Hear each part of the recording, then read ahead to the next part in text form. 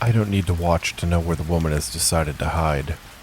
It's always one of three places, and out of those three, it's usually one specific spot.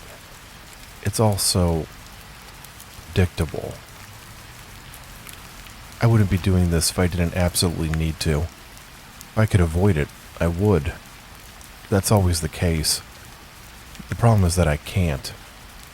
Not when my condition reaches this point.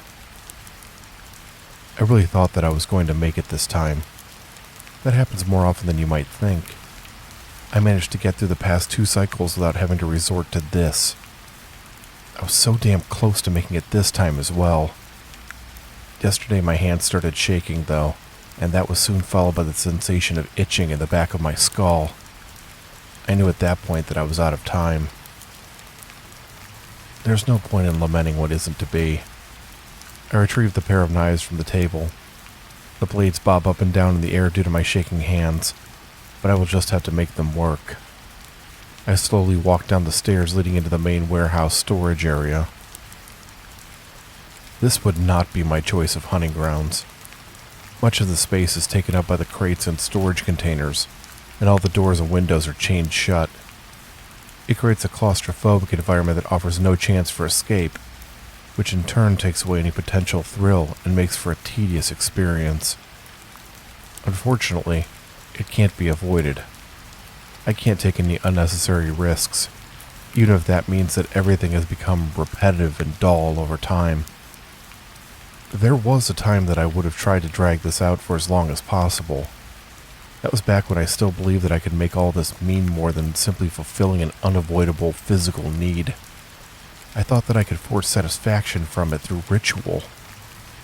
Maybe there was a time when that did work, or at least when I could believe that it did. Now, though, there's no point. I just want it to be over with. I make my way over to the large stack of crates with the opening between the bottom ones. This is where the majority of people choose to hide once they realize that escape isn't an option. If she isn't here, I'll move on to the storage container with the broken door, and from there to the small office near the large metal doors. Those are the only 3 places in the warehouse where hiding makes sense, so inevitably one of them is chosen. All so damn predictable. I don't have to check the other 2 hiding spots, because I can see the woman crouched down in the shadows between the crates. I sigh. Of course she is. This isn't some random woman. She's the chef and owner of one of the best restaurants in town. I stopped in to dine there earlier this evening, and the pork that I had eaten had been exquisitely prepared. The meal had been the highlight of my evening. I had hoped that I would be able to spare her. She had sent her staff home when she had closed the restaurant for the night, though, and she had stayed late alone to do the final bits of cleaning. With no time to find someone else, my hands have been tied. She looks up at me with wide-eyed terror as I approach. It doesn't have to take long or be overly painful. I'll finish this quickly. I owe her that much for the pleasant meal. Television shows and movies would have you believe that people start screaming at the top of their lungs or try to fight back when their would-be killer approaches. I found that's not typically the case. Oh, it does happen from time to time, but usually they behave the way that this woman is. She is frozen in fear, her mouth moving but no sound coming out. I suppose this kind of reaction should make me feel powerful, maybe dominant. It does nothing for me. I hunch over slightly to enter into the small opening. She's whimpering now, but I ignore it as I raise the knives. The shaking in my hands is worse now, and it's all I can do to keep my fingers wrapped around the wooden handles. I need to get this done quickly. The knives plunge into her body, and for the first time, she screams. I swear it loudly as blood leaks out onto my hands. The blades hadn't gone into the points that I had intended them to. I had tried to make the stabbing lethal so that she would have to suffer. Now, I had to do things the messy way. I pull the knives free. I waited too long, and my hands are shaking uncontrollably now. I have to forget the original plan and improvise. Tossing one of the knives back behind me, I wrapped both hands around the handle of the one that I'm still holding. This is a bit better. I definitely have more control over the weapon, even if I can't hold it perfectly steady. The woman is still stunned from the initial attack. I don't think it's registered through the shock that she's being stabbed. She stares at me blankly as her hands press against the pair of wounds. Before she can recover, I thrust the knife forward, and this time, my aim is true. The metal slides into her chest, and I feel it pierce through her heart. I make sure to remove it instead of leaving it in. That way the bleeding will increase, and death will come faster. I sigh again as I back out of the space between the crates and walk away. She's not dead, but she will be in just a few minutes. I've been doing this long enough to know when a wound is fatal. There's no point in standing around and watching the inevitable. I hold up my hands in front of me. They're still shaking, but the tremors are small and easily managed. The itching is gone from the back of my head. It's an improvement, albeit a minor one. It's just so fucking unsatisfying. It never feels the same way that it does during that incredible final night of the cycle. My dissatisfaction is quickly being replaced by anger. Why the fuck can't it ever feel the fucking same? One night of an incredible, indescribable, unmatched high, and nearly a month of rock bottom and just trying to exist until the next one. How in the fuck is that fair? I force myself to calm down. The answer is that it's not fair, but there's nothing that I can do about it either. Besides, the end of the cycle is almost here. I just have to make it until tomorrow night. The smart thing to do would be to clean up the mess I've made and just go home to get some rest. I know from experience that I won't be able to sleep, though, and I'm not in the right headspace to make sure that I take care of my crime scene properly. Both those things will just have to wait. Pulling a set of keys out of my pocket, I remove the locks from one of the doors and pull the chains free. I toss them off to one side in a small pile and go outside. The cold winter wind immediately assaults me, and I grit my teeth as I wish that I hadn't left my coat inside. Before I leave, I go around the side of the warehouse until I reach a spigot. I turn the valve and freezing water starts pouring out of it. As quickly as I can, I wash the blood off my hands and dry them on the legs of my jeans. I let the water run long enough to allow the ichor to flow into a nearby storm drain, then close the valve once again. A light drizzle begins to fall as I walk towards town. The warehouse that I use is located at an old dockyard that hasn't been used in years. I don't own it, and the various cargo items inside of it aren't mine, but somewhere along the way the actual owner stopped caring about it and left it to rot. I look around at the other buildings that I'm walking past. They're all in various states of decay. I often wonder what happened here to make so many people walk away at the same time. Having such a large area to myself, especially one that includes more contained ones throughout the site, has been extremely useful. No one is around to hear any noises from either myself or my guests, and there's no security that might accidentally stumble on my activities. It's basically the perfect environment. I grit my teeth. Except it isn't perfect, is it? If it was, maybe I wouldn't feel so hollow when I treat my condition. Maybe I need a challenge, and this place is making everything all too easy. I shake my head firmly. That isn't it. I know that isn't it. The abandoned dockyard gives me safety when I otherwise wouldn't have it. I'm just irritable and lashing out. Another wonderful side effect of my condition. My car is parked at the edge of the dockyard. I ignore it and continue on foot. I found that the best way to prolong the effects of a treatment is to remain active.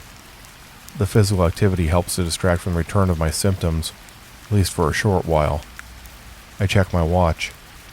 About 20 hours left. Fuck. The road leading away from the docks is empty. That's no surprise, as there's nothing else out this way. There's no reason for anyone else but myself to be here. I walk down the middle of the road instead of off to one side. In a very real sense, This is my own personal domain. I walk for over 2 miles before I reach an intersection. The direction I'm headed in goes into town. Or it does that, though. It leads right past a small diner that's open all night. That's where I'm going.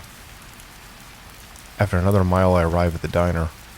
I'm pleased to see that there's only 2 cars in the parking lot. I go inside and sit down in a booth in the corner. I'm alone in the eating area. The cars must belong to a server and cook. Speak of the devil. A woman comes out of the kitchen and gives me a smile. I see the smile slip a bit. It wasn't by much, but I definitely saw it. Did I still have some blood on me that I missed? Looks like you got caught outside in this lovely weather, she says to me. Did your car break down or something? Truck, actually, I lie easily, my worries dissipating. Just down at the 219 ramp. I called it in, and I can't get anyone out until morning. I had to walk here. I wasn't born a good liar. Quite the opposite, actually. I was terrible at it as a child, and every time that I attempted lying, I would be caught. I've developed the skill over the years. It's been a necessity that I do so. Now I do it as needed without even thinking about it. I order a cup of coffee to start before asking to see a menu.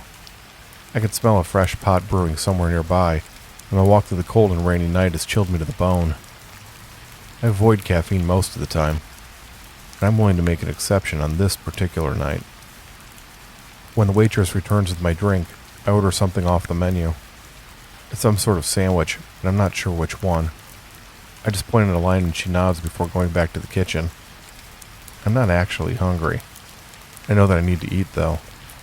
My body needs as many calories as possible during the final phase of the cycle. The coffee helps get the chill out of my body. That, combined with the time having passed since the kill, makes me feel more like myself than I have in days. It won't last. It never does. But for the moment, I don't want to focus on that. I sit in the uncomfortable booth for a little over an hour, slowly eating my rather mediocre chicken sandwich and drinking progressively worse cups of coffee. Eventually, it's time for me to go. The diner is only a few miles from the dockyard, and I don't want to leave too much of an impression on the waitress, just in case something happens down the line. The waitress brings me the check, and as she does so, she offers to give me a ride back to my non-existent truck. I give her a smile and politely decline, telling her that I've been stuck inside it all day and it feels good to be able to walk around and stretch. She glances out at the still falling rain and asks me if I'm sure. I assure her that I am. As she's walking back towards the kitchen, I feel the familiar itching in the back of my head. No, this is too soon. I've never had the itching come back just hours after making a kill. It's always a few days at the very least before I start to notice it. I sit still in the booth, the pin-like pricks working their way up and down my skull. Something is very wrong. Usually the itching starts out so faintly that it's barely noticeable. Over the course of 2 or 3 days, it gradually increases in intensity until it's so strong that it pushes me to the point of insanity. That isn't happening now. The sensation is already intense, and I can feel it growing steadily as each second ticks by. I don't understand. This doesn't make any fucking sense. Think. Did I do something wrong? Change something about the kill? I shake my head. No, I didn't do anything different. Besides, that wouldn't make any sense. There's no ritual or anything like that. Make the kill, satisfy the need. That's all there fucking is to it. It's not goddamn rocket science. Calm down. Breathe. Maybe there was something different about the woman that I had chosen. All that had mattered before was the killing, but I guess that's possible. There's no way to know for sure. Focus. Fucking focus. None of this matters. What matters is what I do now. There's no way that I'm going to be able to make it to the end of the day. I look at the clock hanging on the wall. The sun won't even be up for another hour. At the rate it's going, the itching will reach its peak soon. When that happens, the pain will begin. It will feel like spikes being hammered into every inch of my body. I'll be so blinded by the agony that I will no longer be capable of rational thought. The last and only time that it got to that point, I regained my wits in the family room of a house that I didn't recognize. Remains of 3 people, torn apart and barely recognizable as being human, surrounded me. Every inch was covered in hot blood. All my symptoms were gone, but I had no idea what had happened or where I was.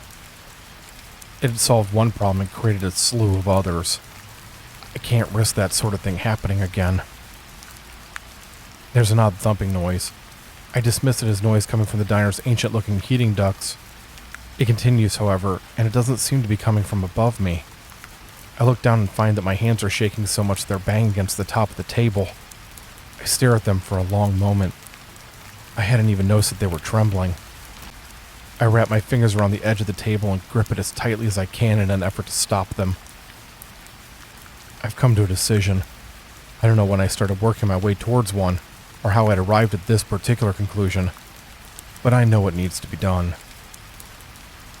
Taking my wallet out of my back pocket, I pull a few bills out and place them on top of the check the waitress had left me. I know that she's watching me through the small window that looks out from the kitchen into the dining area. After all, I'm the only customer. I'm not going to be ordering anything else, and she's already earned whatever tip I decide to leave. At this point, she'll just want me gone so that I'm out of her hair and she can go back to doing nothing. I allow myself a small, imperceptible smile as she immediately comes out of the kitchen. Some people are just too easy to read. I don't have a plan. Doesn't matter. I don't need one. I've taken so many lives over the years that it's instinctive at this point.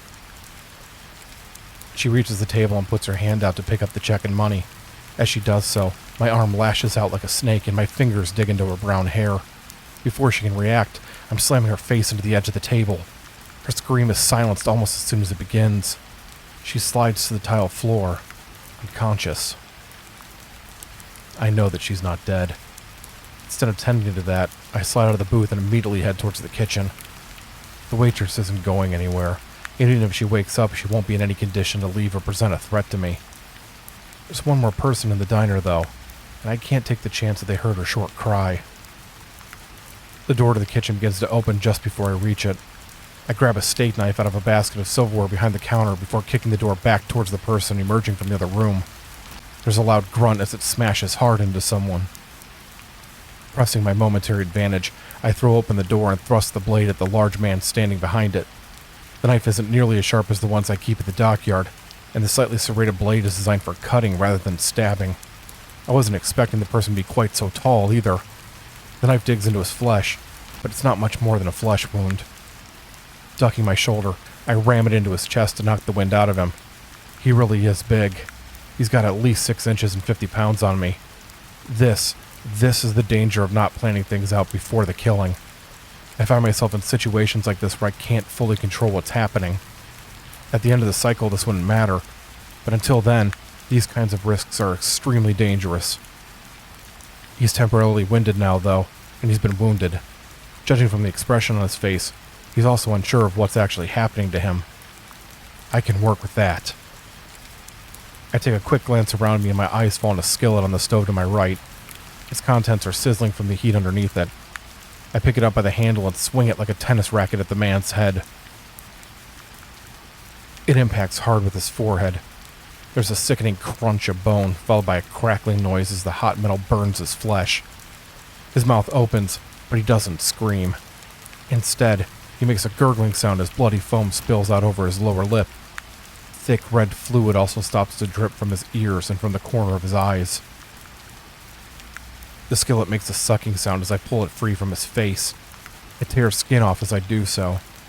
It sticks to the pan like burned leather. I swing the skillet for a second time, and he immediately slumps over onto his side. His right eye has come free from its socket, and it lays across the bridge of his nose with the optic nerve trailing back into the gap. He's almost done. I have to give him credit for surviving the 2 blows with the skillet, even if he did so with quite a bit of brain damage. I allow the skillet to fall to the floor as I step over the man to reach a microwave sitting on a shelf. Unplugging it from a wall, I carry it over to him to take one last look at him as he twitches and convulses. I raise the heavy appliance up over my head before bringing it down as hard as I can. His damaged skull provides little resistance, and his body goes still. There's a sound from out in the dining area. I hurry out through the kitchen door, worried that a customer has walked into my kill zone. Instead, I find the waitress struggling to get up. She's leaning up against the side of the booth seat, the salt shaker she had knocked over with her hand laying shattered on the floor next to her. I get another knife from the silverware basket and cross the distance between us. She looks up at me with glazed over eyes, and I doubt that she can even see me. I adjust my grip on the knife and cut her throat. Blood bursts out from the gash. The small piles of spilled salt on the ground become sticky and clumpy as it covers them. The itching has stopped. My hands are steady as rocks.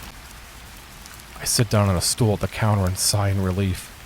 For the first time since the symptoms started this cycle, I feel human. With the relief comes a familiar bitterness.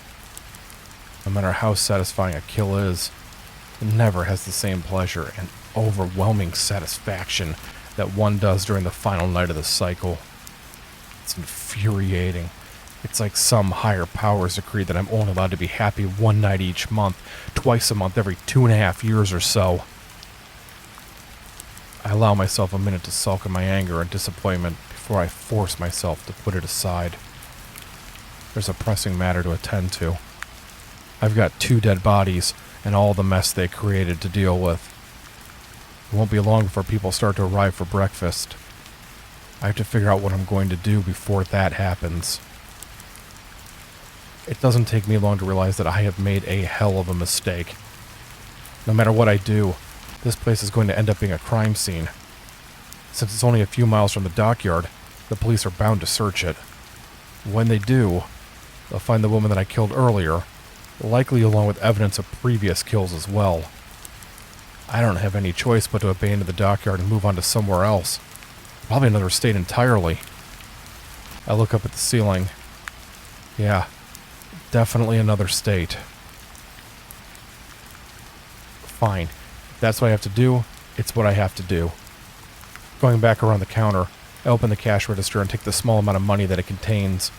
I also go into the kitchen and take the money from the cook's wallet, as well as a set of car keys from his other pocket. It doesn't end up being much in total, but it's better than nothing. I just have to make it through the day. If I can do that, I can end the cycle tonight in a different place before continuing my way in the morning. I just have to make it through the day. The kitchen provides me with the answer I need for covering my tracks. There's an exposed gas line that runs to the kitchen. Covering my mouth, I break a section of the line before quickly making sure the pilot light in the stove is still burning. Good. I had broken a secondary line just like I had thought, not the main line. I leave the diner through the front door. There's still no one in the parking lot, and there isn't any traffic on the road either. I try the key that I took from the cook in the small white car first, but it doesn't fit the lock. It does slide easily into the driver's side door of the red pickup, though, so I get in and start the engine. The rain has stopped, and the first hints of the rising sun can be seen in the distance as I turn out onto the road and head away from town. After less than a minute of driving, I see what appears to be the light of a second sunrise in the rearview mirror. I nod to myself. It won't be long before the fire at the diner is completely out of control, if it isn't already. At the very least, it will take the authorities a couple of days to dig through the rubble and ashes. Even if they somehow manage to find enough evidence to piece together what happened, I'll be long gone before then. The only thing working against me is the truck that I'm driving. It won't take the police long to figure out that it's missing.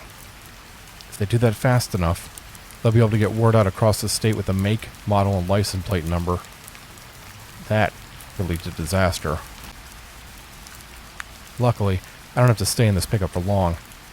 I drive back towards the dockyard, going as fast as I dare on the slick pavement. I reach my destination without incident and pull the truck up on the edge of one of the concrete docks before putting it into neutral and getting out. I try to push the pickup off the edge of the dock, but I'm barely able to get it to budge. I get down lower and press my back up against the tailgate as I push as hard as I can. It eventually starts to roll forward. There's a crash of metal as the front wheels go over the edge. I nearly fall as the weight of the front end does the rest of the work for me. The truck slides into the dark water and sinks below the surface.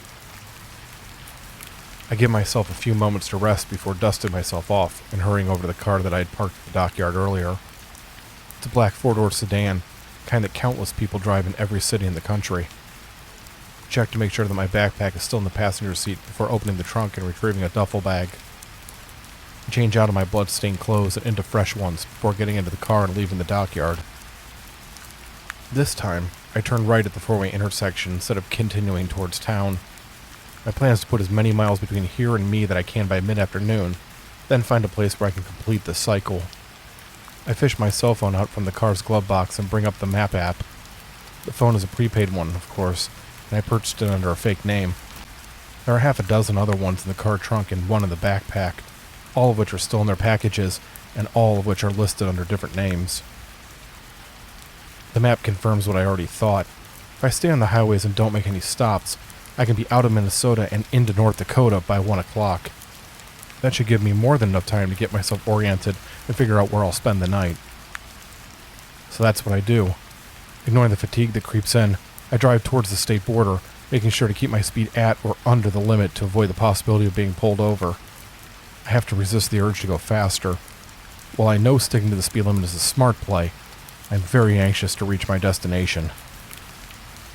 I almost nod off twice during the drive. Now that the symptoms of my condition are gone, at least for now, my body is more relaxed than it has been in quite a while. It isn't helping that the roads in this part of Minnesota are mostly just trees and open land with nothing to break up the monotony. It's with more than a little relief that I reach the state border. There's a sign for a rest stop a few miles past the line, and I gratefully pull into the parking lot. I need to get out and stretch for a bit, get some fresh air. I've never been to this part of the country before, and I'm surprised to see the rest stop isn't one of the standard ones with just a few bathrooms and vending machines. This one is quite a bit larger, with a cafeteria-like section housing 5 or 6 chain fast food restaurants. There's also a small arcade, as well as a side room with a dozen leather massage chairs. I'm mostly interested in a kiosk just inside the doorway. It contains racks of maps and brochures, both for specific landmarks and for North Dakota in general. I take a few of them and tuck them under my arm as I buy some lunch. Once I have my burgers and drink, I pick a table in the corner away from the other people and open one of the maps. I'm looking for a town to use for the night. It has to fit some specific criteria, though. It needs to have a large enough population to be worthwhile, but also not so large that it has a major police presence. Police aren't a concern during the final night of the cycle. I'm worried about what could happen the next day. I also prefer a town that is isolated. The more that things are contained, the better. There don't seem to be many options that meet my needs. I'm starting to think that I'm going to have to go with something less than ideal. I've had to do that in the past. Never on this short of notice, though. I don't like going into something blind. It's not looking like there's much of a choice, though. Wait. There. A small town about 100 miles from where I'm at, with enough clustered streets on the map to imply at least a decent-sized population. I pull the town up on my phone and confirm that it is indeed the case. Broken Bend, North Dakota. Finishing my food, I toss the wrappers and maps into a trash can. Make sure that I have directions to my new destination before I leave. As I hold the door open for an elderly man, I notice a newspaper rack off to one side. The story on the front page of the newspaper on top has the title, "The Planets Align." I fish 50 cents out of my pocket and buy the newspaper. Return to my car and open it. According to the article, over a roughly 18-hour period, the Earth will be going in and out of alignment with multiple planets. It's extremely rare for this to happen. Normally 3 or more planets align for a short period of time, then move along their orbits until they're no longer in line with one another. This is different, though. Because of where the planets are at in their orbits around the Sun currently, the Earth has been and will be moving in and out of different alignments with different planets. 2 of these events will involve the Moon as well. That has to be it. That has to be why my symptoms return so quickly. I've always known the lunar cycle is tied in with my own. Something about these planetary alignments must be throwing things off. There's nothing that I can do about it, though. I toss the newspaper into the back seat before getting back out onto the road. doesn't really change things anyway. I still need to reach Broken Bend and get myself situated before dark. The path to the town that I've chosen takes me off the main highways and onto smaller state routes. The roads are in much worse condition on these. I have to slow down to make sure that the car doesn't bottom out on some of the larger potholes. The forests are much thicker along these roads as well. The trees are taller and closer together, and their tops reach out over the road like a canopy. Even though it's afternoon on a sunny day, I have to turn on the car lights to see where I'm going. It's like I'm driving through a tunnel. 2 hours after I leave the rest stop, I pass a sign with the words, "Welcome to Broken Bend," painted on it. Just beyond it is a wooden bridge that spans over a river. The car bounces uncomfortably as it passes over the boards. A few minutes after leaving the bridge behind, the trees thin out and I arrive in town. I found that most towns this size tend to look the same, and Broken Bend is no exception. The downtown area is comprised of local businesses, a couple of churches, a few government buildings, and a gas station on both sides. As I drive beyond that, I find that most of the older homes are on fairly large properties, but there are also some newer-looking developments with the houses much closer together. Past the residential areas are parks and nature preserves. I smile slightly. This is perfect. I begin to make plans. There's a closed construction site just outside of downtown that I can hide my car in overnight. It's in both walking distance to the various shops and businesses, as well as at least 2 of the housing developments. I can park the car, go into town until dusk, come back to the car to get ready, and head for the housing developments as night falls. I pull the car into the construction site and maneuver it around the equipment to park it behind a long trailer. I take a moment to make sure that I have everything that I'll need. It isn't really much. Since I'm going to be coming back to the car before nightfall, I only really need my wallet. I get out of the car and feel the cold air against my skin. Correction, my wallet, and a coat. I open the trunk and retrieve my heavy coat. While I do so, I also take out a large pocket knife. Typically I don't carry a weapon with me. As strange as it sounds, it's actually safer that way. I don't have to worry about metal detectors or, as has happened a few times in the past, being frisked by the authorities. Besides, it's not like I really need it. I can be quite creative when it comes to figuring out ways to hurt people. This is a new town that I'm not familiar with, though. It doesn't hurt to take extra precautions. My short trip into downtown Broken Bend is uneventful. Only a few cars pass by as I walk along the side of the road, and none of the drivers pay much attention to me. I'm not in any particular hurry. At this point, I'm just looking to waste time until sundown. When I reach downtown, I slowly walk past the various businesses and shops. A number of pedestrians greet me as I move down the sidewalk. I nod and smile at them in turn. These people have no idea what's coming for them tonight. That thought causes my smile to become even wider. It's been a long day, so it's a relief when I come to a bar. The painted window proclaims it as the Rock Creek Tavern. I open the door and head inside. That's where I spend the next couple of hours. Food is surprisingly good, the beer is pleasantly cold, and the patrons leave me alone. I've definitely had worse afternoons. I'm struck by the need to go to the bathroom. As I stand up to head to the restroom, I check the time on my phone. It's now just past 5. That's plenty of time to go do my business, have one last beer, and start back towards the car. It's a single toilet bathroom. I lock the door before I relieve myself. Once I'm finished, I wash my hands and look at myself in the mirror, feeling a bit warm. I suppose that shouldn't come as any surprise. It's been a long day, and I've been on the road for most of it. It's either from the stress or the beers. I look at myself closely in the mirror. I definitely look tired. My eyes are a bit bloodshot, and there are dark circles under them. I'm also looking a bit pale. Sighing, I run a hand over my face. I stop. My hand is shaking. I force myself to stay calm. The shaking doesn't matter. I'm only a few hours away from the end of the cycle. I can make it until then. There isn't even any itching at the back of my neck. Sweat begins to drip from my forehead. I'm getting warmer. Gripping the sink with both hands, I lean in towards the mirror and take a closer look at my eyes. Black of the pupil is no longer circular. Instead, it resembles a blot of ink that has run out across the blue iris. It's happening. The end of the cycle has arrived. The change is beginning. This shouldn't be possible. The change shouldn't happen until the moon begins to rise. The sun isn't even all the way down yet.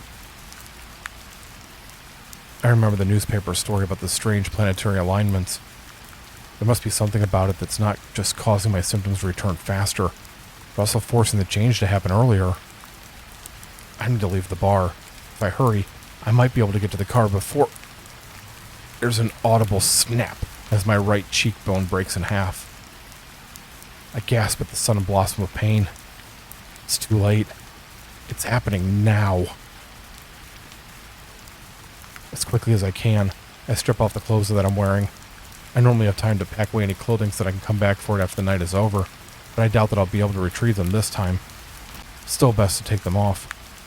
The less restrained my body is during the change, the better.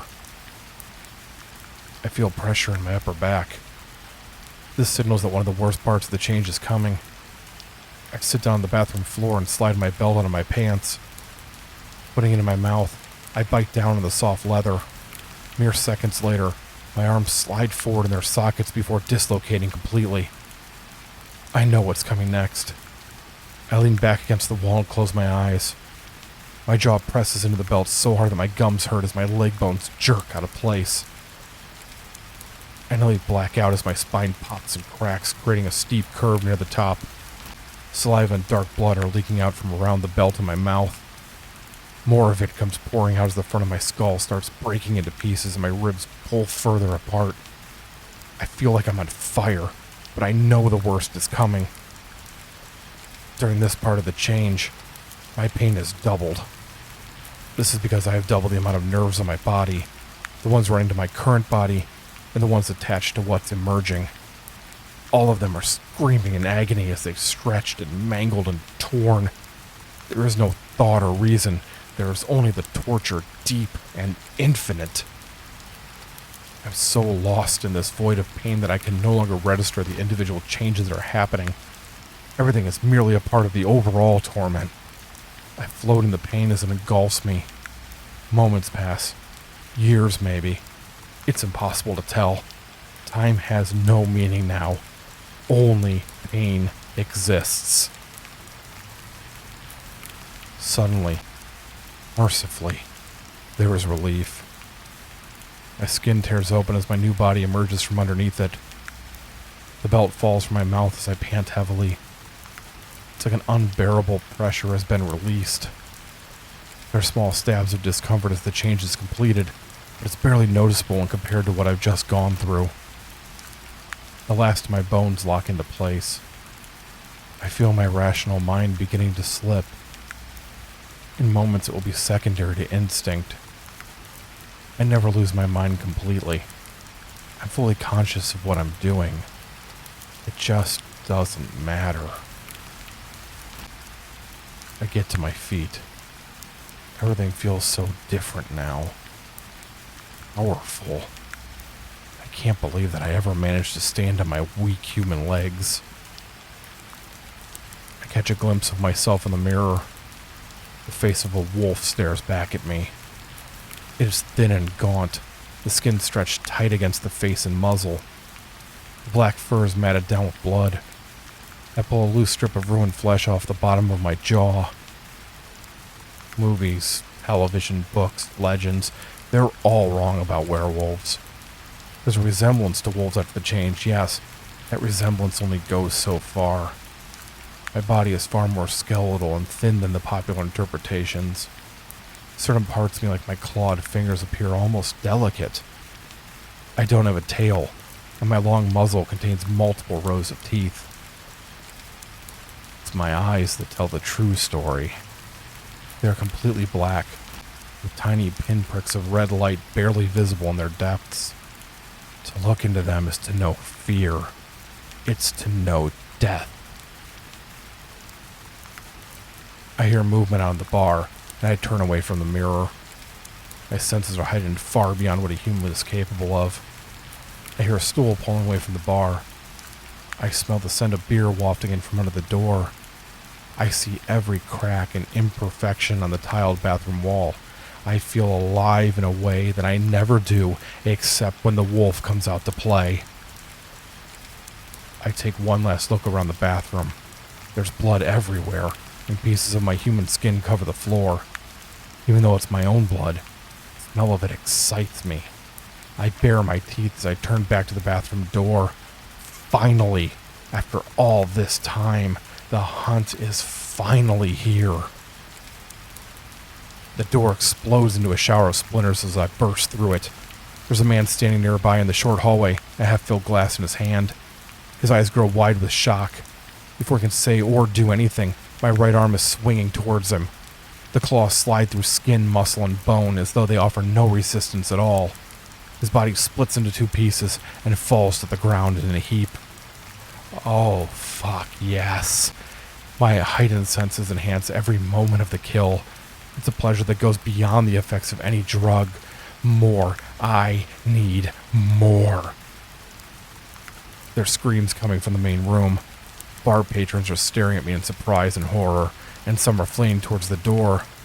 I take 2 strides forward before leaping over their heads and landing between them and the exit. No one leaves. This is my moment. One of the customers swings a clumsy punch at me. I open my jaws to expose my rows of teeth and bite down into the flesh of his arm. The razor-sharp fangs sink in deep. The twist of my head, I tear off the arm and fling it to the side. The blood running down my throat tastes incredible. I'm a flurry of suffering and death. Throats are torn, limbs are severed, lives are ended. Each kill increases my need for more. I revel as I tear apart the bar patrons. I am the god of the hunt, and it is my purpose to reap the prey. The man behind the bar has a gun. He brings it up and fires once, twice, a third time. All the shots are true. I feel the impact of the bullets as they strike my skin. The metal is hot, and it singes the tips of my fur. My mouth opens slightly as a grin spreads across my face. The sheep believes it can harm the wolf. I jump onto the bar and snap my mouth around the sides of his head. For a moment I let him struggle, my teeth piercing his skin as he tries to free himself. Now he understands his place in the order of things. Strongly ends as I clamp my jaws closed. Music plays from the jukebox in the corner of the bar as I survey the room. The Rock Creek Tavern is now a monument to carnage. The scent of death fills my nostrils as I bask in the pleasures of the kill.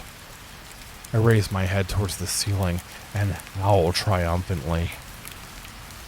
A werewolf's howl is not like a wolf's. It is an inhuman sound, a deep, guttural call that spreads fear to all that hear it. It is the sound of hell's gates being opened. I need more. The hunt has just begun, and I intend to make the most out of every second. I go out the front door and into the streets. People immediately begin to scream, but I ignore them for a moment. The sun is just beginning to set in the distance. The sky is filled with splashes of red and thick purples. I am momentarily frozen in place. I've never seen the sunset before, not with these eyes. The change has always happened after nightfall. Even through my frenzy, the beauty of the scene before me is striking. The spell is broken as I smell the blood on my fur. It's time to continue what I've only just started. A car is beginning to pull out the parking space in front of me. Baring my teeth, I jump through the passenger side window and into the vehicle. In one motion, I wrap my claws around the driver's neck and throw both him and myself through his door. We land hard on the concrete. I crush his throat before looking over my shoulder to watch the car crash into an oncoming truck. A man and a woman are running down the sidewalk away from me. I race after them and catch up to them before they even realize that I'm following. The woman falls as my claws and arm push through her back and out of her chest. Grabbing the man, I lift him up over my head and rip him in half, his blood and entrails pouring out of him. I drop the body and narrow my eyes. The wind has brought a scent to me, One that isn't the sweet coppery smell of blood, or one of the common smells associated with a small town. This scent is much different. For the first time, not just during this change, but for the first time ever in this form, I feel uneasy. I don't recognize the smell, but I do understand what it means. Someone else, something else, has already marked this town as its own. I'm in claimed territory. It doesn't matter. I only get this opportunity once per cycle. If another creature has claimed Broken Bend, it's more than welcome to come and try and defend its territory. Most of the people have abandoned the street. They hope to hide from me, or at least put some distance between them and me. It's a futile hope, and I suspect that some part of them knows that.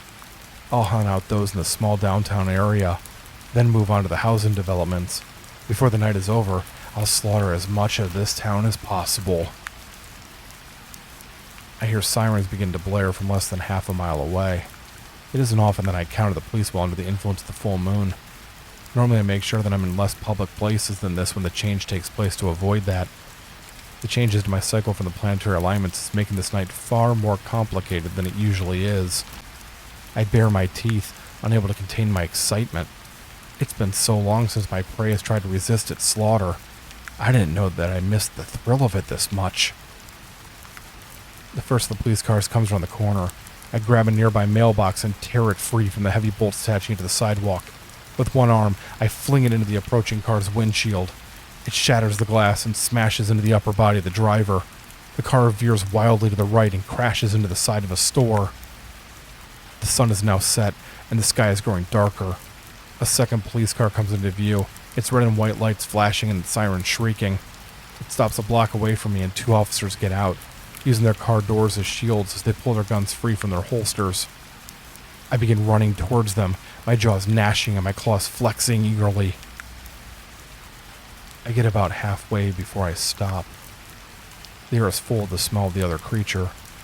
It's stronger now, no longer the lingering scent of something that had previously passed through, but instead the fresh odor of something approaching. I ignore the officers and inhale deeply. It's coming from upwind. Either this creature doesn't know that I'm here, or it doesn't care that it's announcing its presence to me. There's something about the scent that makes me feel unsettled. Even though I don't recognize it, it's like some primal part of me, some past memory buried in my werewolf biology, knows that it means danger is near.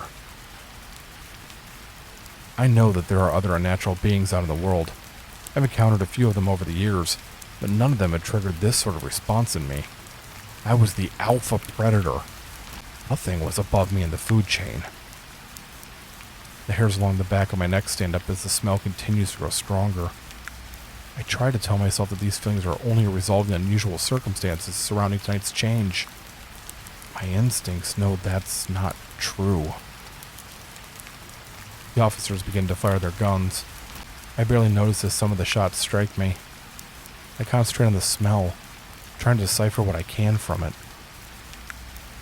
Thoughts begin to flash through my head. No, not thoughts. More like impressions. The scent makes me think of the dark, cold waters of the deepest oceans.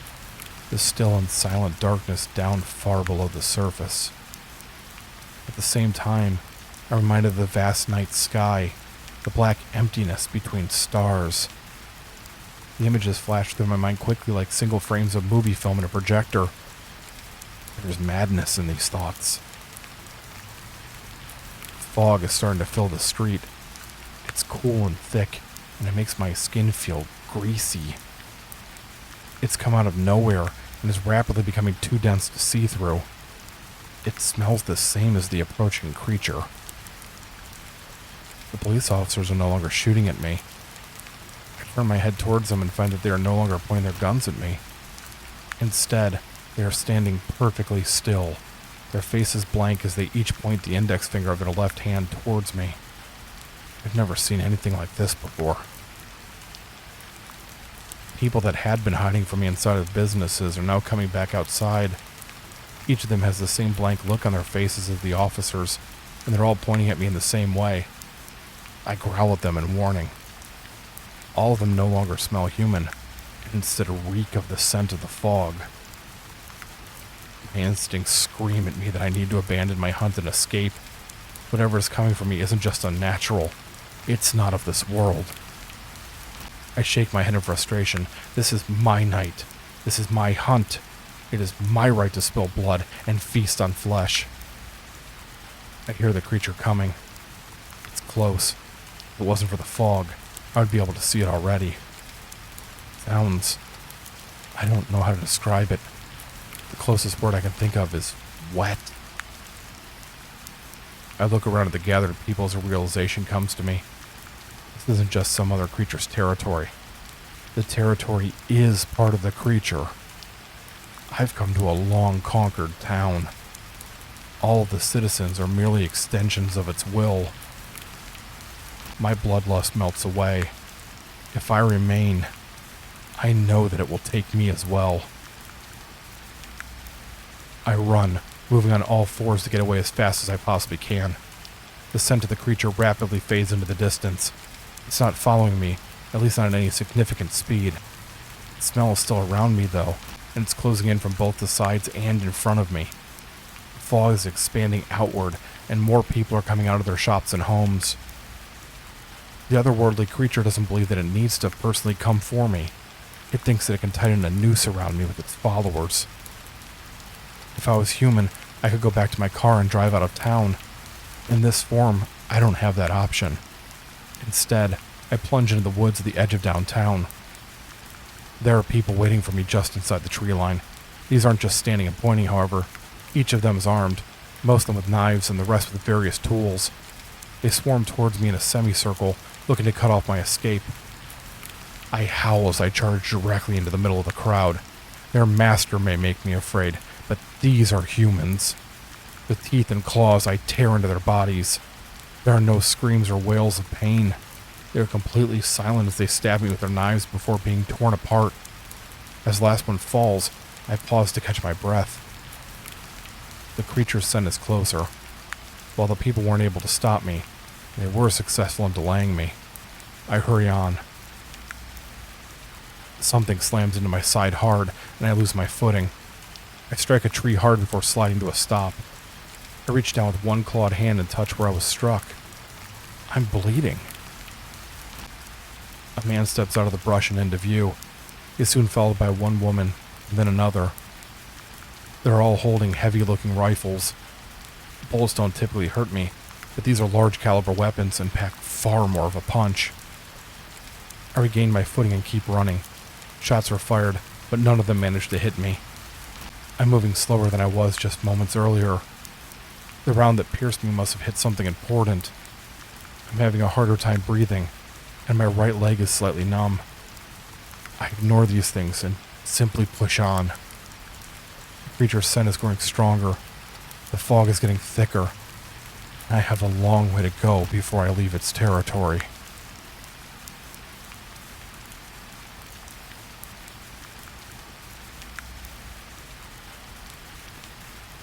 When my daughter Violet was born, I didn't have much to offer her. My wife and I both worked, but housing was expensive where we lived, and much of our income went towards renting our cramped two-bedroom apartment. Owning our own home was still just a dream then. All the baby clothes and other items we got to prepare for Violet's birth had been purchased secondhand, and I had taken on a second job to make sure that we'd be able to afford formula and other necessities. The first time that I held Violet, I looked down at that little wrinkled face, and I just knew that any struggles in the coming days would be worth it. She was perfect, and she deserved a perfect life. I looked over at my wife Tara and smiled. Someday, I told her, I'm going to make sure this child has all the stars in the sky. When Violet was 5, she caught chickenpox from another child at a preschool. Because of this, she was required to stay home for 2 weeks while the infection ran its course. This was extremely hard on her. She was a very social child, and being apart from her friends for that long quickly began to take its toll. In an effort to raise her spirits, I stopped by a thrift store on the way home from work and purchased a telescope that I had seen a few days earlier. I set it up in her bedroom window and turned off the lights. She stared up into the clear night for hours, fascinated by the heavens and the things that filled it. When she finally went to bed, she snuggled into her pillow and asked me if someday she could go to space. "I'm sure you will," I said to her. "You'll fly right up to space and become the princess of all the stars in the sky." 2 years later, when Violet was lying in a bed in a pediatric cancer ward, I would visit her each evening after work and all day on the weekends. I would have spent every single moment with her if it had been possible, but I had to remain employed to be able to continue to afford our health insurance. Tara never left her side, though, so I was comforted that she was never alone. The cancer was aggressive, and while the doctors tried everything that they could, the disease continued to progress towards its inevitable conclusion. There's no preparing for the death of a child. My wife and I did our best to brace ourselves for what we knew was coming, but with each passing day we started to break down more and more. There were no more words of encouragement between us, no more promises that things were going to take a turn for the better. There was only silence as we sat next to Violet's bed, each of us holding one of her small hands as we watched the heart rate monitor. One day, the most terrible day that I've ever known, the lead doctor assigned to Violet's case told us that she had less than 24 hours. Something broke inside of me as he spoke, something that had been cracking apart the entire time that she had been in the hospital. Knowing that I couldn't go back into her room while I was in such a state, I went into the restroom at the far end of the ward hallway and locked myself inside one of the stalls. Pain and frustration and fear and 1,000 other emotions crashed down on me like a tidal wave, and I wept so hard that I was left gasping for air. After I finally got control of myself, I took several deep breaths before cleaning myself up with toilet paper. I left the stall and splashed cold water over my face at the sink. I caught a glimpse of myself in the mirror as I did so. The face that stared back at me looked old and tired, almost unrecognizable. A voice called my name from the bathroom entrance. I turned to find a well-groomed man dressed in a suit and tie standing there, a briefcase clutched in both hands. He was older than I was, although it was difficult to determine exactly how much older. He introduced himself as Silas Pembroke. He said that he represented a private scientist that had been working on radical treatments for terminal illnesses. His employer had heard of Violet's condition, and he believed that she was a perfect candidate for his program. The cost for the treatment would be high, Pembroke warned me, and if Violet were to receive it, I couldn't speak of it to anyone except my wife. It was cutting edge, but also not approved by the government. "Tell me," Pembroke said as he raised his left eyebrow, "what would you give for your daughter to live?" "Anything," I replied immediately. "I'd give all the stars in the sky." That seemed to satisfy him. He told me that the scientist's assistant would be in touch shortly before he left the restroom. I didn't know exactly what I agreed to, but it really didn't matter. All that mattered was that there was one last chance for my daughter. There was no price too high for that. I told Tara about my encounter with the odd man. While she agreed that I had done the right thing, she seemed doubtful that anything would come from it. Normally I would have shared that sentiment, but there was something about Pembroke that made me believe that what he offered was legitimate. I knew that there was a very real possibility that I only believed that because I wanted it to be true. But false hope was better than no hope. An hour after the sun had set, a different man entered Violet's room. He was wearing a white lab coat, and he had a clipboard tucked under one arm. Despite how he was dressed, however, I could immediately tell that he wasn't a doctor. He greeted Tara and me with a smile and told us that his name was Peter Lewis. He was the assistant to the person that would be performing Violet's procedure. He told us that the scientist wished for his name to remain anonymous, and that one of the conditions of the procedure would be that we would not be allowed to be present for it.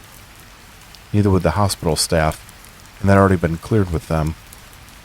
He didn't come right out and say it, but I got the impression that some strings had been pulled and that the staff agreeing hadn't really been voluntary. The subject then turned to payment.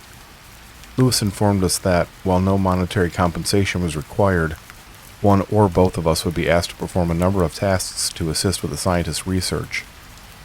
Those tasks would be assigned whenever they were needed. When I asked what would happen if we weren't able to do what was asked of us, he bluntly informed me that what was being done to help Violet could easily be reversed.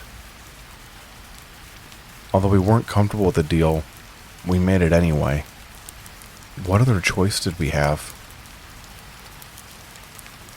Lewis ushered us both out of the room towards the waiting area. As he did so, the overhead lights in the hallway began to turn off one by one. At first I thought there was a power outage, but after a moment I realized that the backup security lights weren't coming on. All of the lights were being shut off deliberately. I asked Lewis to explain what was going on. "It's necessary," Lewis said. He smiled a strange smile and his eyes grew distant, like he was recalling a long-forgotten memory. "Mr. Gangley walks the halls." Before I could ask about what he said, he instructed us to sit in the waiting room and he would let us know when the procedure was over. Again, not having much of a choice, we did as we were told. The last of the lights on the floor went out, and the only illumination was the dim glow of computer monitors and various pieces of equipment in the hallway. Lewis was gone. I glanced up and noticed that the red light on a nearby security camera was off. I forced myself to look away. Tara and I had made our decision, and we were just going to have to stand by it no matter what happened. A door somewhere down the hallway from us slammed shut. Moments later, I heard sounds of footsteps approaching. Lewis appeared in the waiting room doorway. "Your assistance is required earlier than expected," he said, handing me a slip of paper before going back down the hall. Using the light from my cell phone, I examined the folded paper. It was made of parchment, and it was quite a bit thicker than a standard piece of paper. Tara watched silently as I unfolded it. The message inside was written in exquisite calligraphy. "Please be so kind as to travel down to the morgue and retrieve the lungs of one Miss Caroline Tafford." I read this sentence over and over again. While the message was simple enough to understand, my brain just couldn't seem to process what it was instructing me to do. Just the thought of it was enough to make my skin crawl and my blood run cold. It was Tara that brought things back into focus. She had always been the practical one in a relationship, and that practicality was on full display now. Rather than concentrating on the tasks detailed in the note, she instead reminded me that, mere hours earlier, we had agreed to do whatever was required of us to give Violet one last chance of being able to grow up. Unless we were willing to let her go, to let our baby girl die, we needed to stick to that agreement. She took a deep breath before volunteering to be the one to do it. I couldn't let her. Despite my own misgivings, I wasn't about to allow her to take the risk. What the note was asking was disgusting, yes, but it was also highly illegal. If she got caught trying to steal body parts from a corpse, she would go to jail. It was better if I was the one to do it. She tried to argue, saying that we were in our marriage together and Violet was our child. If anything, it would be safer for us to do it together. We could watch out for each other. I just shook my head and pointed out that if we both got in trouble, there would be no one there for Violet if she survived the procedure. She had no answer to that, and she had to give in. Deciding that I needed to get going before I talked myself out of what needed to be done, I left the waiting room and went out into the dark hallway. As I was crossing over the door leading to the stairwell, I caught a glimpse of movement out of the corner of my eye. It was gone by the time that I had turned towards it. I frowned. The deep shadows made it difficult to be sure, but I would have sworn that I had seen a thin and tall figure, so tall that it almost touched the ceiling. Nothing else happened while I watched, however, so I dismissed it as my eyes playing tricks on me.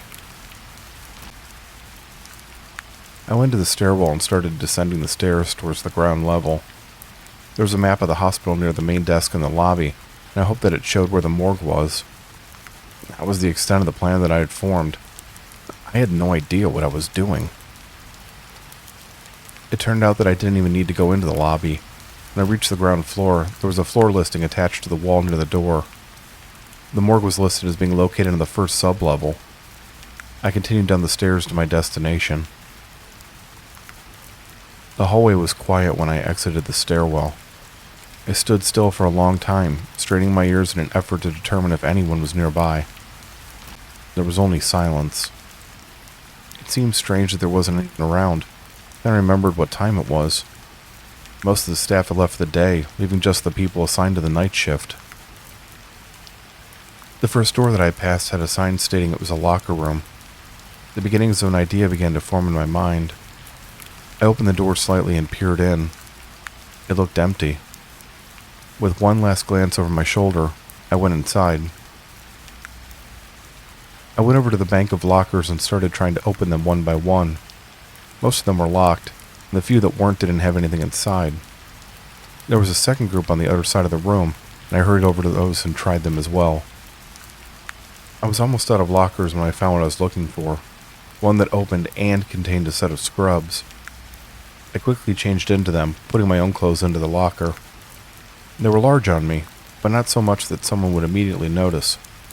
I closed the locker door and made sure that the lock didn't engage. Leaving the locker room, I continued down the hallway until I reached a supply closet. I opened it and rummaged around inside until I produced a mask, a surgeon cap, gloves, and shoe coverings. I put them all on and shut the closet door.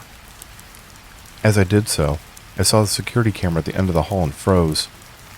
Even if I didn't run into anyone during the task that had been given to me, there would be footage of me in the sub-level halls. There was no way that I'd be able to get away with this. I felt panic beginning to rise in me. That panic subsided slightly when I noticed that the light on the security camera was off, just like the one back up on the third floor had been. I frowned and looked around. There was another camera above and to my left. It was shut off as well. No chance that this was just a coincidence. Still, there wasn't time to think about it. I walked down the hall and followed a series of signs towards the hospital morgue. I didn't pass anyone, and I started to feel a bit more confident that I'd be able to do what I needed to without getting caught. I eventually reached the door I was looking for and, after a quick check to make sure there was no one inside, I entered and slowly closed the door behind me. The room was larger than I was thinking it would be. A line of 4 gurneys were neatly arranged in the center of a gray-tiled floor. A series of silver sinks were attached to the wall to my right, and above those were large light boxes that glowed white. 3 metal tables were bolted to the ground. Various pieces of equipment were attached to these tables, and lights hooked to movable arms hung from the ceiling above them. A tray with small medical instruments was positioned next to each one. It was a wall on the far side of the room that held my attention, however. Square cabinets, stacked 3 high and 10 across, were inserted into the wall. The doors were all closed. Each of them was numbered, and there were identification tags posted on a number of them. I had seen enough medical dramas on television to know that this is where the dead bodies were stored. I looked back at the door that I had entered through. This was likely my last chance to turn back. I returned my attention to the cabinets and set my jaw. That wasn't really an option. Violet deserved her chance to live. I crossed over to the drawers and took the note out of my pocket to verify the name of the person that I was looking for. Carolyn Tafford. I slowly examined each of the identification tags in turn, making my way down the wall as I searched for the correct one. When I reached the end, though, I still hadn't found it. I went through the tags 2 more times just to be sure. There wasn't anyone with either the same first or last name as the body I needed to find. "Can I help you?" a voice said from behind me. I'd been so engrossed in my search that I hadn't heard the door open. Reminding myself that my face was hidden behind the mask, I turned towards the speaker. A woman in her early to mid-20s was standing in the doorway. She was dressed in the same type of blue scrubs that I was, but she was wearing a lab coat over them. Her blonde hair was tied back in a ponytail. She was regarding me with a curious expression on her face. Thinking fast, I told her that I had been sent down to retrieve a blood sample from one of the bodies in storage. I surprised myself with how easy the lie came to me. I was even more surprised that the woman smiled and nodded.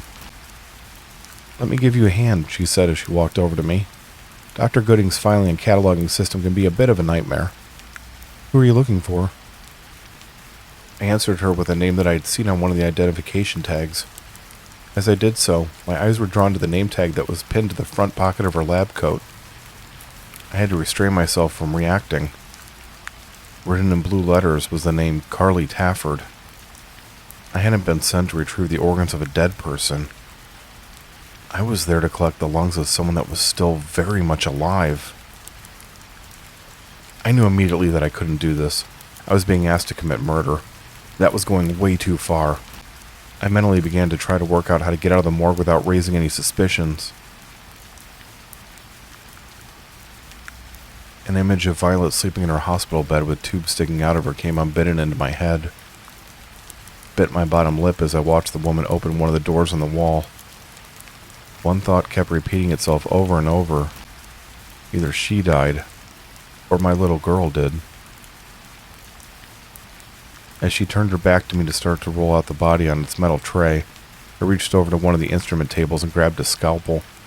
I quickly closed the distance between us, clamped my hand over her mouth, and pierced her neck with the blade. I pulled hard, and it slid across her throat with surprising ease. She tried to struggle against me, but it was much too late. Blood poured out of the long incision. I closed my eyes and kept my arms wrapped around her until the last of the fight was gone. Her body leaned up against me, and I slowly lowered her down to the floor. She looked up at me in fear and confusion as the light faded from her eyes. I had done it. I had actually killed someone.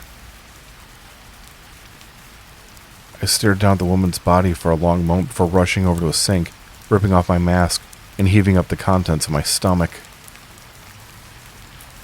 I knew that I wasn't done. Killing her had only been the first step.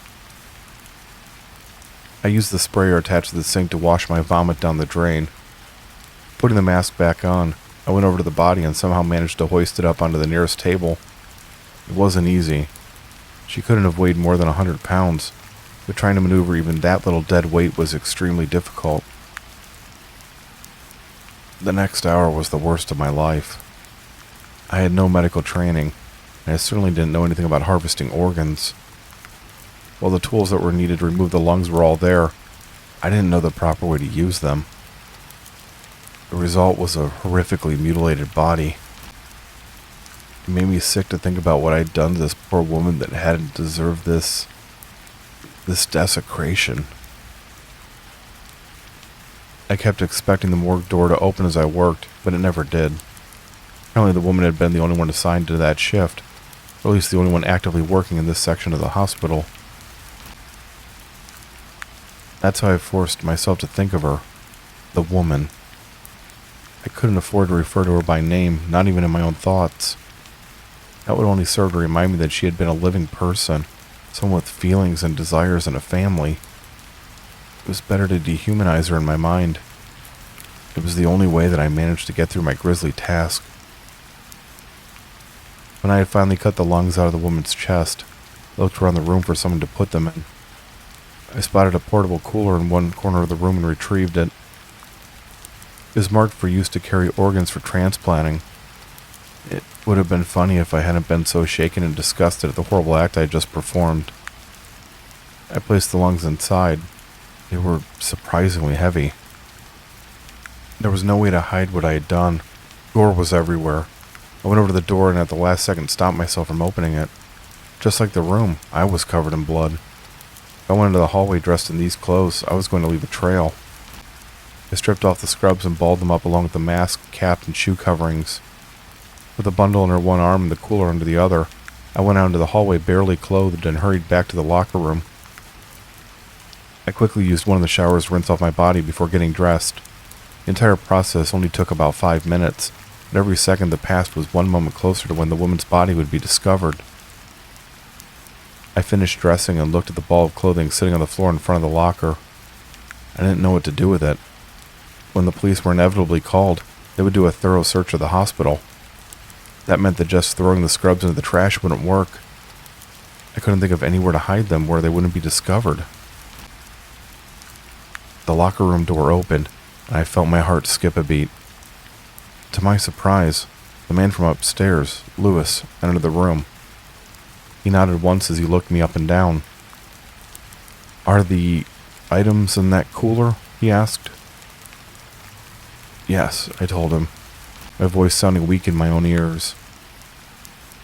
Good. You should head back upstairs to be with your wife and daughter. I'll take care of those. He motioned at the scrubs with his chin. Leave the cooler here, too. Violet... He smiled slightly. She's going to be just fine. Procedure is finished, and it was a complete success. As long as you keep up your end of the bargain, she'll live a long and happy life. Violet did indeed make a full recovery. To this day, there's been no further sign of cancer, and if anything, she's healthier than she's ever been. Her doctors are at a complete loss to explain it. The term miracle has been thrown around a lot, but Tara and I know better. It wasn't any divine intervention that saved her. It was a dark deal made with the dark devil. I was never so much questioned about the death of Carolyn Carly Tafford. During the past 2 years, we've received 3 more of the finely written notes on parchment. Each of them has been hand-delivered to us by Pembroke, the man who had first approached me in the restroom. I don't know for sure why it's always him, but from what I've been able to piece together, I think he handles certain types of business for the anonymous scientist. Apparently, that includes messenger duty. Each of the tasks has been as bad as, if not worse, than the one that I had to perform in the hospital. Despite Tara's objections, I've done them all myself. I don't want her hands to be dirty like mine are. I'd love her too much for that. The worst part about the tasks, the part that really keeps me up at night, is that they're getting easier. Not the acts themselves, but convincing myself to perform them. I'm becoming accustomed to the killing. I'm not enjoying them. I'm not some kind of psychopath. It's just... I don't have the voice in the back of my head acting as my conscience anymore. I've changed in some fundamental way that I can't explain. Even if I still had any internal crisis about what I'm doing, I would just have to look at Violet going about her life to silence it. Being able to watch her grow up instead of dying scared in that hospital bed makes everything worth it. Some people may say that one child's life isn't worth the taking of many others. Those people have never faced the certainty of losing their child before. No matter what Violet's mystery benefactor requests of me, I'll do it. I'll be the butcher that it requires me to be. For my daughter, I'll keep killing until blood stains all the stars in the sky.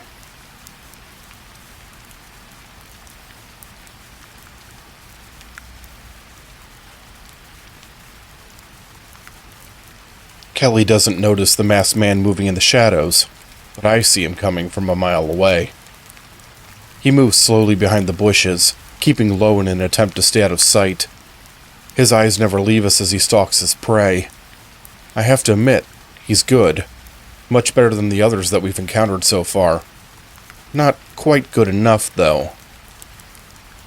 Suddenly, he makes his move.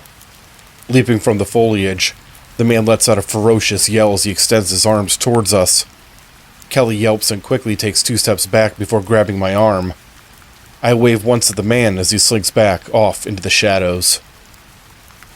I squeeze Kelly's shoulder in what I hope is a comforting manner as we continue on. I smile reassuringly down at her, but I'd be lying if I said that a part of me isn't stating emphatically that I told her so. Last year, we came to Arcadian Heights together for the annual Nights of Fear Halloween event. The same areas of the park had been designated for actors to wander around and scare visitors, and she hadn't handled them well then, even though last year we had paid extra for the glowing necklaces that signaled to those actors not to jump scare us. This year she had insisted that she wanted the entire experience, so we hadn't purchased those necklaces. She's been jumping like a scared rabbit every single time a costumed actor comes anywhere close to her. I'm not sure what she was expecting. These are called fright zones for a reason. To her credit, though, she hasn't asked to leave or purchase one of those necklaces. She said that she was going to do something, and now she's seeing that promise through.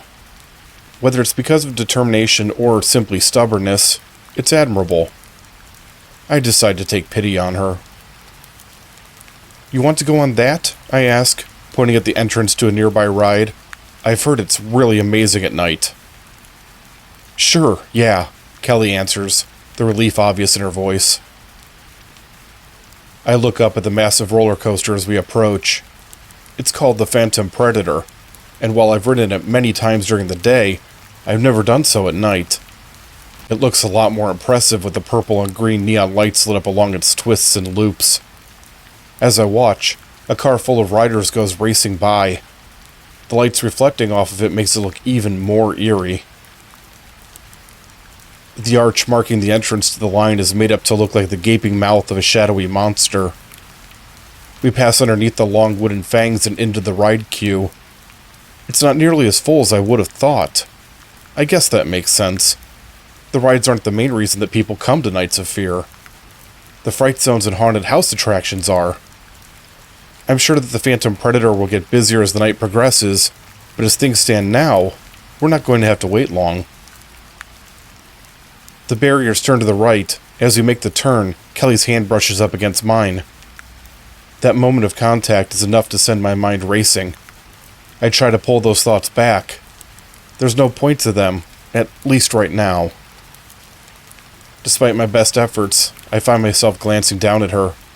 I'm quite a bit taller than she is, and I mostly get a view of the top of her blonde hair. I shake my head in frustration. This is just stupid. We've been dating for years and been friends even longer. There's absolutely no reason for me to be this nervous around her for any reason. I am, though. There's absolutely no denying how nervous I am. I'm going to be asking her to make a huge life change. If I propose to her, put everything on the line and tell her that I want to spend the rest of my life with her, and she doesn't want to take that step with me, it will be impossible to go back to the way things are now. Everything would be different and awkward and like walking on eggshells all the time. Like I said, it's stupid. I'm sure that she'll say yes. There's no reason for all of this idiocy on my part.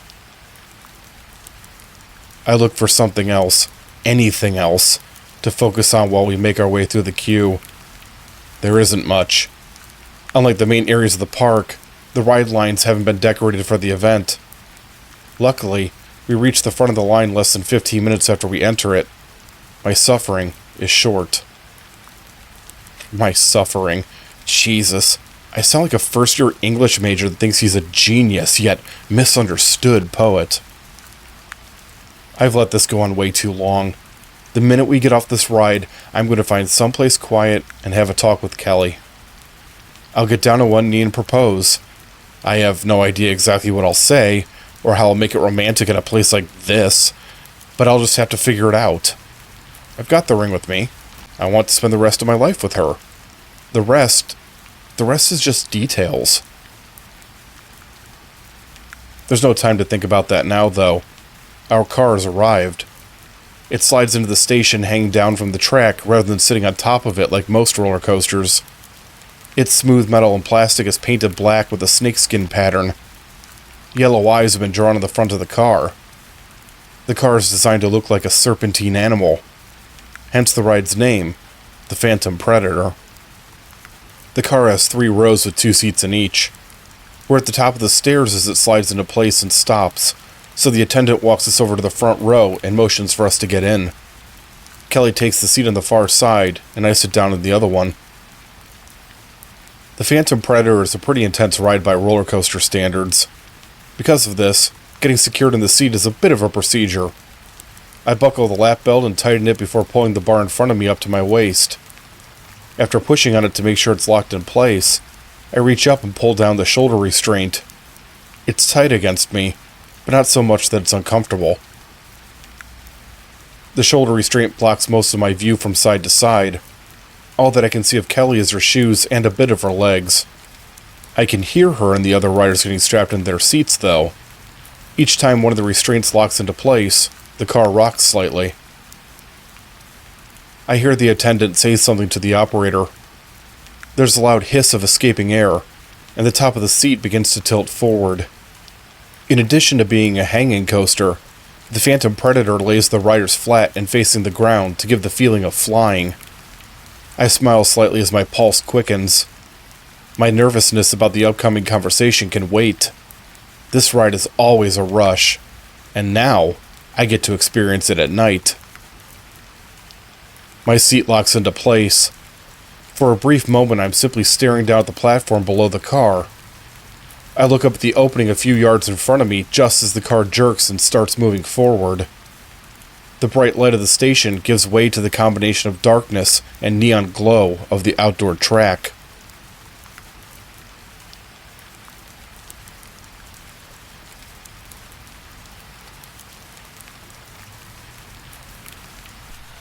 The ride begins slowly as the car smoothly follows the track around a small curve. There's a split-second pause at the end of it before the car begins to ascend at a steep angle. This is the first and tallest incline on the Phantom Predator. Knowing what comes once we reach the top, my smile grows into a grin. As we approach the pinnacle of the hill, I look around as best I can from inside the harness. It's a fantastic view of Arcadian Heights.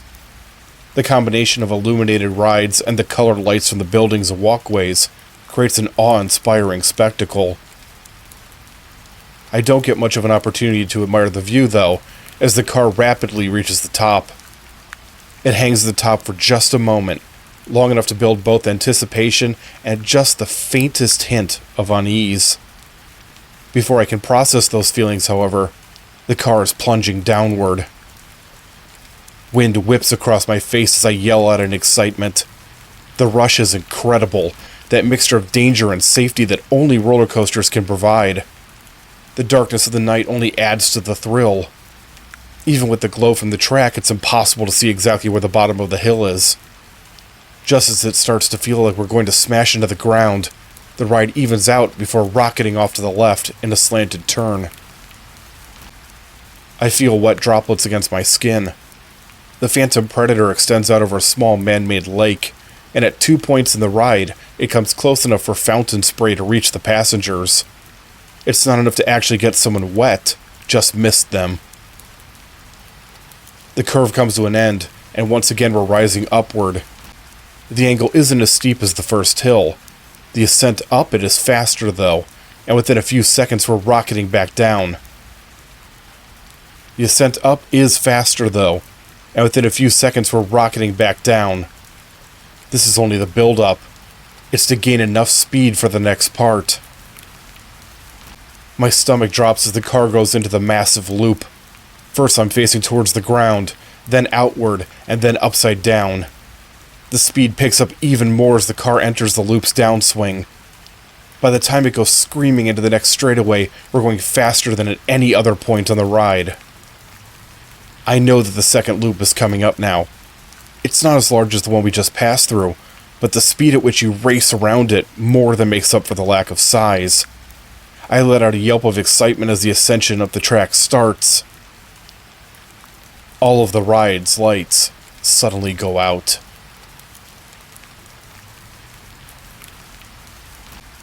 As we're at the top of the loop. Because I'm upside down, I don't immediately register it.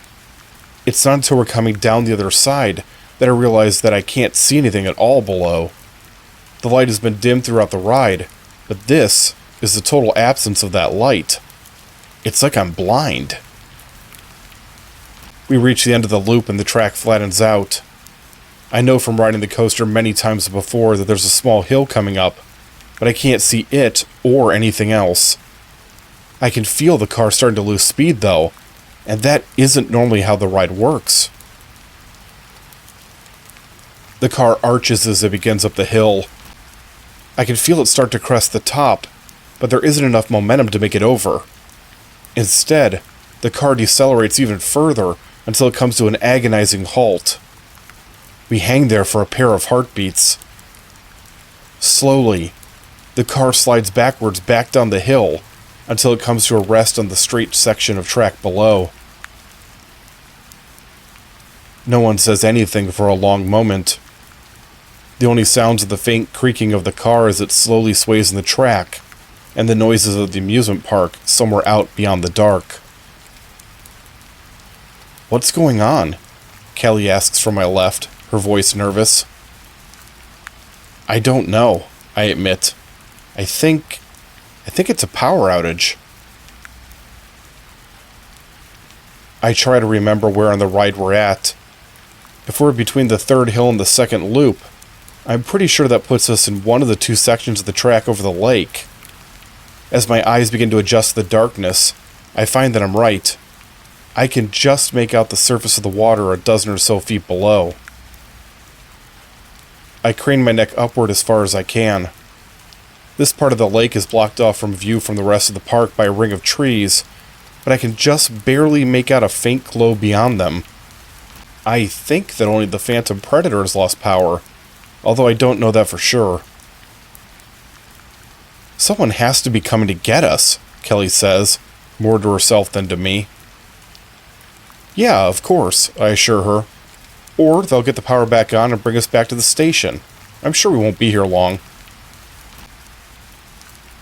I can hear the other riders talking amongst themselves behind us. Although I can't make out the words, I can still hear the anxious tone behind those words. I have to admit that I'm getting more than a little uncomfortable myself. Being stuck in the dark is bad enough, but hanging face down at the same time is a whole different experience. The minutes pass slowly. There are multiple times where I open my mouth to say something to Kelly, but each time I close it when I realize that I don't actually have anything to say. It's a strange situation. Can anyone up at the front see anything? Someone yells from behind me. Someone coming for us or anything like that? When Kelly doesn't reply, I call back, No, nothing. I can see lights though. I think this is the only thing without power. Of course it is, another voice chimes in sarcastically. Just our luck. It's hard to argue that. The odds of this happening when this exact group of people are on the ride at this exact time? Well, I'm not great at math, but even I know those odds have got to be low. Hey, I think the power's trying to come back on, the first person says. I can hear the fountains. I turn my attention back to the water below and listen. There's definitely a gurgling sound coming from the lake. It's like the fountains are trying to come back on, but aren't receiving enough power to get to full strength.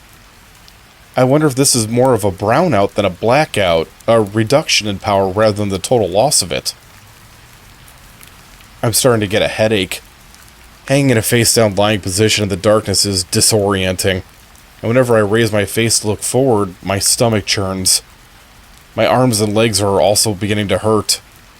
The harness and straps keeping me locked in my seat are fine for a short ride, but I've been in them long enough now for them to start really wearing on my body. The car suddenly rocks violently. The riders, myself included, yell out in surprise. For one horrifying moment, I wonder if the car is becoming detached from the track. The rocking slows, however, and after a few seconds, it's still once again.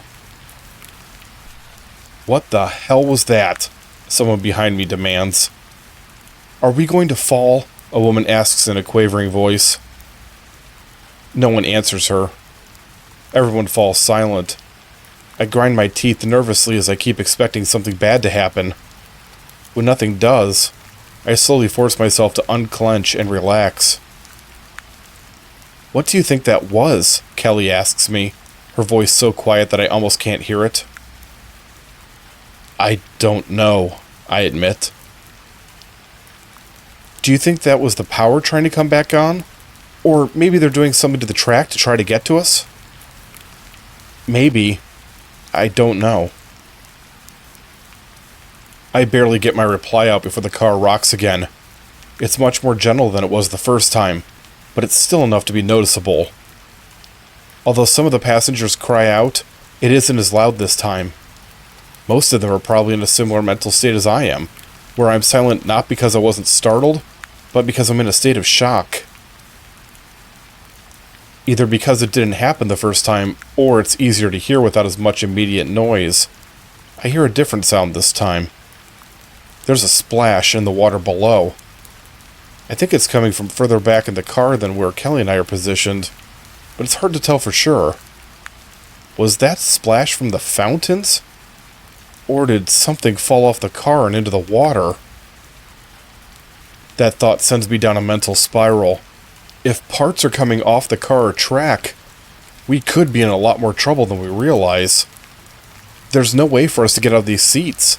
Not with the harnesses making it impossible to reach the releases. The car falling into the water would be a death sentence. I think Kelly has come to the same conclusion. I hear her start to cry in the seat next to mine. I instinctively try to reach out to her, but of course, my harness stops me well short of her arm. Everything's going to be okay, I tell her lamely, not sure what else to say. She doesn't answer. I don't know if she didn't hear me, or if my words aren't reassuring. It's probably the latter rather than the former. Is everyone okay? One of the passengers, a man judging by his voice, asks. We can't see each other. Call out where your seat is. I'm in the middle, a woman replies. Next to you. I'm okay. Scared shitless, but okay. Front seat left, I call out. I'm okay. There's a short pause before Kelly chokes out. Front seat right. I'm okay too. There are 6 seats in the car. There's silence as we wait for the people in the back seats to speak up. The seconds tick by. No one else says anything. Back seat? The man yells out. Can you hear me? There's still no reply. Hey, folks, he tries again. Are you both alright? Say something so that we know that you're alright. No one replies. It might just be my imagination, but it sounds like the bubbling noises below us grow just a bit louder. I think back to the splash I heard after the car rocked for the second time. Had the back riders fallen into the lake somehow? Maybe their harnesses had released when the car shook. That didn't make much sense, though. Simply shaking wouldn't have been enough to trigger the harnesses to open. The ride moved all over the place when it was operating. Even if the harnesses had released, there were still the belts. And wouldn't someone say something? Even if it was just screaming in fear if that had happened? Although I can't really see the lake below us, I know it's not that far. Maybe a 15 to 20 foot drop. If someone fell into it, they wouldn't have fallen far, and we would have heard them swimming or at the very least flailing about. I don't like this, the woman says. Yeah, no shit. I don't like it either. We're stuck out here and now apparently 2 of our fellow passengers have vanished into thin air. A very morbid part of my mind wonders if they haven't gone anywhere, but are instead hanging dead in the seats. I shake my head in an effort to clear that particular thought out of it. Did they pass out? The woman asks. I'm feeling kind of lightheaded myself. Yeah, that's probably it, the man answers, sounding hopeful but unconvinced.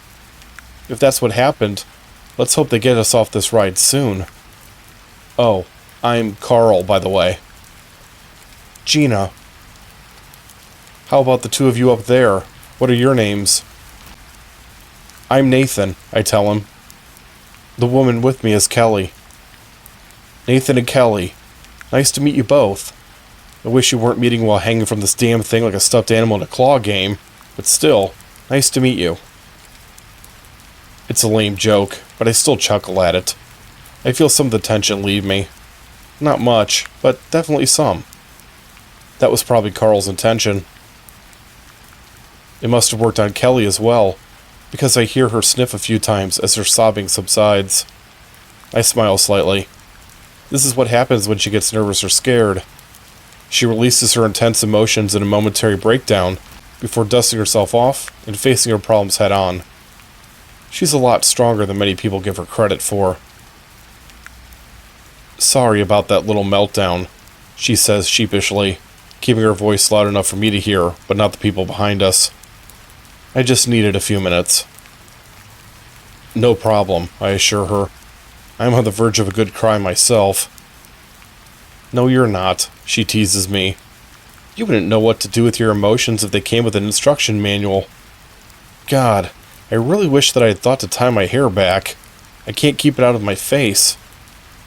I can't believe you didn't plan on the ride breaking down. She snorts. Yeah, poor planning on my part, right?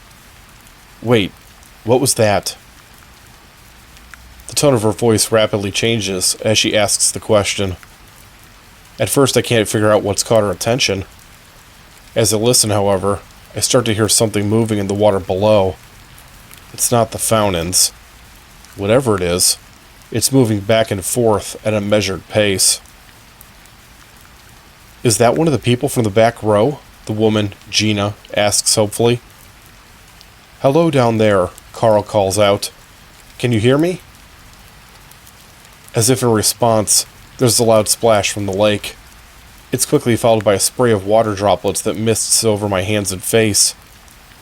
The car is shoved to the right, and it extends out from the side of the track for a pair of heartbeats before swinging to the other side. It rocks back and forth, slowing with each swing until it settles back into an immobile position. Jesus Christ, Gina exclaims. My God, what the hell was that? I start to tell her that I don't know what happened, but she continues on rapidly before I can. That thing, what the hell was that thing? Carl, you saw it. You had to have seen it. What was it? Carl doesn't answer. There's more noise in the water below as something thrashes about. Oh God, Gina repeats. It pulled him in. It pulled him under. What the hell are... My head slams into the side of the harness as the car lurches even harder. Water washes over me. Not just a light spray this time, but enough to soak through my clothes. The horrible screech of metal on metal echoes around me. Unlike the other times, the car doesn't settle back into its original position. Instead, it slams back down and locks into an awkward tilt that leaves my left side lower than my right. What? Kelly begins. Quiet, I hiss, cutting her off. There's a new noise. It's the sound of water running off of something and splattering against the surface of the lake. I listen to it move slowly from under the middle section of seating to directly below us. For a split second, I see it moving. It's a black shape against the darkness. I can't make out the details, but whatever it is, it's big. It descends back into the lake with a loud splash. The wind picks up slightly. I start to shiver from the combination of the chilly October air and my soaked clothes. I barely notice. The entirety of my attention is locked directly below me, towards the water and the creature that I can't see, but I know is there. Creature. That word sounds so strange in my head. What I saw moving, though, it wasn't a machine, or some trick my eyes were playing on me, or a barely seen twisted reflection on the lake's surface. It was something alive. There's no doubt about that in my mind, despite how hard my mind is working to reject that realization. Holy shit, Kelly whispers. I don't answer. Whatever that thing was, it must be what rocked the car.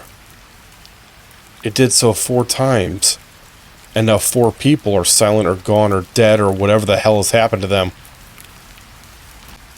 The riders have been talking loudly before the attacks.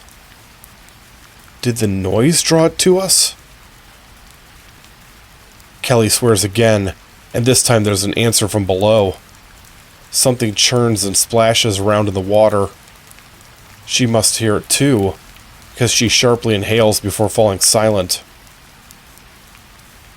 Okay. We just have to stay quiet. Everything is going to be fine if we just stay quiet. The noises below are growing louder and more aggressive. Any second now, it's going to reach up and do to us whatever it did to the other riders. Or maybe Maybe it knows we're here, but because we're being quiet, it doesn't know exactly where. Maybe all of this thrashing around is, trying to provoke a reaction from us. Trying to get us to make noise.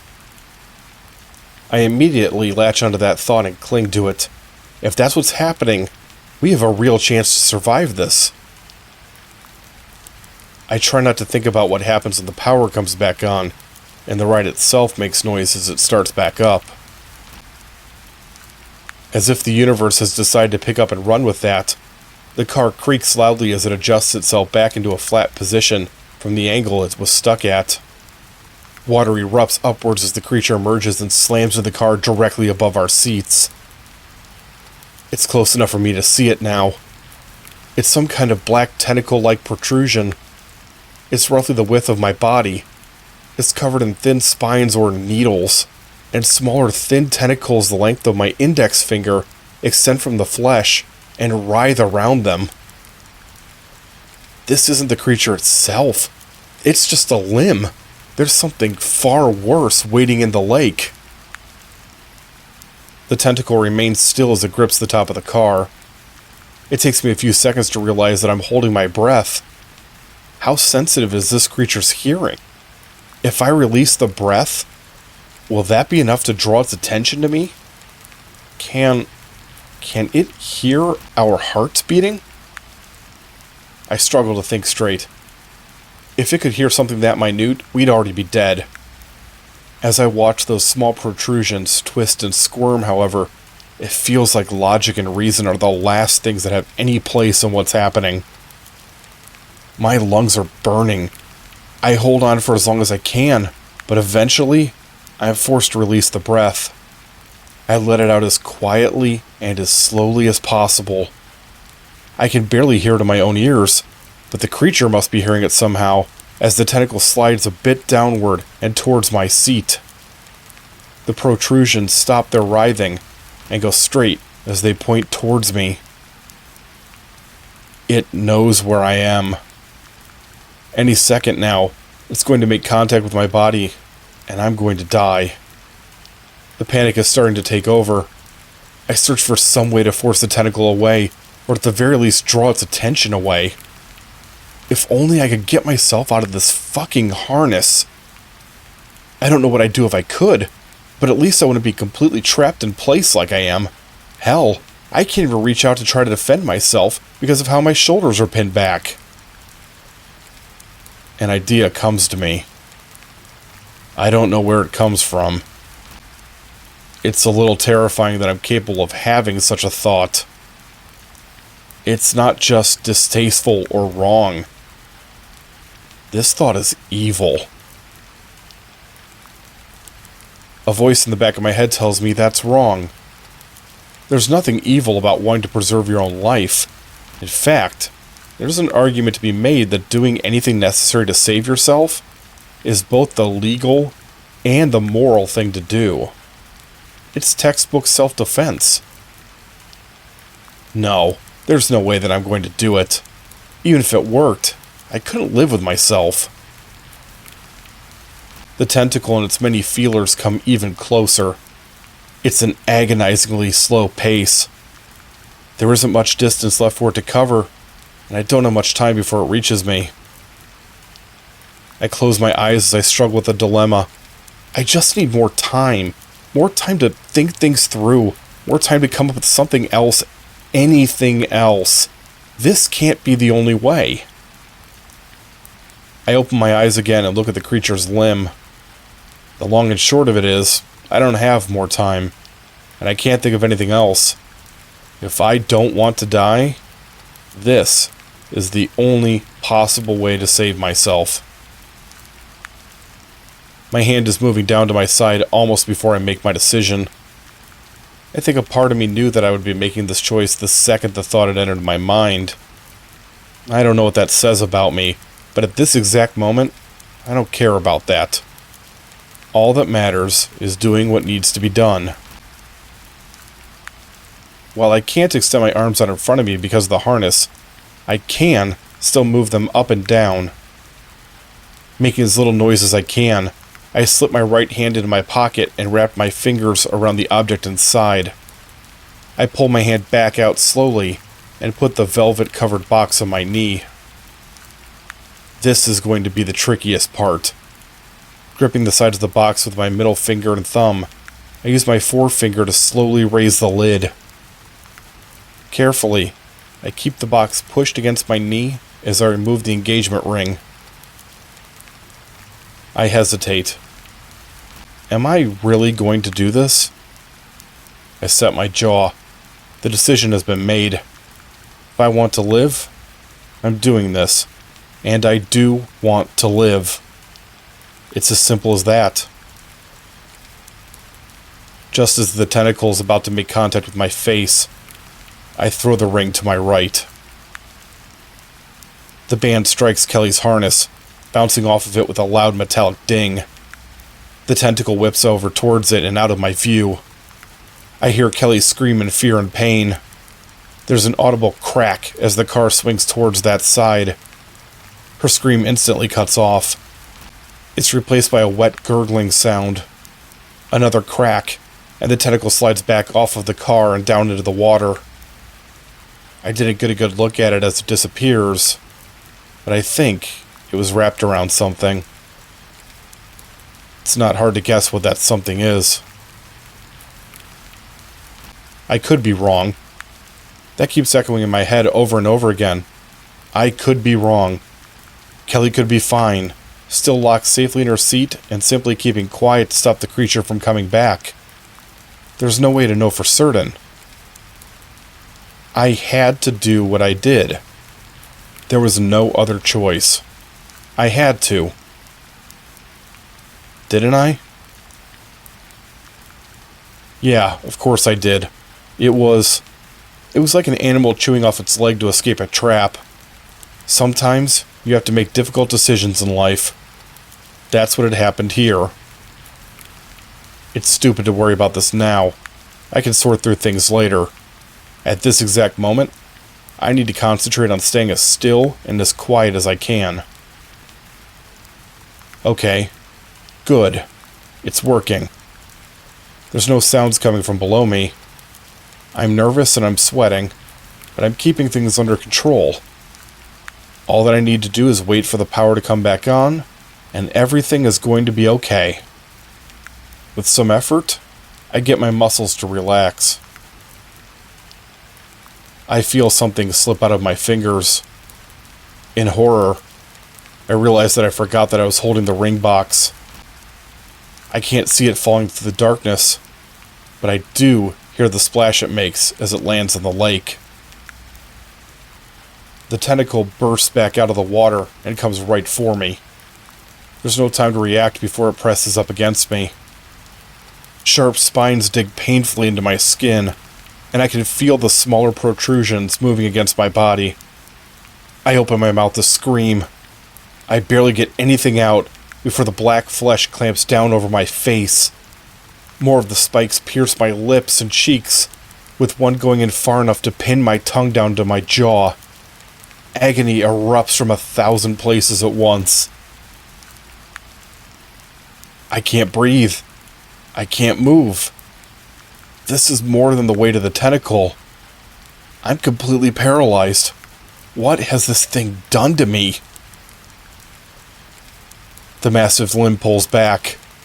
The harness breaks off the car, and I'm lifted out of my seat as the belt snaps. I try desperately to get air into my lungs. I can't draw in the smallest of breaths. I feel my body moving downward through the air as my vision swims and my thoughts grow quieter. Everything starts to feel small, far away. I'm only a distant observer to what's happening. The world slows. My descent goes from rapid to a crawl. I allow my eyes to gently close. Can't feel the pain anymore. Actually, I can't feel anything anymore. I can't remember what's happening, but that's okay. Whatever it is, doesn't matter anyway. I barely notice the water closing in around me as I'm consumed by the darkness.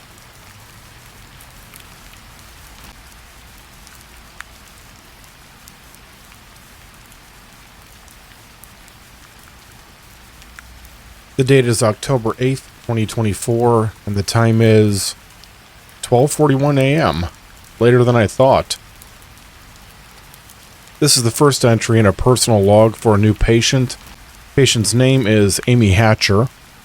Patient is a Caucasian woman, age 26, roughly 5 foot 4 inches, under recommended weight for her height at 98 pounds, blonde hair, blue eyes. The rest of the medical profile can be found attached to her hospital admission records in her file. I was called early this morning, or more accurately yesterday morning, by Thomas Carter at Brady Memorial. Thomas is the head administrator there, and he also happens to be an old friend of mine. He informed me that he was dealing with a rather delicate issue, and that he needed my help with a psych consult. The parents of the patient are large donors of the hospital, apparently. They expressed to him that they wanted to use a specialist rather than one of the staff. Thomas suggested that I be brought in. I don't typically perform hospital consults with the exception of if the patient is an existing one of mine, but as I said, Thomas is an old friend. Sometime around 3 in the morning, the patient attempted to end her own life. Method of attempt was cutting of the wrists. The patient does not remember the attempt, which, while not the norm, isn't that uncommon. This is especially true given the amount of blood lost. The attempt took place in her bedroom in the apartment that she and her roommate share. Her roommate was at the hospital with her parents when I arrived. After speaking with her, I learned that the patient has been suffering from both exhaustion and depression. Both issues don't seem to have been long-term. They'd only been noticeable over the past few days. It's entirely possible that the patient was hiding her true feelings, or that she didn't recognize them herself. Still, the fast rate of visible decline is worth noting. The patient wasn't in much of a condition to speak. The stress of the ordeal combined with the blood transfusion she had received had obviously taken their toll, and she was barely able to keep her eyes open. I'd expected this, but not to the degree that I was seeing. It was more than the recent trauma. She was... The word frail comes to mind. Sickly. I'm not sure. My uncle was a prisoner of war in Vietnam. I hadn't been born yet when he was released as part of an exchange, but I've seen pictures of him both before he left for the war and immediately after his return. The patient's condition reminded me of those later pictures. Gaunt, pale, and with eyes that said louder than words that he had experienced things that no person is meant to endure. I don't mean to imply that the patient has gone through anything as traumatizing as war. Just that there has been a similar physiological transformation. Fuck, I don't even know what I'm saying. It's been a long day and I'm tired as hell.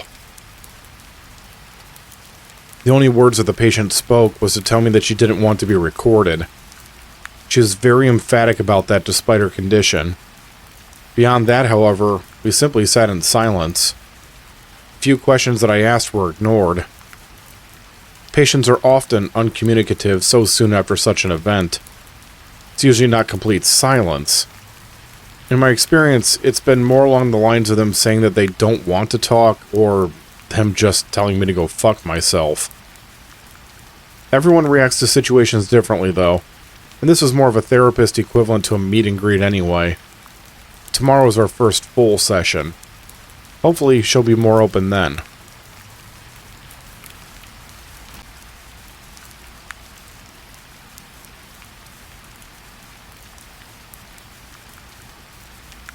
Today's date is October 9th. The time is 5:18 p.m.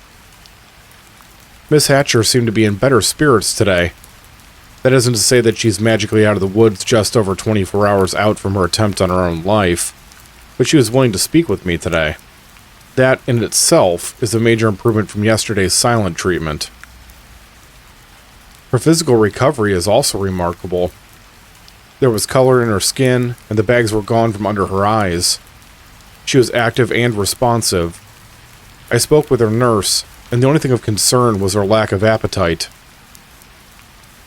I began with the basic questions. How she was feeling, did she have the urge to harm herself, what types of thoughts she'd been having during her hospital stay.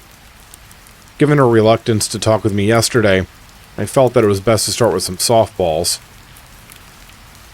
She informed me that she was feeling better today than she had in a long time. I found the words she used to be particularly interesting. Hold on, let me check my notes to make sure I quote this correctly. Okay, here it is. She said, "The dream that isn't a dream wasn't in my head last night." When I asked her what she meant by that, her demeanor changed and she became uncooperative. She wasn't angry or belligerent. She was more, I guess, reserved is the word that I'm looking for. Very quiet. I could get a verbal response out of her whenever I asked about anything else, but when I circled back to the dream, she would shut down. Obviously, this dream she's had has something to do with the breakdown she suffered. If there's to be meaningful long-term healing, she needs to open up about it. I'll have to slowly chip away at her reluctance, likely over the course of many sessions. Forcing her to do so earlier than she's comfortable with will likely cause more issues than it solves. I did manage to get one bit of information out of Miss Hatcher. While she wouldn't talk about the dream directly, she did mention that she had it every night for a week. With the already noted exception of last night, of course. I checked with the hospital staff, and she was given a high dosage of medication to help her sleep. I'm not surprised it suppressed any dreams. That level of benzodiazepine would have been enough to knock an elephant out and keep it down. I left a recommendation with her attending physician to continue the treatment tonight as well. The further out from the dream that we can get Miss Hatcher, the less effect it will have on her and the easier time she'll have talking about it. That's my theory anyway. Even if that proves not to be the case, though, she'll at least get another good night's sleep out of it. She needs one. And so do I, for that matter.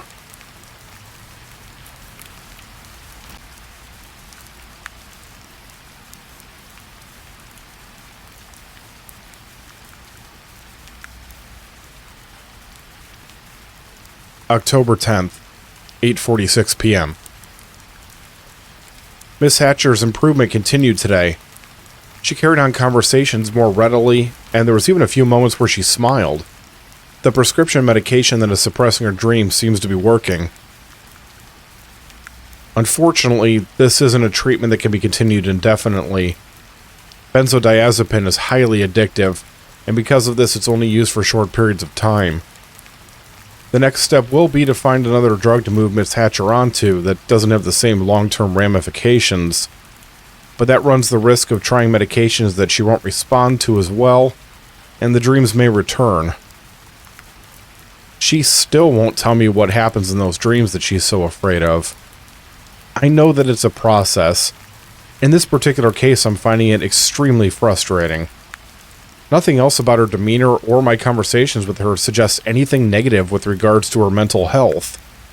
It's becoming increasingly obvious that the dreams are not only the way that her unconscious mind is relaying her issues to her, but are at least part of the issue themselves.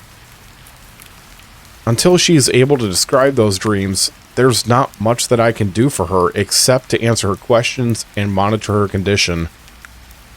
My current course of action is building our relationship rather than attacking the problem. My hope is that doing so will lead to Miss Hatcher opening up to me more and feeling more comfortable with expressing her thoughts. Overall, it was a fairly unremarkable session. The notes that I took are in the file, but there's nothing there that's more than idle observation. In fact, there's only one thing of real interest that Miss Hatcher said, and I'm having trouble getting it out of my head. As I was leaving her room, she stopped me and asked if I believed in the human soul.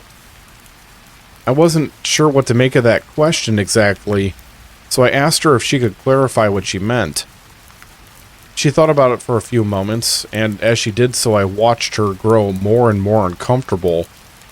Finally, in a quieter voice than she had been using mere moments earlier, she told me that she was asking if I believed that we humans have souls, and if so, could those souls become afflicted? That was the word that she used. Afflicted. It was my turn to think things through. It was an interesting question in its own right, but I was more concerned with where it was coming from. A question like that doesn't just come out of thin air. There had to be a specific reason that she was asking it. I know for a fact that a number of psychiatrists would give an overly simple answer if they were in that position, or they might avoid the question entirely. Discussing something that borders on religious that soon after trauma, well, it can have unintended consequences. I disagree with that kind of approach, though. I found that it's better to answer questions posed by patients honestly. The trust, it has to work both ways. So I told Miss Hatcher the truth. I don't know if the human soul exists or not. I do believe that there's something inside of all of us that makes us uniquely us. And whatever that is can be influenced by the world around us. Our personalities are shaped in 1,000 small ways by our interactions with others. Although I never really thought about it before, I realized that if I believed that, I also believed that negative experiences could afflict that something in us, if that's what she meant. She seemed to be mulling over my words as I left. I take that as a good sign. Patients that backslide have usually already come to a conclusion. Those that are recovering consider things carefully. That's been my experience anyway. It's been about 4 hours since I left Miss Hatcher's room. Her question has been at the forefront of my thoughts since then. I feel like I'm missing something. I guess there's really no point in obsessing over it. Right now, I need to get some rest.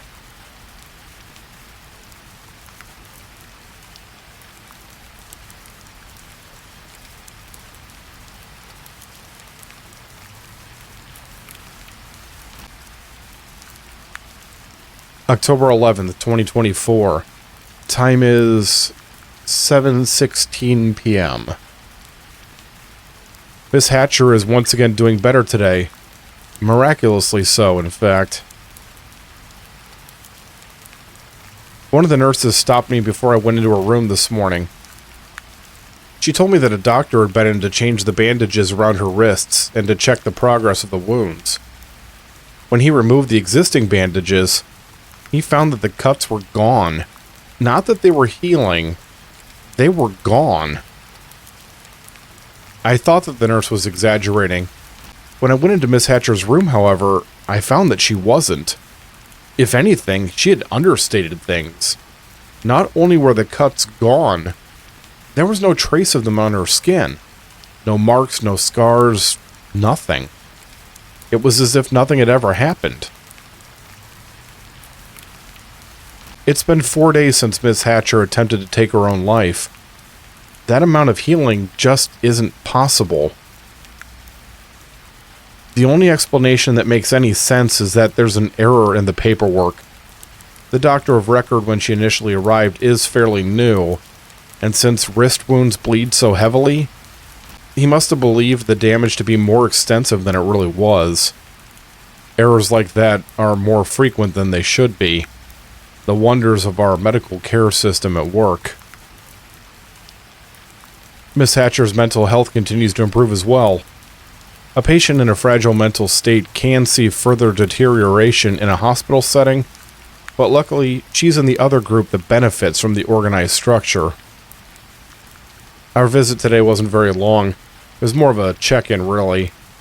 Now that we're a few days out from the attempt, it's best that she has some time for personal reflection and to just relax. We'll start deeper and more complex sessions next week. Until then, I'll look in on her once a day.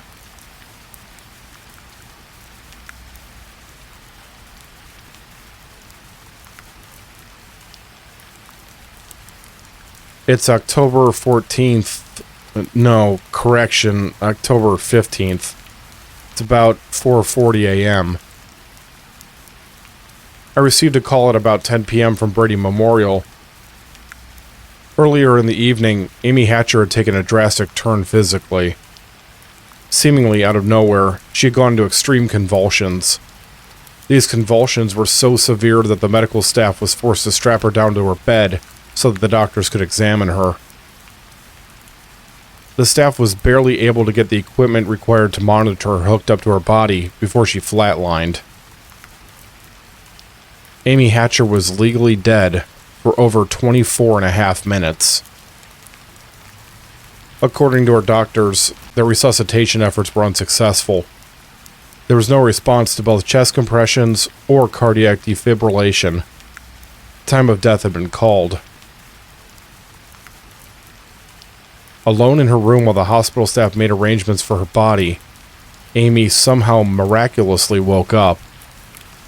She scared the shit out of the nurse at the desk when she walked down to the hallway to ask for a glass of water. The doctors have no explanation. Well, they do, but not one that makes sense. Their theory is that their attempts to resuscitate her did work, but that there was a delayed reaction to those attempts. Perhaps the charge from the defibrillator lingered in her heart, and when it finally discharged, it was enough to restart it. Again, though, it's a stupid theory and it doesn't make any sense. With Amy having been gone for as long as she was, she should have suffered catastrophic brain damage. There's no way that she should have been able to get out of that bed, and she certainly shouldn't have been able to speak. A battery of tests were run on Amy. They uncovered a series of abnormalities that... Abnormalities? Jesus Christ, what a stupid way to put it. Just call them what they are. Impossibilities. They're fucking impossibilities. I mean, she doesn't have a heartbeat. Her goddamn heart isn't beating. Or maybe it is, but it's so faint that monitors can't pick it up. Either way, it's impossible. How is anyone supposed to explain that away? When the chief attendant called me, he told me that they were worried about Amy's mental health after such a traumatic event. He didn't give me the details themselves, probably because he didn't think that I believed them. But he did tell me that she had suffered cardiac arrest and had to be resuscitated. Those were all the details that I was given. In reality, I was called in because they wanted me to convince Amy that she needed to agree to the tests that the hospital staff were wanting to run on her. While she had allowed a number of them already, she had grown tired of being poked and prodded and refused to allow more to take place. In addition to that, she had informed them that she was discharging herself from the hospital entirely. Legally, they couldn't stop her from doing so. Her 72-hour mandatory stay period was over. She had remained under supervision voluntarily rather than involuntarily due to her improving mental health. She was completely within her rights to just leave. I'm going to speak to Thomas later today. I don't appreciate being brought in with purposely limited information under false pretenses. It's unprofessional, and more than that, it can be dangerous to the patient.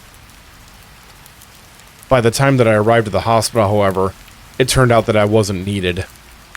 As Amy was packing up to leave, a test on one of her blood samples came back with an abnormality. What appeared to be an unknown virus was present in the sample. Following outlined government-enforced procedures, Amy was put into quarantine. I can't even begin to process what's happening here. How to start to explain what's happening to Amy. All that I know is that my involvement is likely over. Now that she's been quarantined and the government will become involved, any therapy will be handled by their own experts. I really do wish the best for Amy. She's a warm, intelligent woman, and she doesn't deserve whatever is happening to her.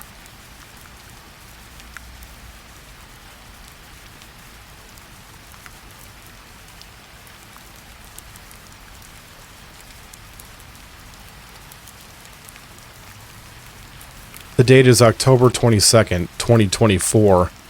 The time is 5:18 p.m. I really didn't expect to be making another entry in this file. Part of me, a big part of me, wishes that I wasn't. Yesterday I received a call from a man named Gordon Utes. He's a field supervisor for the Center for Disease Control. When the Brady Memorial Hospital staff hadn't been able to identify the strange virus they found in Amy Hatcher's blood sample, the CDC had been notified and a team had been dispatched to investigate. Utes is in charge of that crew. He didn't tell me much on the phone. He stated that they were conducting an investigation into the strange symptoms Amy was exhibiting, and he actually had the gall to call them strange symptoms. Utes probably didn't know that I was aware of what was happening to her, and that she was somehow walking around without a heartbeat. How long did he think he could hide that from me, though? Utes needed Amy's cooperation. He was completely stumped by what he was seeing and what his tests were finding. The only way that he was going to have a chance of getting the answers he sought was to be able to have a dialogue with her. Unfortunately for him, Amy wasn't talking. No matter what questions he asked or what he offered her, she refused to work with him or his staff. She was adamant that the only person that she would speak with was me.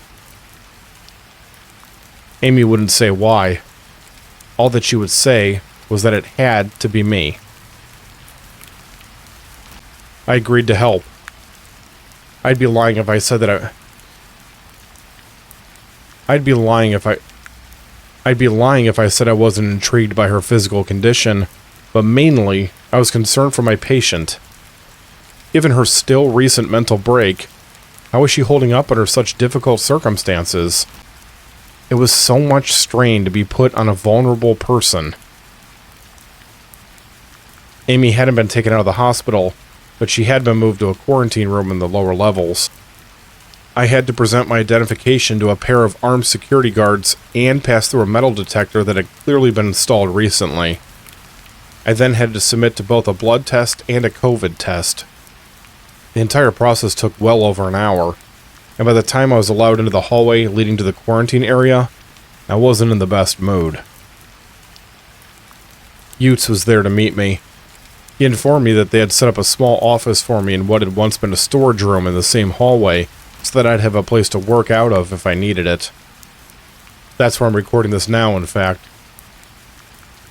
I dropped off my briefcase and laptop in that office before Utes took me to see Amy. While I had visited patients at Brady Memorial a number of times over the years, I had never been to this section of the building before. The front wall of the quarantine rooms are made of thick plexiglass so that patients can be observed without needing to enter the room. There's also a small chamber between the door and the room itself that's used to disinfect visitors before entering and leaving. Now that I'm thinking about it, it's a surprisingly sophisticated setup for one of the older hospitals in the area. The lights in the room were dim. Utes informed me that Amy kept turning them down from her side. Brighter light didn't seem to bother her, but she clearly preferred having them turned down. I was told that I wasn't allowed to enter the room. I started to protest, obviously, but Utes was adamant. He told me that Amy had become violent on 3 separate occasions, injuring a person during one of the incidents. Since then, only authorized personnel were allowed in the room with her, and only with a security escort. A chair was set up at the far end of the glass. Utes took me over to it and showed me the intercom system that was installed on the wall next to it. Amy and I could communicate through that. Amy was standing a few feet back from the glass as I sat down. Utes stared at her for a long moment before going back down the hallway and out of sight. I was certain that he was going to monitor our conversation. Since she was standing, I decided to remain standing as well. Because of the dim light, it was difficult to see her. I could make out her form, but not the details. Before I could say anything, she asked if I remembered the question that she had posed to me on her 3rd day as my patient. I thought about it for a moment before confessing that I didn't. She reminded me that she had asked if I thought the human soul could become afflicted. She confessed that she hadn't known exactly what she meant by it when she asked it, and that it had simply come to her as I was leaving. She now thought that her subconscious had been trying to tell her something. That question had been its way of leading her towards an important self-realization. Something about the way she was talking made me feel uncomfortable. It wasn't her words, although they were a bit unsettling as well. I mean that her voice sounded strange. It had a deeper tone to it than I remembered, and there was this resonance. It wasn't so much an echo as it had weight behind it. I don't know how to describe it any better than that. I asked Amy to expand on that, but instead, she told me that she was finally ready to talk about the dream that had plagued her. She told me to sit down, and I did as she instructed. I didn't even consider it. I just sat down. She said that she had come to the realization that it hadn't been a dream at all. Instead, it had been a reality that had presented itself as a dream. An event with all the substance of a waking nightmare. She had let the man into her apartment willingly. He told her to do so, and she complied. There was no other choice to make. When he had told her to lead her to the bedroom, she had once again done what she was told. She had been happy to. It had been her greatest want in life, and he was offering her the opportunity to fulfill that want. And when he had asked her to hold out her wrists so that he could tear them open and drink the blood from the wounds, she had knelt down in front of him and offered her flesh to him. After a long pause, Amy took a step closer to the glass, revealing herself in the light penetrating the room from the hallway. I think that I audibly gasped. Her skin was pale, almost translucent. She placed one hand on the glass, and I saw that her nails were longer and came to a point. Her eyes, once blue, were now red. Strangely, though, it was her hair that drew most of my attention. It slowly and constantly moved, like she was underwater. The last time that I had seen her, it had been blonde, but like her eyes, it was now red. It made the small freckles across the bridge of her nose stand out more against the skin. She smiled at me, revealing her teeth. The canines were extended into long fangs. I cannot believe that I'm about to say this next part. It sounds insane in my head, and I can only imagine that it's going to sound even crazier coming out of my mouth. In that moment, the first word that came to mind was vampire.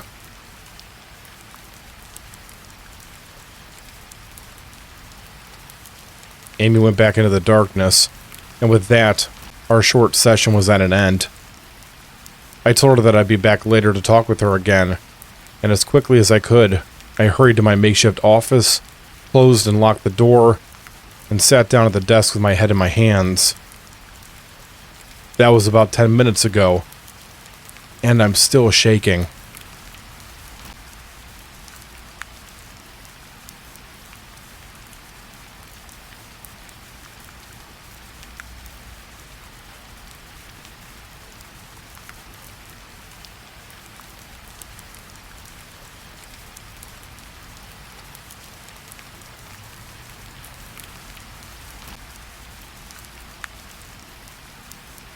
I don't know how to start this. I'm not even sure what this is. Is it a log entry? It feels more like a last testament. Come on now. What the fuck? Can't think like that. Amy Hatcher got out. No, that's not right. She wasn't ever really contained, was she? Of course she wasn't. She was just waiting on something. Maybe she just needed a reason to want to leave. God, that's an unsettling thought. Fuck, who am I kidding? All of this is unsettling. I was just trying to talk with her. Even if I figured out what she was, I wanted to help her. I did. Didn't I? Maybe it was something else. I'm the first person with the opportunity to do a psychological case study on a vampire, after all. If I'm being honest, I've thought about that. I've been keeping more detailed notes than usual, writing down more observations. My still being here might be more about my own ego than a patient's mental health.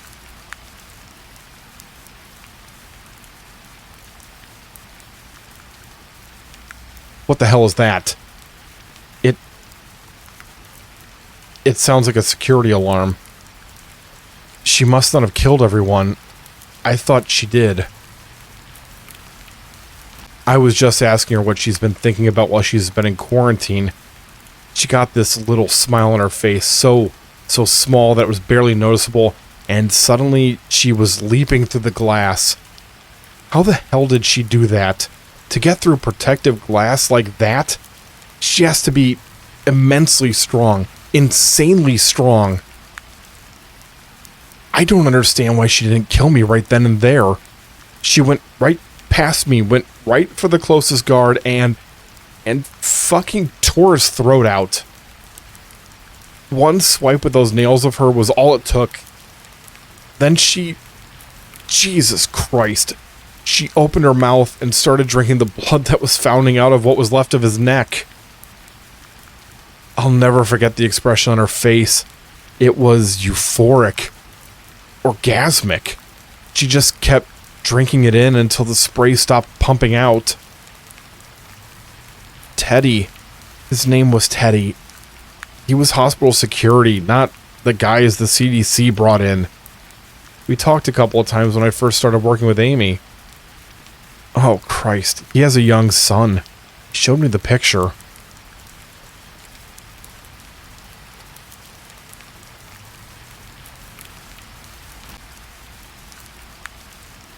This door looks like a stiff breeze could blow it apart.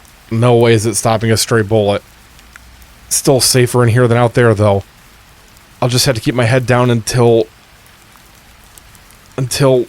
whatever happens, I guess. I'm lucky I got into this room at all. Utes wasn't so lucky. I didn't like the guy. I thought I was an asshole. But no one deserves to die like that.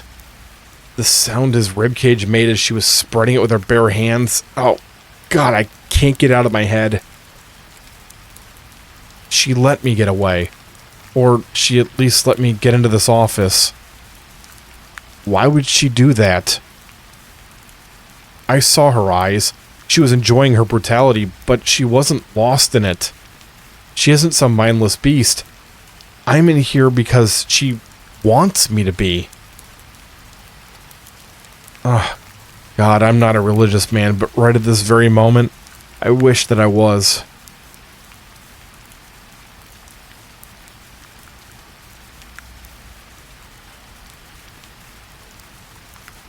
It got quiet out there. I kind of want to say it's too quiet out there. I didn't know that I'm prone to gallows humor. Funny how the mind works under extreme stress. Yeah, that's right. Psychoanalyze yourself instead of facing the fact that any second she's going to tear through that door like it's paper and pull your lungs out. Don't face reality. Do the exact opposite of what you always tell your patients. I'm just rambling now. I can't stop. I just keep prattling on and on. Fuck. How the hell can any of this be really happening? Fuck!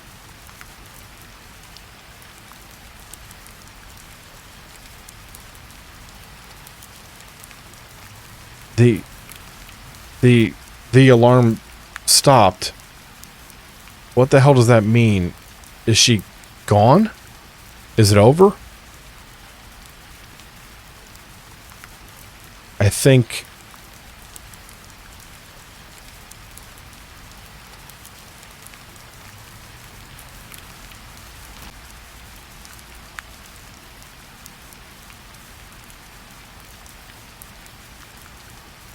Oh, God.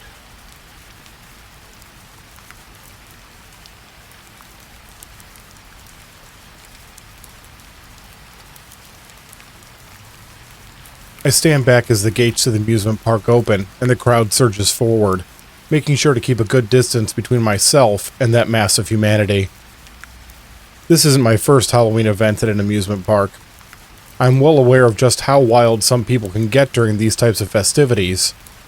There's a sort of frenzy that builds up during the hours before start time, and while most people simply label it as excitement and can still act like a civilized person, there's a certain percentage of people attending that instead lose their damn minds.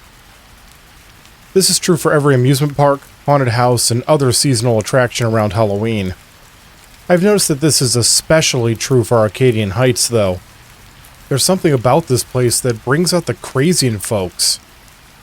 It's not all that surprising. This place has a reputation as the best horror attraction in the world during the month of October. More offered fear brings more received insanity. The Halloween equation, as it were. There was a time that I might have jumped right into the melee with these people. Now, though, Halloween is more of a job than a celebration, and I have to maintain a certain level of professionalism. Despite being well apart from the crowd, someone somehow manages to bump into me. The camera I'm using to record the scene is jostled out of my hand. Luckily, it's strapped around my neck. If it wasn't, it would be a few hundred pieces on the concrete now, instead of a rather expensive piece of gear. I give the person's back an angry look as he continues past me without a word. I have to maintain a certain level of professionalism, and maintain the condition of the thousands of dollars of equipment that I have on me and in the backpack I'm wearing. It takes about 20 minutes, but the crowd outside the gates thins out as people make their way inside. I get some footage of the stragglers underneath the large Arcadian Heights Nights of Fear sign hanging over the season pass holder line before turning off the camera. I've got everything that I need from out here, and besides, I'm supposed to be meeting someone in just a few minutes. I don't get into one of the main lines leading into the park. Instead, I make my way over to the customer service building next to the turnstiles. There's only a few people there, and I quickly reach the front and give my name to the nice older woman that greets me.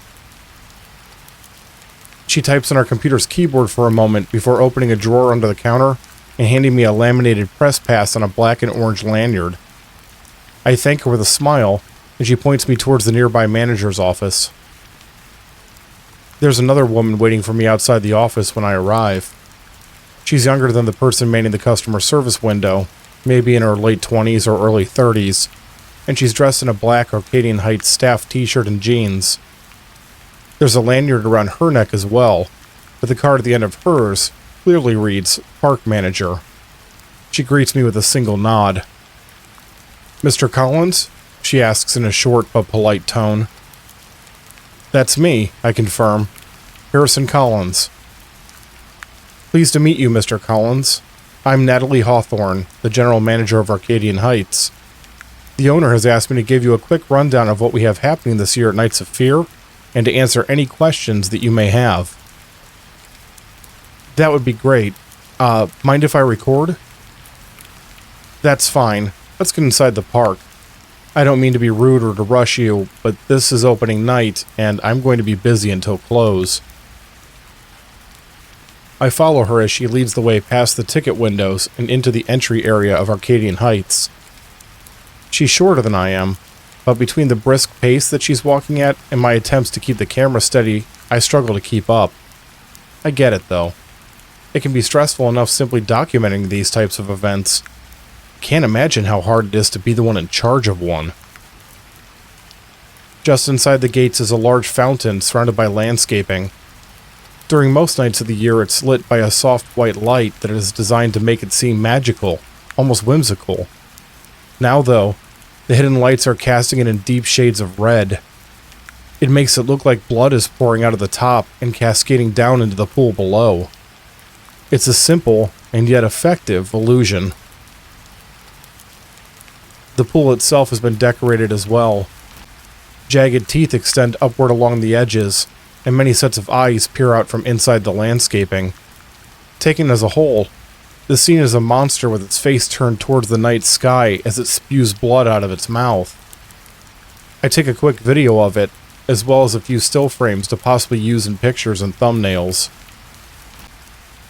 Before we get started, Hawthorne is saying, do you mind if I ask a few questions of my own? The owner didn't give me a lot of information when he told me that you were coming. Sure, I agree as I take the final fountain picture. What would you like to know? Give me the short elevator pitch for whatever it is that you do. Okay, yeah. I put the lens cap back on the camera. I'm a video blogger. Travel around the world, make videos about the places and experience, post them online, that sort of thing. I got started with a small travel website that went out of business years ago.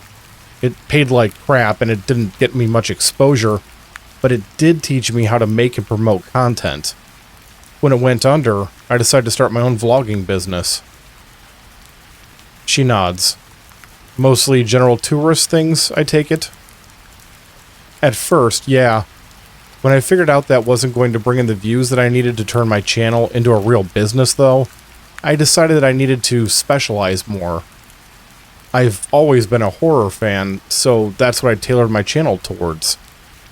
I make videos of places that are supposed to be haunted, museums and exhibitions dedicated to horror themes, and horror-based attractions. I've made it an annual tradition to put up videos about amusement park Halloween events around this time of year. Where have you been at this year? I think about it for a moment.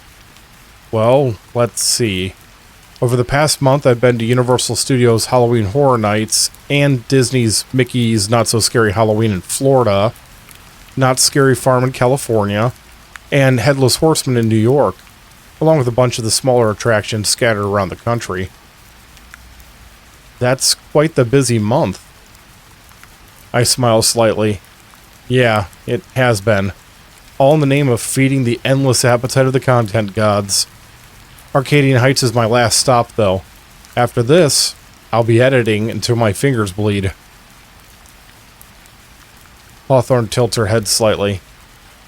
You saved us for last? Was that a conscious choice, or just how your travel schedule worked out? Oh, it was a very conscious choice. Nights of Fear is on a whole other level from all those other events. It's a case of saving the best for last. I watch her out of the corner of my eye as I say the words. Her general demeanor has been a bit chilly towards me so far, but the flattery has the intended effect, and I see her face soften. While it's not much, it's definitely noticeable. We do our hardest to provide the very best Halloween entertainment, she says, clearly trying to sound modest, but not pulling it off very well. I'm sure that you are a big part of pulling that off, I reply. Managing all of this must be a logistical nightmare. It takes a hell of a person to keep all of this on track. Hawthorne smiles at me for the first time. It's certainly not easy. Well then, let's get to the tour, shall we? Here it is, the moment of truth. It's time to see if my acting skills are up to the task. I smile back at her and shake my head. You know what?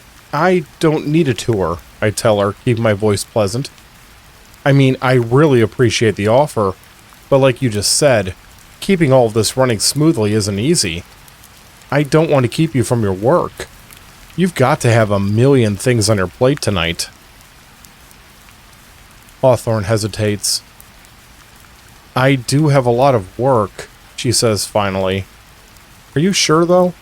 The owner asked me to personally show you around and provide you with anything that you need. I give her what I hope is a reassuring smile.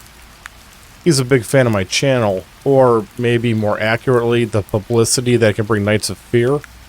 But yeah, don't worry about it. I've been here before, so I know my way around. I'll just do my usual thing and then be on my way. Hawthorne seems to relax. All right, thank you, I appreciate that. No problem. I pause for just a split second. Can I ask you for one favor before I go? What's that? I was hoping that I could get some backstage footage of one of the haunted house attractions. You know, show people the work that goes on behind the scenes while they're experiencing the attraction. Do you think that would be okay? She watches me for a long moment.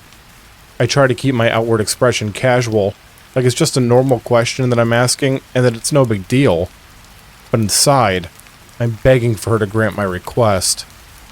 This whole thing falls apart if I can't get her to agree.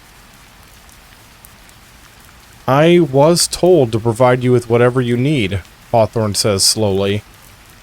I suppose that I can allow you backstage at one attraction. Just one, though. I can't have you disrupting the actors and ride personnel too much. How about the Blood Loom House? I pretend to think about her suggestion. That does look like a pretty amazing house, I tell her. I'm not sure how well it would play with my audience, though. At least not for a backstage video. I was kind of thinking of maybe Night Blight Playhouse? There's not much to see there, Hawthorne informs me. That house doesn't use scare actors, just animatronics, so the backstage area is mostly for maintenance. That's actually a good thing for me. It gives me some room to set up my tripod and get some shots without being in anyone's way. Besides, I heard that Night Blight Playhouse is using some of the old puppets from the park's old Night Light Playhouse. You wouldn't believe how many views nostalgic things like that bring in. Alright, Night Blight Playhouse it is. I'll get word to the staff at the entrance. I need to make sure that Hawthorne doesn't second-guess herself, or, worse, think to call the park's owner to get clarification on what I am and am not allowed to do. If she makes that call, she's going to find out that he has absolutely no idea who I am. I've used a bit of technological trickery to pose as him, using the same sort of program that telemarketers do to hide the real number they're calling from. I need to keep the charade up for as long as possible. One last thing, I say. I'm going to be making an intro for the video, and I'd love it if I could get you to stand in front of the fountain there and do the park announcement portion. Me? Hawthorne asks, blinking in surprise. It's just... Well, I hope that you don't mind me saying this, but there's a presence about you that really intrigues me. I think it will intrigue my viewers, too. What do you mean, a presence? I can't quite put my finger on it. There's just something about you that exudes this combination of beauty and strength. She actually blushes. Oh, I see. What do you need me to do? Just stand next to the fountain, put up one hand as if you're presenting it, and say, "Welcome to Arcadian Heights, Nights of Fear." It would really be a huge help. Well, of course, if it really helps that much. I keep a smile off of my face as she walks over to the red fountain. There's one thing that is almost always guaranteed to get someone on your side. It's flattery. Men, women, or anyone else, it doesn't matter. Everyone loves to be told how amazing they are. I set up the shot as quickly as possible without making her think that I'm rushing. She has to believe that I'm legitimately interested in using her in the video. If I play this right, this is what she'll be thinking about when she's back in her office, and not the fact that she had given me permission to roam around the employees-only sections of one of the haunted houses. It only takes a few minutes to create the clip. When I'm finished, I praise Hawthorne for how great she looked and how natural she sounded. Truth be told, she was mediocre at best, but of course, I couldn't tell her that. She takes a business card and pen out of her pocket, writes down her personal email address on the back of the card. and hands it to me with a request to send her a link to the posted video when it goes live. With that, she takes her leave. Packing my camera and tripod into my backpack, I head deeper into Arcadian Heights. Night Blight Playhouse is located at the far end of the park. With these crowds, it's going to take a bit to get there. Less than 5 minutes into my walk, I enter the first fright zone. Different amusement parks call these types of areas different things, but all of them are the same at the most basic level. Themed sections of the parks where actors dressed in costumes jump out and scare passerbyers. The sign signaling the start of the fright zone announces it as Dead Man's Wharf. It's themed to look like a ship graveyard, and the various actors are made up to look like undead pirates. A few of them jump out at me as I continue on, but I just ignore them and keep moving. Years of experiencing countless places like this has desensitized me to them. When I emerge from the fright zone, I'm in a section of the park dedicated to a variety of different food and beverage stands. Making a quick decision, I take a momentary detour to one of the carts. Although this is outside the fright zone itself, this area is still themed with the same decor. I order a drink made by mixing various fruit juices and rum. I had planned on going straight to Night Blight Playhouse. The closer that I'm getting to it, though, the more nervous I'm becoming. A little alcohol is just what the doctor ordered for that. Not too much, though. I toss the empty cup into a nearby trash can. I really don't need to be fighting off mental fog with everything else that will be going on. There's definitely a part of me that's screaming for me to down 4 more glasses of the admittedly tasty alcoholic beverage, and just forget about the rest of the plans. I ignore the voice and continue through Arcadian Heights. The voice of reason will just have to get in line if it wants to call me an idiot. There's one more fright zone to pass through before I reach my destination. The entrance to this one is marked with a large wooden arc with a sign that reads, Grave Street Market. This fright zone is new this year, so I haven't seen it yet, but I've read about it on the park's website. Its theme is an outdoor black market where every horrible thing you can think of can be found. As I walk through it, I see that description is mostly referring to people covered in blood, selling a wide variety of human body parts, and committing terrible acts against other actors doing their best to look scared. It's an interesting concept, and I have to give it credit for being a fairly original idea for a fright zone. In practice, though, just another section of park I need to go through to get from point A to point B. As I'm just about to reach the end of the area, a man wearing a blood-splattered white apron and dressed as a crazed chef leaps out from behind one of the set's food stalls. He gets surprisingly close to me and unleashes what I'm sure he believes to be a blood-curdling laugh. I stare at him without flinching. "Please move," I say calmly. Looking both surprised and disappointed, the man steps out of my path and allows me to pass. I thank him as I walk by. I feel a small twinge of guilt. Through my work, I've seen just how hard these actors work, a lot harder than most people give them credit for. It's not my intention to belittle that or to make one of them feel like they're doing a poor job. I just don't have time for this sort of thing right now. Now that I'm past the last of the fright zones in this part of the park, I can see my destination up ahead. The large building has housed a number of attractions over the years, both during the park's regular operating months and the Nights of Fear events. It's been standing since the early days of the park. It's both the place that I want to be the least in the world, and the place that I need to be the most. I shake my head in an attempt to clear the maudlin thoughts from it. They aren't helping, and they don't serve any purpose except to make all of this more difficult. It's best just to focus on the matter at hand. On top of the building is a large glowing sign.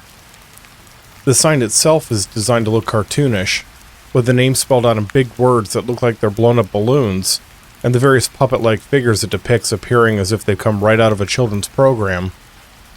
The lights, however, flicker on and off at random intervals, making the whole site look more creepy than inviting. I look at each of the puppets in turn. I recognize each of them. There's Watson with his red fur, a light pink face, and a large grin with even larger humanish teeth and bulging eyes above a wide nose. Next to him is a silver-furred character with beady eyes and a Cheshire cat-like smile named Maslow. Behind the two of them is the largest of the puppets, a tall and yet oddly thin creature named Bolby that has similar hair and coloration to Maslow. On the far right is the fourth puppet. This is the only girl in the group, a brown humanoid with a face and ears that looks like a combination of a bear and a lion. Black fur covers her chest and the top of her legs like a dress made of hair. Her eyes are small and orange, almost disappearing in the much larger sockets. I stare at this puppet for what seems like forever. Her name is Ash, and she's the reason that I wake up in the middle of the night, drenched in sweat, with vague memories of nightmares. She's the biggest reason that I'm here. I put my hand on the back of my neck. A cold sweat has started to form on it.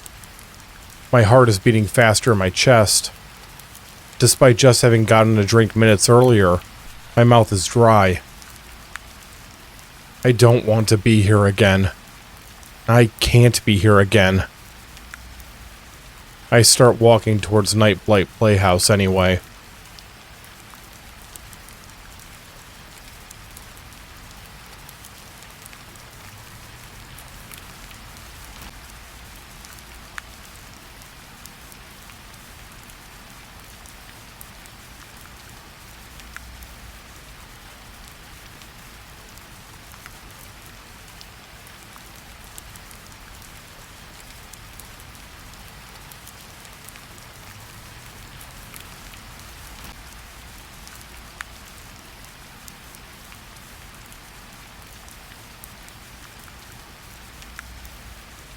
There's a long line leading up to the attraction as I approach.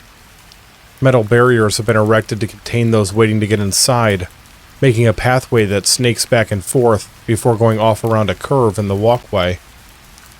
It's difficult to judge how many people are lined up, but it's definitely in the hundreds, and probably approaching 1,000. I feel a lot of eyes on me as I go around the barriers and up to a staff member standing next to the building's door. He stares at me with a sour expression on his face as I come nearer. I get the feeling that he's had a lot of people throwing a lot of complaints at him already tonight. I give him a smile and hold up my press pass. "Evening," I say as pleasantly as I can muster. "My name is Harrison Collins. I think Miss Hawthorne got in touch with someone here about me." The man's expression instantly softens. "Oh, right, the vlogger," he replies, holding out his hand to shake mine. "I'm Brian Clapton." "Clapton like the guitarist and singer?" I ask. "Sure is. No relation, though. You're the guy that does the channel about the scary places, right? Scary Travels or something like that?" "Close. Nightmare Travels. Have you seen it?" "No, but my wife is obsessed with it. She's going to be so jealous when she finds out I met you." "Nothing wrong with a little jealousy, right?" I motion towards the door. "Everything is good to go with my visit, then?" Clapton nods. "Oh, right, yeah, everything's good to go. The manager told me to let you backstage. We have to walk through the attraction to get there. You did pick a good time to come. The whole place is down for about the next 20 minutes.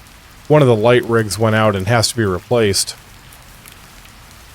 He calls over to one of the other employees to take his place at the door, before motioning for me to follow him. We go past the people at the front of the line and head inside the building. I'm a little surprised that my nerves aren't worse than they are. Maybe now that I've made my decision, my brain has just decided to go with it.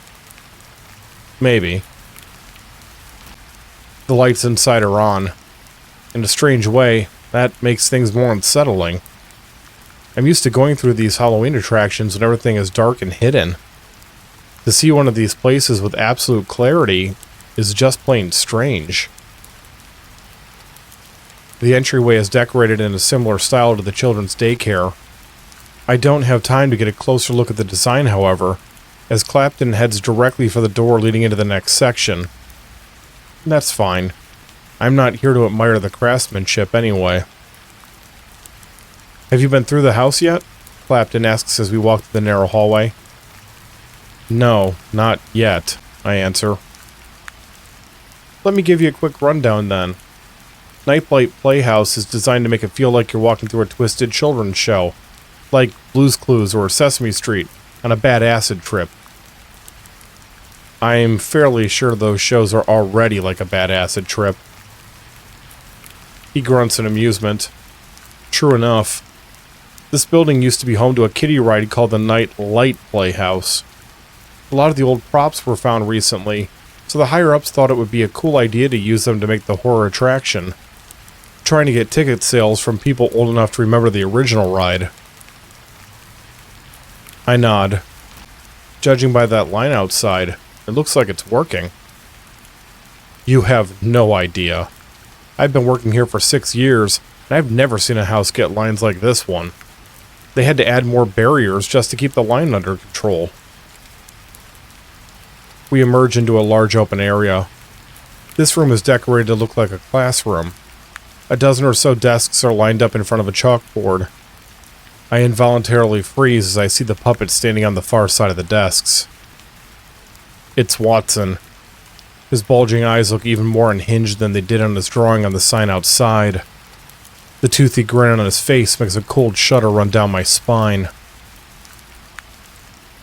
That there is Watson, Clapton tells me unnecessarily. You have to come back when everything is running.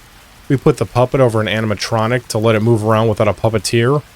The animatronic is on this track that stretches across the length of the room.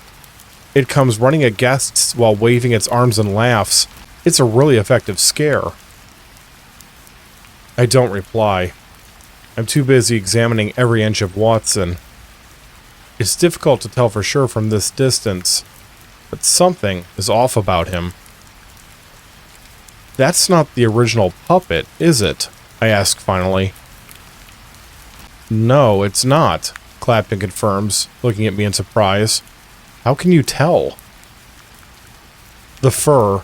It's a little more red than the originals. Well, you've got a good eye on you. We were going to use the original puppets, but they're pretty old, and we weren't going to be able to get them onto the animatronic bodies without ruining them. They wouldn't have let you, I mumble. Sorry, what was that? I asked where the originals are, I lie. They're down in the basement storage. There's a whole bunch of tunnels under this part of the park. The original owner was inspired by the ones installed by Walt Disney in the 60s and 70s. Legend has it that there was a rivalry between the two of them. Kind of an anything you can do, I can do better thing, you know? I force myself to ask, can I see them? Clapton shrugs. You'll have to ask Miss Hawthorne about that. There's a hatch that leads down to the corridors backstage, but I don't have the key for it. I glance back at the fake Watson. Everything that I had read had stated that the original puppets had been brought back for the attraction. This is a complication that I really don't need. I don't have any choice except to improvise. I had hoped to stay on script for as long as possible. Clapton is already on the move. We go through 2 other rooms, but now that I know that the puppets aren't authentic, I don't stop to look at them. I'm only interested in the real deal. We arrive at a black wall and he stops walking. At first I can't see why we've come to a halt, but after looking at the wall closer, I can just make out the outline of a door. I can barely see it with the lights on. It must be completely indistinguishable from the wall around it when they're out. He produces a set of keys from his pocket and carefully inserts one of them into the small hole in the door. He turns it, and there's an audible click as the lock releases. The door swings open a few inches. Using the tips of his fingers, he opens it all the way. Welcome to backstage, he says as we leave the main area of the attraction and enter a narrow hallway. There really isn't much back here, as you can see. I'm not sure how interesting your viewers are going to find it. They eat this kind of stuff up, I assure him. Whatever you say. You're the professional. Do you mind if I step back outside for a few minutes? That crowd is getting a little rowdy, and I just want to make sure that everything is okay. Yeah, absolutely. Take as much time as you need. I'll just be recording. Cool, thanks. Oh, careful down at the end of the hall. We've got some parts stored there in case the ride goes down. You know, like it has now. Will do. I watch as he goes back out into the attraction. I mentally count to 10 before going over the door and shutting it, making sure that the latch catches as I do so. The door is basically a glorified piece of plywood on hinges, so it's not going to slow down anyone that's determined to get in for more than a minute or two. Not to mention that Clapton has the key. Still, any delay to anyone that might interrupt me is a good thing. Clapton said something about there being a hatch. I hurry down the hallway, keeping my eyes open for anything that fits that description. I barely started when the lights overhead dim significantly and loud noises come from the other side of the wall, separating me and the main attraction area. I swear as I pick up the pace. Whatever issue that had led to the house closure has been fixed, and it's back up and running. There, in a small alcove, is a wooden hatch with a metal handle. There's a padlock securing it. I don't have time to be subtle about this. I take off my backpack and undo the straps, keeping the tripod hooked to the side. It's significantly heavier than the one that I typically use. I wouldn't have been able to get standard tools through security, so I brought along recording equipment that I can use in ways not intended by the manufacturer. I kneel down to get the best possible angle and smash the top of the tripod into the lock. There's a loud clang, but the lock holds. The second blow is more successful, however, as the metal loop it's securing bends. Switching tactics, I focus the strikes of the tripod on that loop rather than the lock. 2 more hits, and it breaks. I reattach the tripod to my backpack before putting the straps back over my shoulders. Reaching down, I lift the hatch. It opens on creaking hinges. I peer inside. There's a ladder leading down into the darkness. Mr. Collins? I hear Clapton call from the direction of the door. I'm out of time. Either I descend into the dark, or I call this whole thing off. After a momentary hesitation, I grip the ladder and lower myself down. I make sure to close the hatch as I go.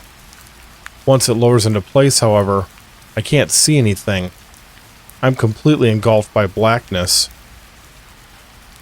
It doesn't take long to reach the bottom. I'm about 10 feet below the floor of the attraction. I set down my backpack and grope around inside until I find a small square camera light. Turning it on, I take a moment to examine my surroundings. There really isn't much to see. I'm standing in a concrete corridor. It's wide enough to allow for easy movement, and it was likely designed with being able to drive golf carts and small trailers down it.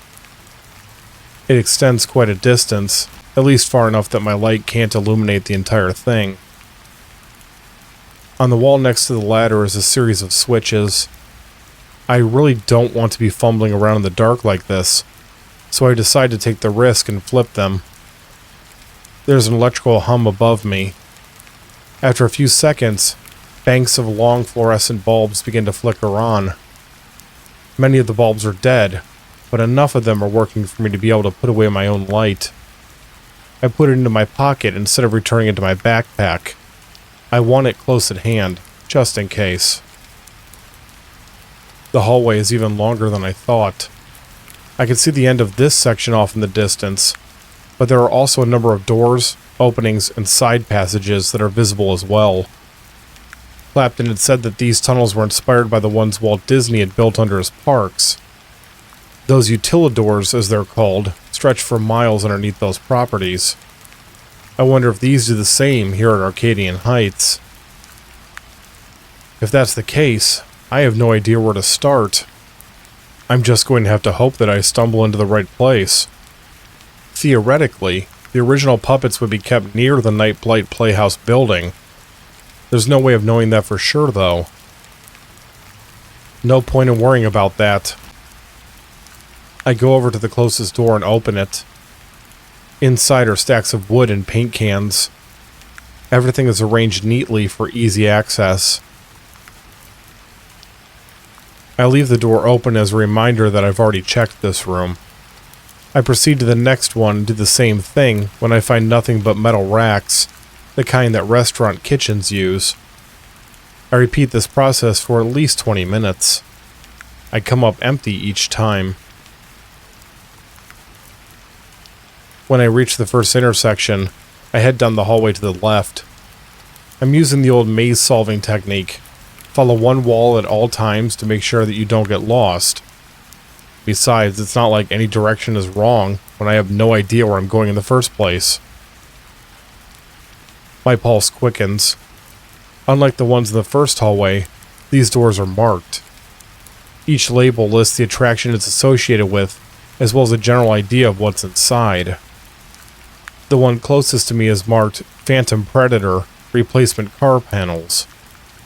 I move on, reading each label in turn as I go. I stop in front of the fourth door. A cold chill runs down my spine, and my mouth goes dry. I have this strange feeling of my mind being separate from my body that I can't explain better than that. The door is marked Nightlight Playhouse, Maslow's room. I immediately flash back to the room the label is referring to. When I was a kid and the Nightlight Playhouse attraction still existed, it was a dark ride for children that storyline-wise featured the 4 puppet characters, each reading a different bedtime story to the riders. The car would move from room to room, with the individual rooms being decorated to be one of the puppets' bedrooms. The first of these rooms was Maslow's. He was about 5 feet tall, humanoid in shape like all 4 puppets, but with silver hair covering his body. His eyes were small and beady, and a large toothy grin stretched from ear to ear. I think his face was supposed to look silly in the same way that a clown's is. In practice, the smile and overall demeanor made him look psychotic. The shadows and moonlight effects in his room hadn't helped. I learned years later that it only took one person to operate the large puppet. There was an entire rig system inside that allowed the puppeteer to control everything from the body to the facial movements. I put my hand on the doorknob and closed my eyes. The last time that I had seen Maslow, he had been with the other 3 puppets. His grin had been even wider and even more twisted than it always was, and his teeth had been fully exposed as he came at me eagerly. His movements had been more organic than any puppeteer could hope to replicate, and he moved towards me with a murderous glee and no human controlling him. I shudder at the memory. Pushing it aside with much difficulty, I turn the knob and open the door. Large panels lean up against the walls of the room. They're faded from time and covered in dust, but I can just make out the night sky with stars motif on them. Shelves with everything from metal lamps to plastic tubing create a path that leads deeper into the room. I slowly make my way through the gaps. As I do so, I remove the lens cap from my camera. There's a chance that I can get the footage that I need right here and get the hell out of this place. I make the final turn between the shelves and come to the far side of the room. Standing near the wall, 2 arms jutting out of the sides, is a tall black metal stand. This is what the puppeteers would put the puppets on during periods when they weren't being used. It's less stressful on the puppet than shoving it into a trunk or storing it on a shelf, and being out in the open allows the airflow to help keep down that musty smell that cloth and yarn-based items can get over time. This is what Maslow should be hanging from. The rack, however, is empty. He was here, though. I see a few silver hairs on the floor. It's not the kind of proof that I'm looking for, but I take a few still images with the camera anyway. The more evidence, no matter how small, the better. I'm going to need all of it that I can get my hands on. I put the cap back on the camera and turn to leave. Almost before I can take a step, the lights in the room go out. "I remember you," a low and calm voice says from behind me. Something heavy strikes the back of my head. A loud ringing sound explodes my ears, and lights flash in front of my eyes. I know that I'm falling towards the floor, but I strangely can't feel the sensation of my body descending. It seems like forever before the blackness swallows me.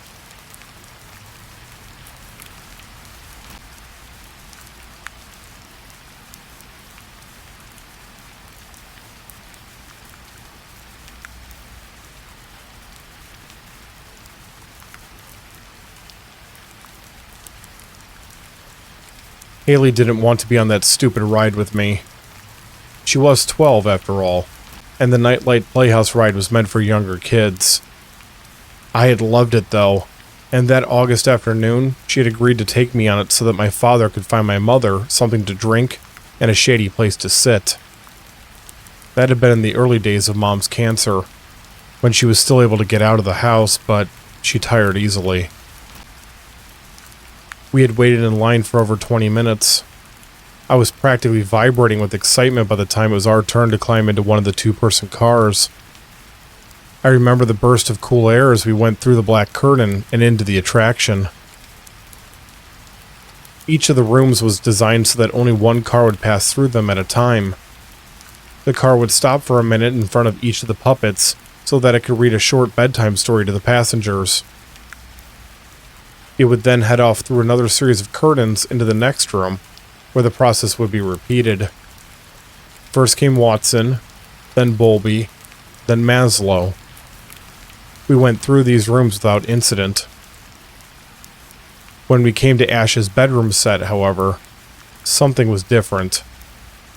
I had ridden that ride at least a dozen times since the age of 3, and I knew immediately that something was off. The lights were dimmer, and the Ash puppet wasn't in her usual place in the small chair next to the bed.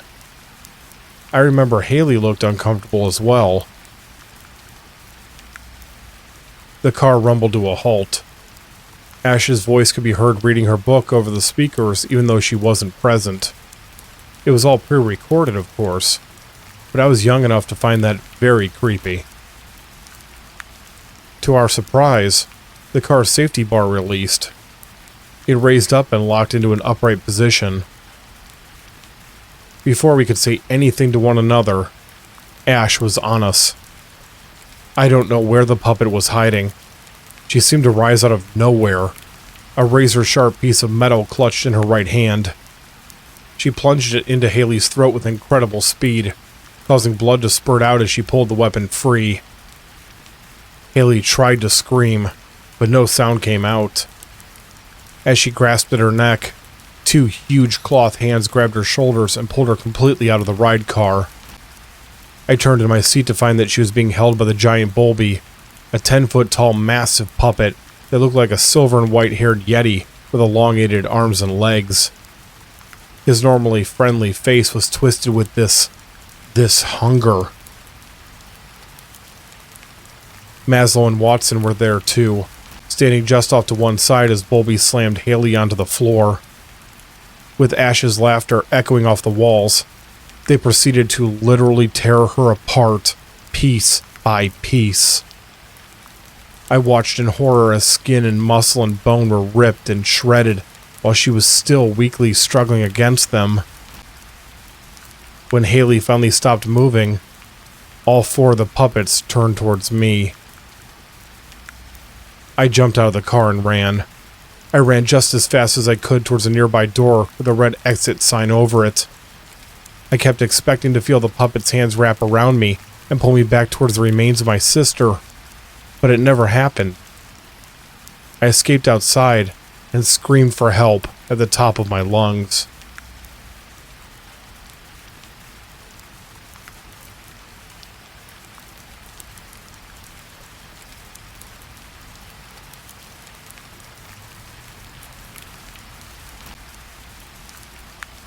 Consciousness doesn't return to me easily.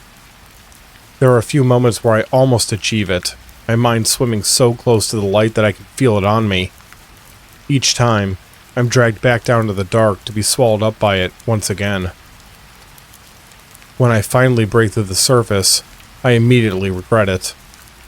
The light is too bright, and even after I close my eyes, it burns through the lids. There's a dull ache in the back of my head that throbs in time with my pulse. I try to moan, but something keeps my mouth closed, and all that comes out is a muffled humming noise. "He's awake," a voice says from somewhere to my right. It's the same voice that I had heard behind me before I had been struck. I turn my head towards it. Standing a few feet away from me is Maslow. The puppet's silver fur stands out in every direction. His shoulders are hunched forward, and his glass eyes are staring at me with an unnerving intensity. The grin on his face is wide and predatory. I know that he's shorter than I am by almost a foot. He's looking down at me now, though. I don't know if it's from the blow to the head or because of the fog that's still clouding my brain, but I just now realize that I'm in a horizontal position. Looking around, I find that I'm tied down to a bed with thick ropes. "Turn off the spotlight," Maslow says. "Let him see where he is." The bright light shining in my eyes goes out. I blink rapidly as I try to clear my vision. It takes a moment, but eventually the colorful spots fade, and I'm able to see once again. I find that I'm trapped down inside of an impossibility. I'm in the first section of the original Nightlight Playhouse attraction. This is Watson's room, featuring a large bed with red sheets in the center with matching curtains pulled closed across the nearby windows. The wallpaper is red and white striped, and all the furniture is white with red accents. It's just like I remember it from my childhood. This can't be real. All this was torn down years ago. What the hell is going on? I struggle against the bindings as I try in vain to sit up. "Can't escape," a new and oddly nervous voice informs me. "No escape. Nope." I turn my gaze to the new speaker. It's Watson, the red-furred puppet with the crazed large eyes. He's wringing his hands together as he looks at me. His head is slightly tilted to one side.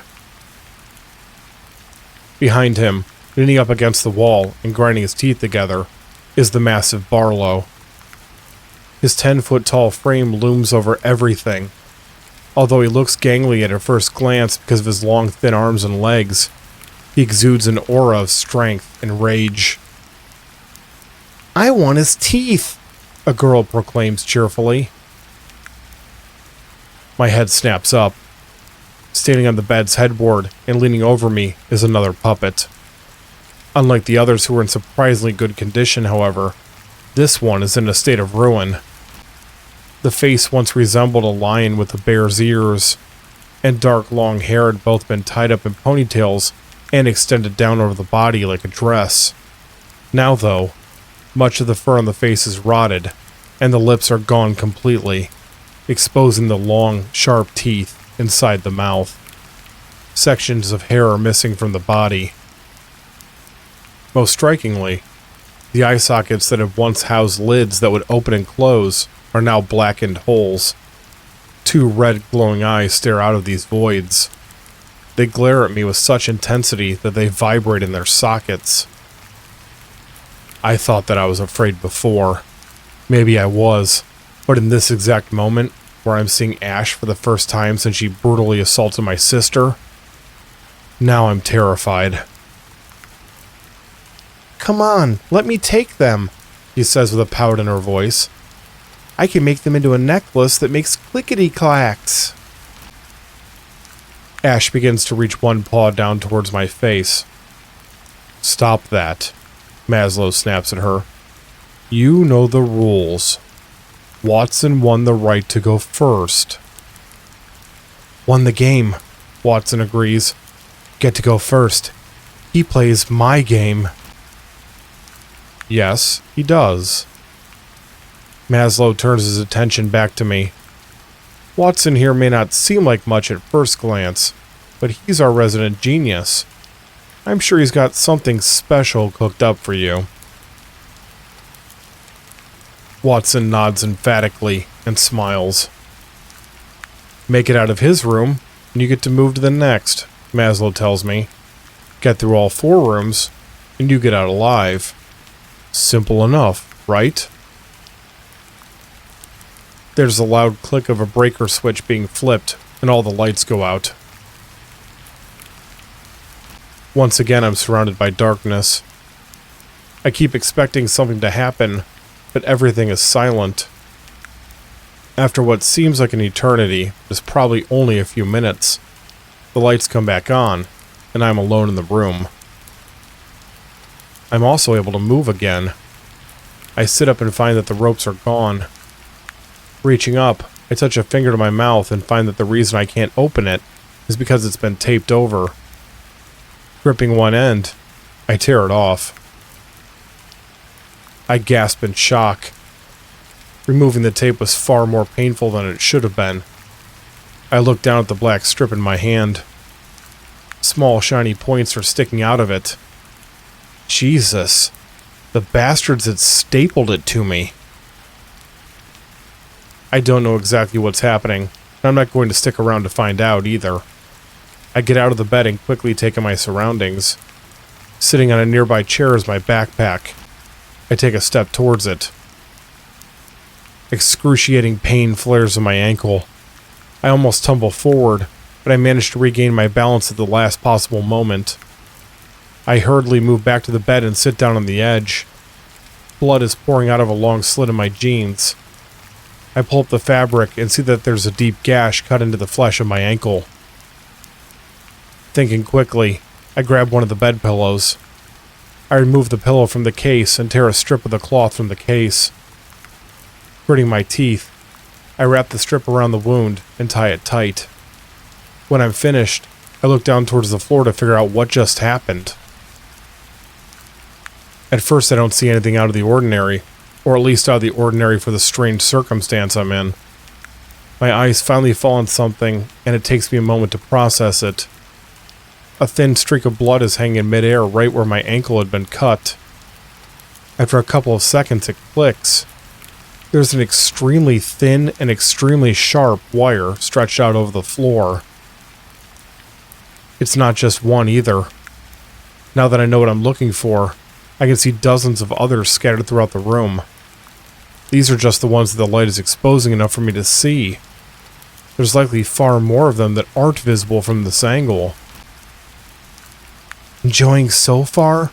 Watson's voice asks from all around me. I jump in surprise.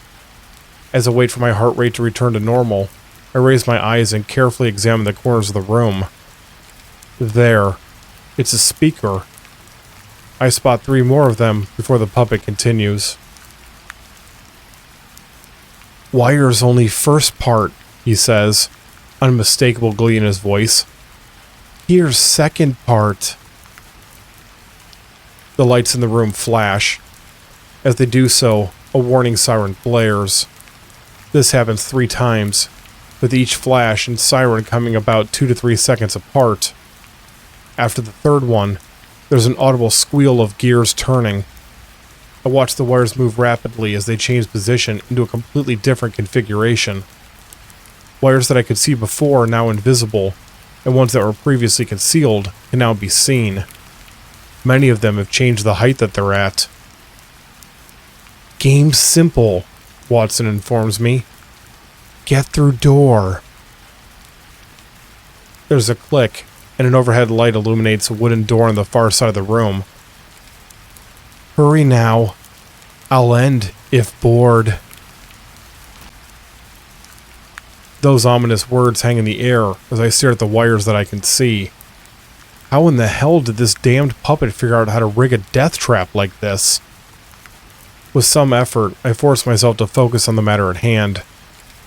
I can worry about things like that later. I need to get out of this room, and I have a limited time to do so. Just one of these wires will be enough to tear me to pieces if I walk into it, or if I'm stuck in the middle of them when they change position again. I have to get through them if I'm going to get to the other side of the room, though. There has to be a way. My eyes fall on the chair that my backpack is sitting on. Despite the complex reconfiguration of wires, it's still standing without so much as a scratch on it. The bed is in one piece as well. None of the other furniture is showing any damage. The floor is lava, I mutter to myself. Watson must have rigged the machinery to not cut through the pieces of furniture with the wires. He's created a much more lethal version of the children's game, The Floor is Lava. In that game, you have to make it from one point in a room to another, but you have to do so without touching the floor. If you do, you're eliminated. Haley and I used to love to play that game. It's not exactly the same, though. Technically, I can step onto the floor. I just have to make sure that I don't touch a wire as I'm doing so. The closest piece of furniture to the bed is the chair with my backpack. Even if I thought that I could make that jump, which I'm sure that I can't, odds are the backpack would keep me from being able to land on it without tipping it over. I would fall into the wires, and that would be it. I lean out over the side of the bed and get as good of a look at the floor between it and the chair as I can. If I'm judging the distance correctly, I need to take 2 steps before I reach it. I can grab the backpack after taking the first one, and get to the side of the chair with the second. From there, I can climb on top of the seat and figure out my next move. I grit my teeth. No point in putting this off. Being careful to make sure that both of my feet touch the floor between wires, I get out of the bed. The moment that I touch the carpet, the lights flash, and the siren is sounded again. I swear violently. Either Watson is watching and choosing the worst possible moment to start the wire reconfiguration, or there are motion or pressure sensors on the floor. I take the first step. The next flash and siren combination goes off, meaning that I only have seconds before the wires slice me to pieces. I reach forward and snatch the backpack off the chair before taking the second step. As I do so, I can feel one of the cords press up against my pant leg. That was way too close. There's the third signal. Unable to play it safe, I practically throw myself onto the chair and stand as upright as possible in the center of the seat, with my backpack clutched against my chest. The gears squeal, and the wires throw light in every direction as they rotate and settle into new positions. One of them comes so close that it just barely scrapes my left elbow before lowering down towards the floor. It's not enough to make me bleed, but it does remove a thin layer of skin. Once I'm sure that the machinery has come to a halt, I force myself to relax before leaning out slightly over the side of the chair to get a better look. The door is still too far away to both reach and open in one wire cycle. I'm going to have to break up the distance. Up against the wall, and roughly half the distance between the chair and the door, is a dresser. Like all of the furniture in the room, it's oversized. I'm going to have to cross the distance between here and there, then climb on top of it before the wires shift, all without slicing off my knees in the process. Despite the dire situation, I choke out a harsh laugh. It all sounds so simple. I sling the backpack over my shoulders. I'm pretty sure that I can see a path through the wires that leads to the dresser. Pretty sure. There's a small stretch towards the end that isn't as well lit as the rest of it, and I can't be sure that there aren't some cords hidden in the shadows. I remember that I have a small light on me and start to reach into my pocket for it. As I do so, however, there's a loud crack as one of the chair legs starts to break. I'm out of time. I lower myself down off the chair and onto the carpet. The lights immediately begin to flash, and the siren sounds as I move forward as quickly as I dare. A wire that I don't see cuts through my jeans and into my leg. I yell out in pain, but force myself to keep going. I feel warm blood running down my skin as I keep going. The third alarm is just about to go off as I reach the dresser. I find that there's a whole different problem that I hadn't considered. The piece of furniture is even larger than it had looked from across the room. It's too tall for me to pull myself up onto. I reach down and pull the bottom drawer open. The right half of it cuts away with surprising ease as it encounters a group of wires. The left half makes it far enough out that I'm able to use it as a foothold. I step onto it and push myself upward as I grip the edge of the dresser top. Somehow, I manage to scramble up and onto it just before the mechanism adjusts the wires once again. I lay flat on the dresser until the mechanical whirring stops. Cautiously, I get onto my hands and knees. There are no other pieces of furniture between me and the door. I have to get over to it, open the door, and get to the doorway before the wires get me. Maybe there's a way to make that easier. I unhook the tripod from my backpack and carefully extend one of the legs out as far as it can go. I might be able to use the rubber tip to turn the handle and open the door before making a run for it. That will save a lot of time. The tripod leg is just about to touch the handle when all the lights in the room go red. There's a loud buzzer sound as the wires shoot up towards the ceiling before arcing right towards me. The metal tripod is split into hundreds of pieces as the cords pass through it like it's nothing. I drop the end that I'm holding and close my eyes as I press myself down against the dresser top. When nothing happens, I slowly open my eyes. The wires have stopped less than an inch from my body. The red light makes them look particularly wicked. "No cheating," Watson states firmly through the speakers. The wires retract back down to the floor level, and the lights return to normal. I can feel myself shaking. It takes quite a while for me to calm down enough to get back onto my hands and knees. I almost hit my chin on the dresser as my hands slide out from under me. Catching myself, I wipe my sweat-covered fingers on my shirt. God damn it, keep it together. Concentrate on what you're doing. You can fall apart when you escape this nightmare. This part coming up is the trickiest part. Without waiting long enough for the thousands of things that could go wrong to invade my thoughts, I carefully lower myself down off the side of the dresser. I manage to get my feet onto the floor without landing on any wires, but the now familiar lights and sirens immediately go off. Keeping my eyes glued to the ground, I hurry through the maze of cords and make it to the door just as the final sequence of alarms triggers. I throw open the door and fling myself through the opening as the wires start to rise. I barely make it in time. I slam the door shut and fall to my knees as my entire body shakes violently. Something on the ground catches my eye, and I reach down to pick it up with one trembling hand. It's thin and rubbery. The wires came so close that they cut off part of the heel of my shoe.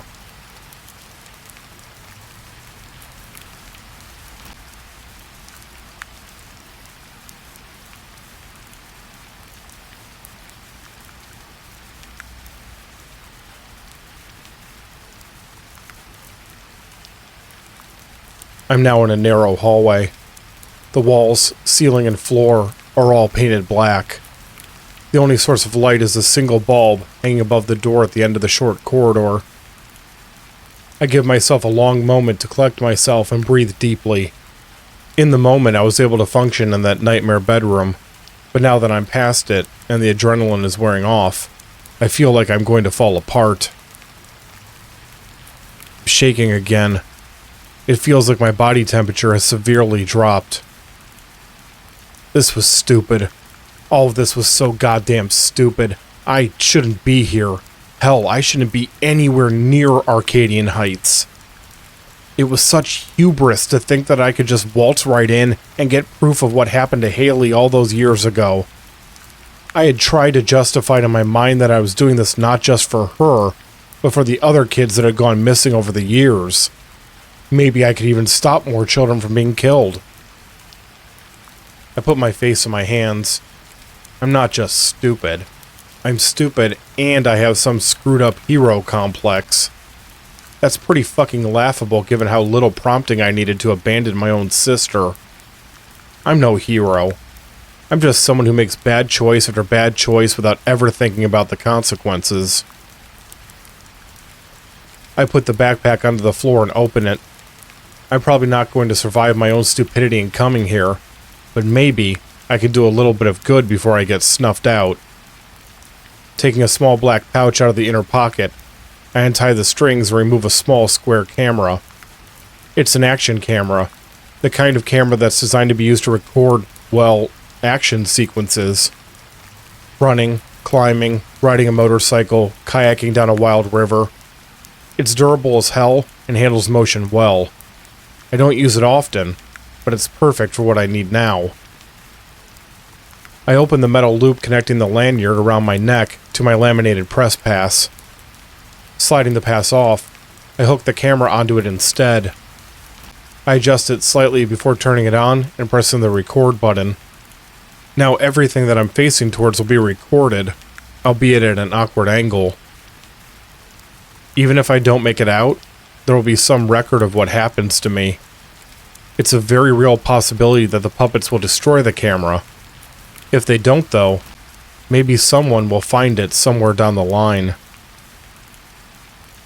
I decide to leave the backpack on the floor. There's nothing in there that can help me, so it's only going to encumber me. I'm abandoning thousands of dollars worth of camera equipment, but it's worth it if it gives me a better chance of survival. I have to force myself to walk over to the door on the other side of the hallway. The only choice is to go through it. I can't go back into Watson's room, and there's no third option. No other doors, no windows. There's not even an air vent that I can see. Forward is the only way through. I stop with my hand on the doorknob. Maslow had said that Watson... How did he put it? Watson won the right to go first. That implies that the other puppets are going to take turns with me. I chew on my lower lip. There's only one way to find out who's next.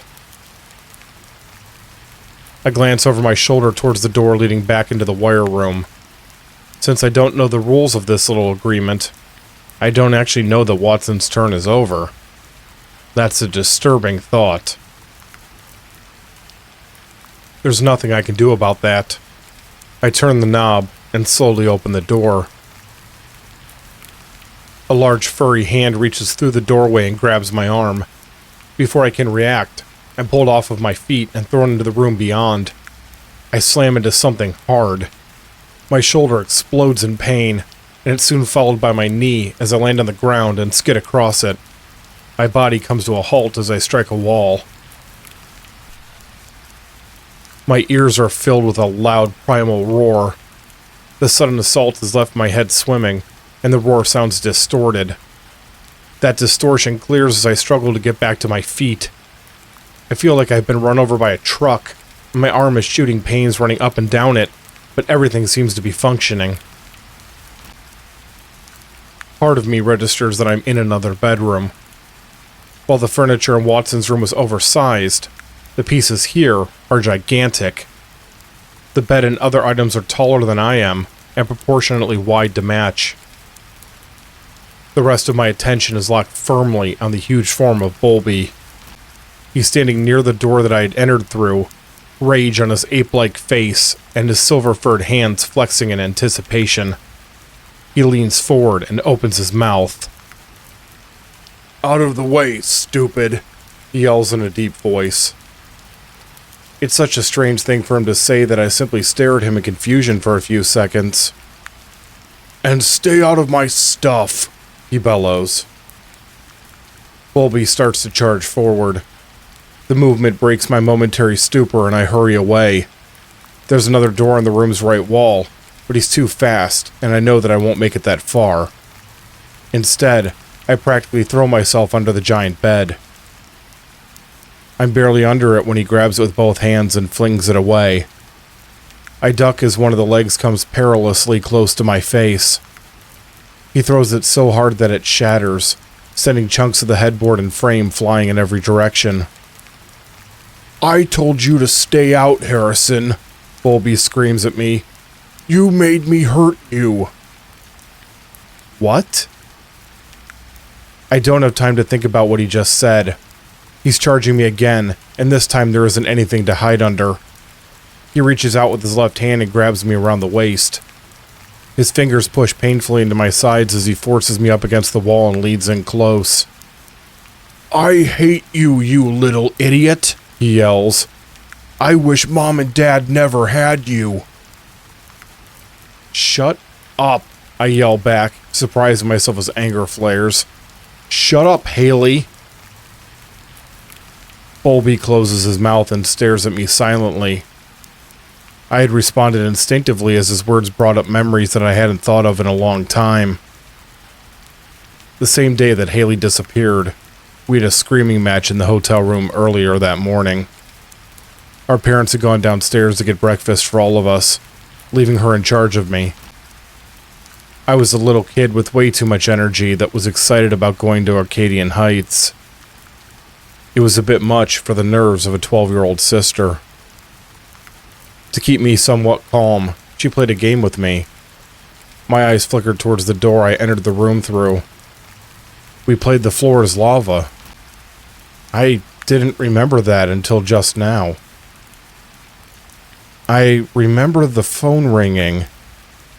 Haley had recently started dating her first boyfriend, and she had given him the hotel room number so that he could call her while she was on vacation. "You made me hurt you," Bowlby says again, this time in a quieter voice. I just wanted her to keep playing our game. I was having fun, and it was rare that my big sister spent time with me like that.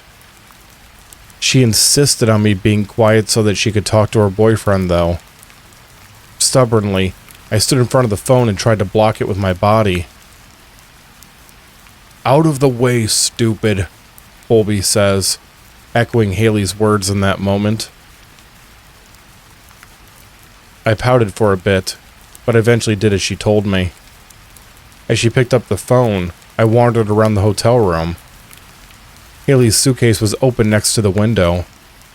Out of boredom more than anything else, I knelt down next to it and looked inside. "And stay out of my stuff," Bowlby instructs me. I didn't listen. Instead, I waited until she was completely engrossed in her phone call before turning my attention back to her suitcase. Sitting on top of her clothes was a small silver locket. Making sure that she wasn't watching, I picked it up and looked at it closely. "I told you to stay out, Harrison," the huge puppet says in a stern tone. Haley noticed me, and she set down the phone to come grab my hand. Her grip had been tight on my wrist. My hand opened instinctively, and the locket fell from my grip. It caught the edge of the suitcase awkwardly, and the little door that covered the picture inside snapped off. That had enraged her. "I hate you, you little idiot," Bowlby spits out, his anger returning and his hand tightening around my waist. "I wish Mom and Dad never had you." The puppet lifts me up and smashes me hard against the wall. The air whooshes out of me, and stars fill my vision. He releases me, and I slump down to the ground. All that I can do is sit there and try to suck oxygen back into my lungs. "You made me hurt you," he says, the anger now replaced by what sounds almost like fear. "Please don't tell Mom and Dad. Oh God, I'm so sorry." Haley knelt over me as she looked me over. In her anger, she had shoved me into the wooden stand the television was sitting on. My head had smacked against the piece of furniture. As the shock of my sister's moment of violence wore off, I started to cry out, both in pain and in horrible surprise. "Harry, I'm so sorry," Bowlby says in a panic. "Please don't cry. Look, It's not even bleeding. There's a little bump, but it's not bleeding. Please stop crying. I'll do anything. I'll take you on the Nightlight Playhouse ride today. Does that sound good? I blink as the memory fully returns. I'd forgotten that. I remembered Haley agreeing to take me on the ride as being my father's request, and he did ask her to do that. But she had agreed to it before then so that I wouldn't get her in trouble. I watch as Bulby makes his way to the opposite side of the room. He leans up against the wall and slides down into a sitting position. Holding his legs up, he wraps his arms around them and assumes a fetal position. After a moment, there's a loud click, and the door leading into the next area opens slowly. My first effort to get to my feet fails. Everything is sore, and my muscles don't want to cooperate. I do manage to get myself upright in the second attempt, though, and I limp over to the open door. Glancing back over my shoulder at Bulby with a feeling of both confusion and, strangely, sympathy, I leave the bedroom.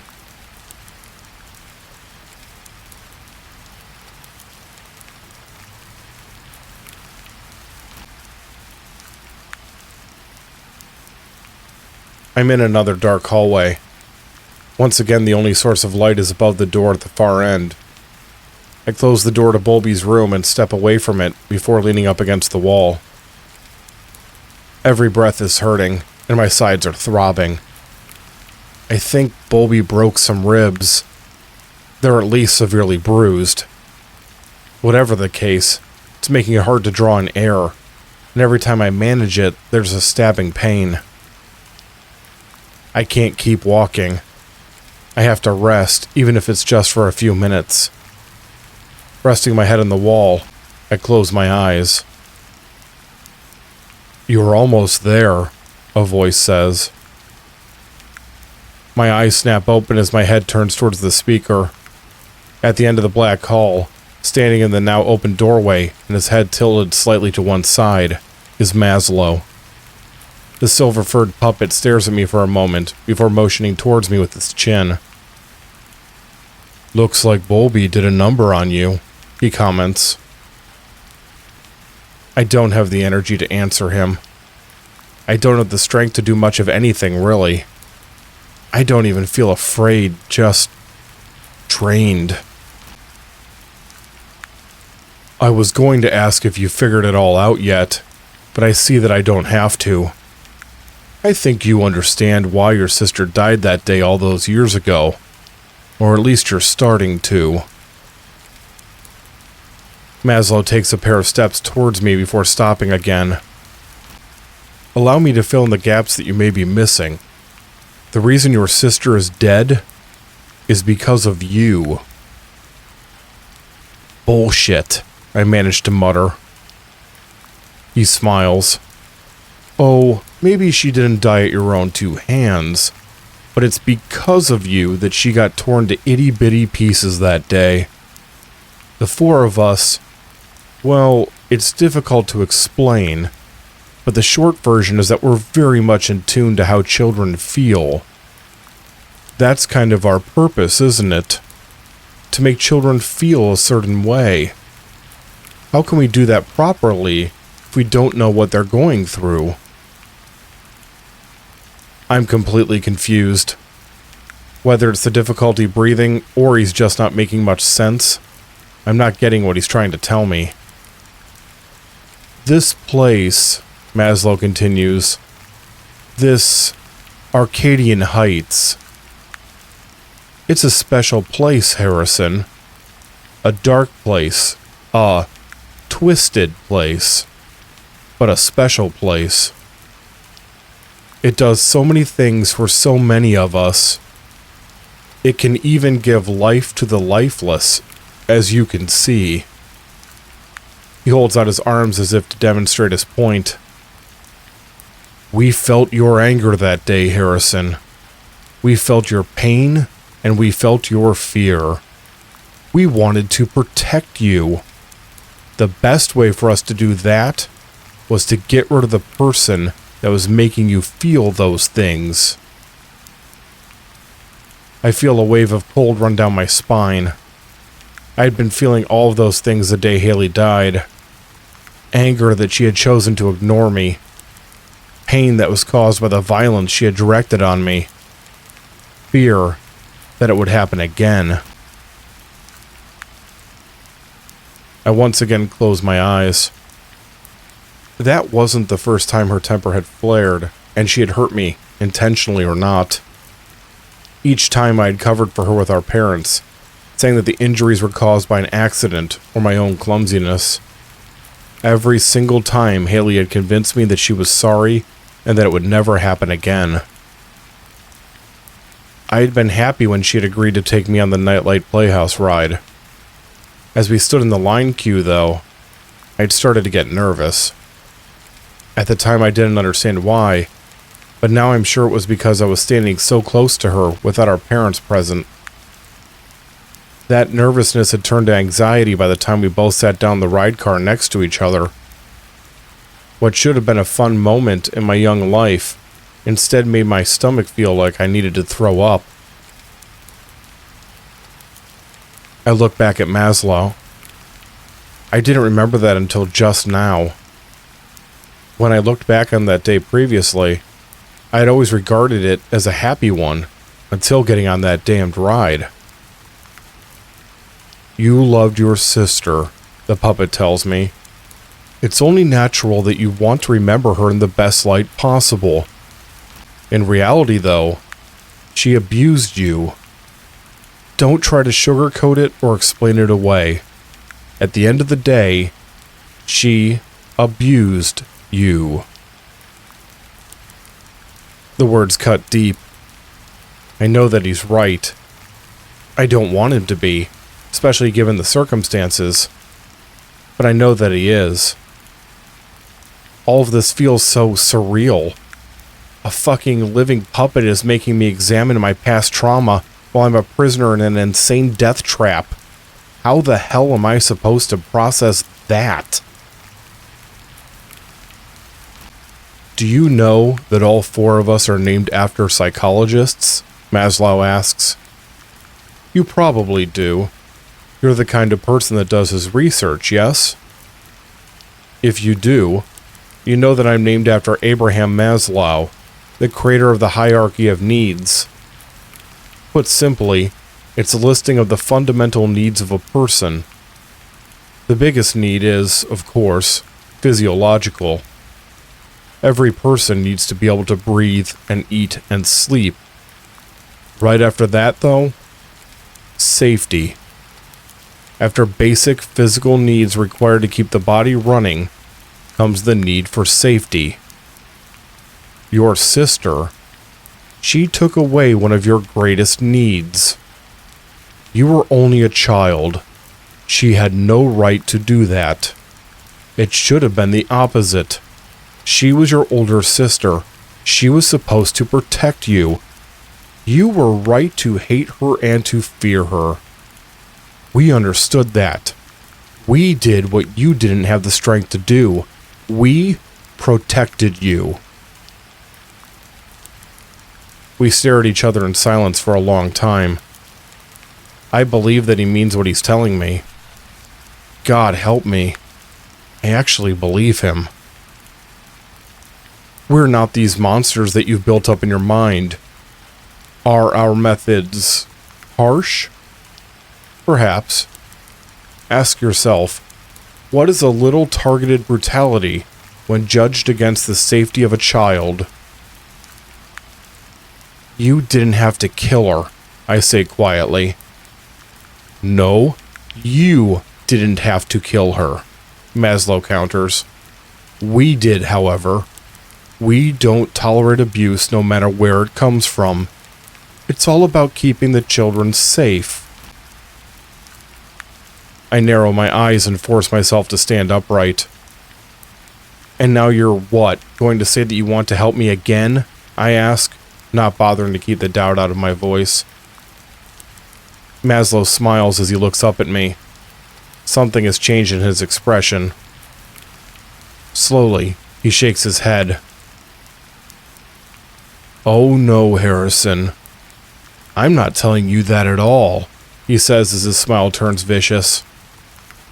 "I said that we protect children.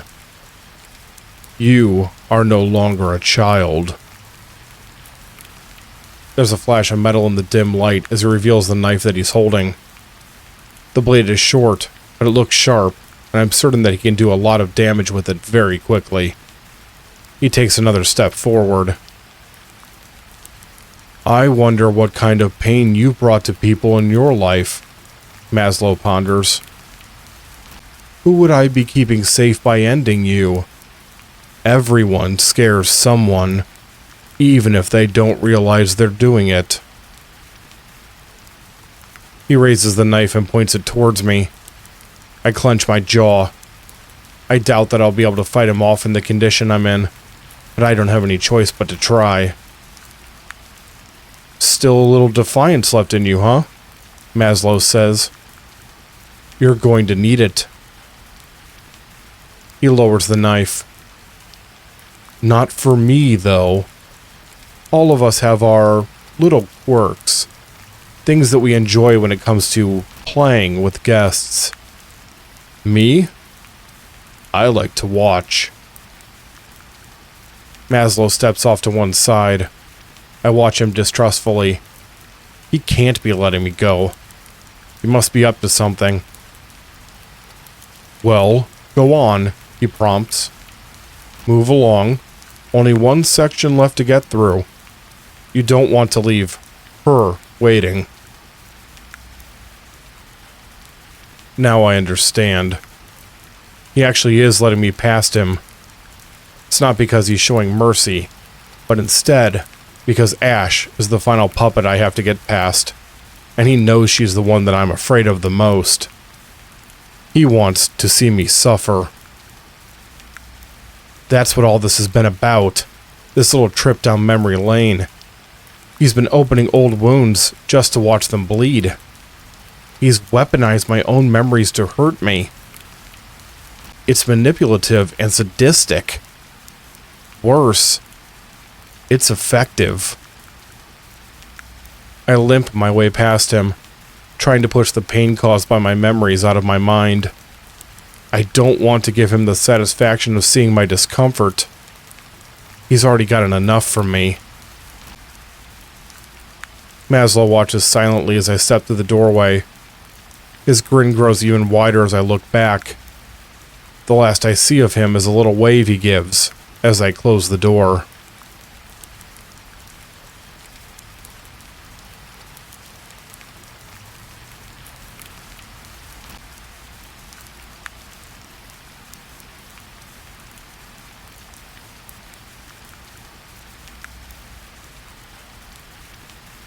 I expect to find myself in a bedroom, but instead, I'm in another hallway.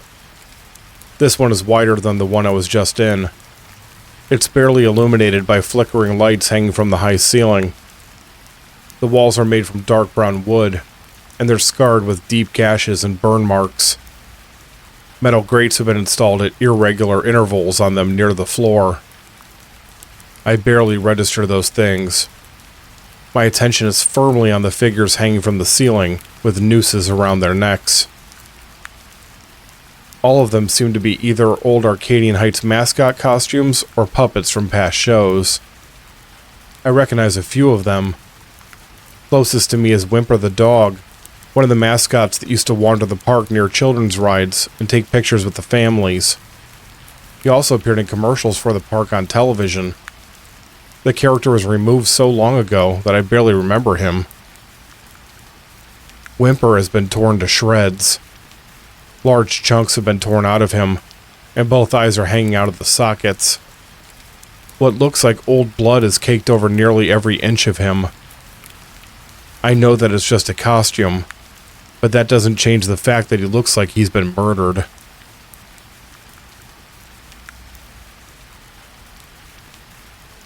"Do you like my collection?" a happy girl's voice asks. I spin around in a circle, but I can't see Ash. I know that she's in here somewhere with me, but she's the smallest of the puppets, and I can't find her hiding spot. Her voice echoes off the walls, making it impossible to figure out where it's coming from. The four of us aren't the only ones that have come to life, Ash says. All the others just weren't any fun, though. They had to go. There are a dozen of the costumes and puppets hanging from the ceiling. Is she telling me that they all somehow came to life like the Nightlight Playhouse puppets? And that she had killed them? This isn't a hallway. This is a trophy room. I can't just stand here. The only way out is through. I limp forward, moving slowly and listening intently. There's a clang of metal from behind me. It's followed by an odd scampering sound of soft feet on concrete. Ash's warped giggles fill the air. By the time I turn around, she's already gone.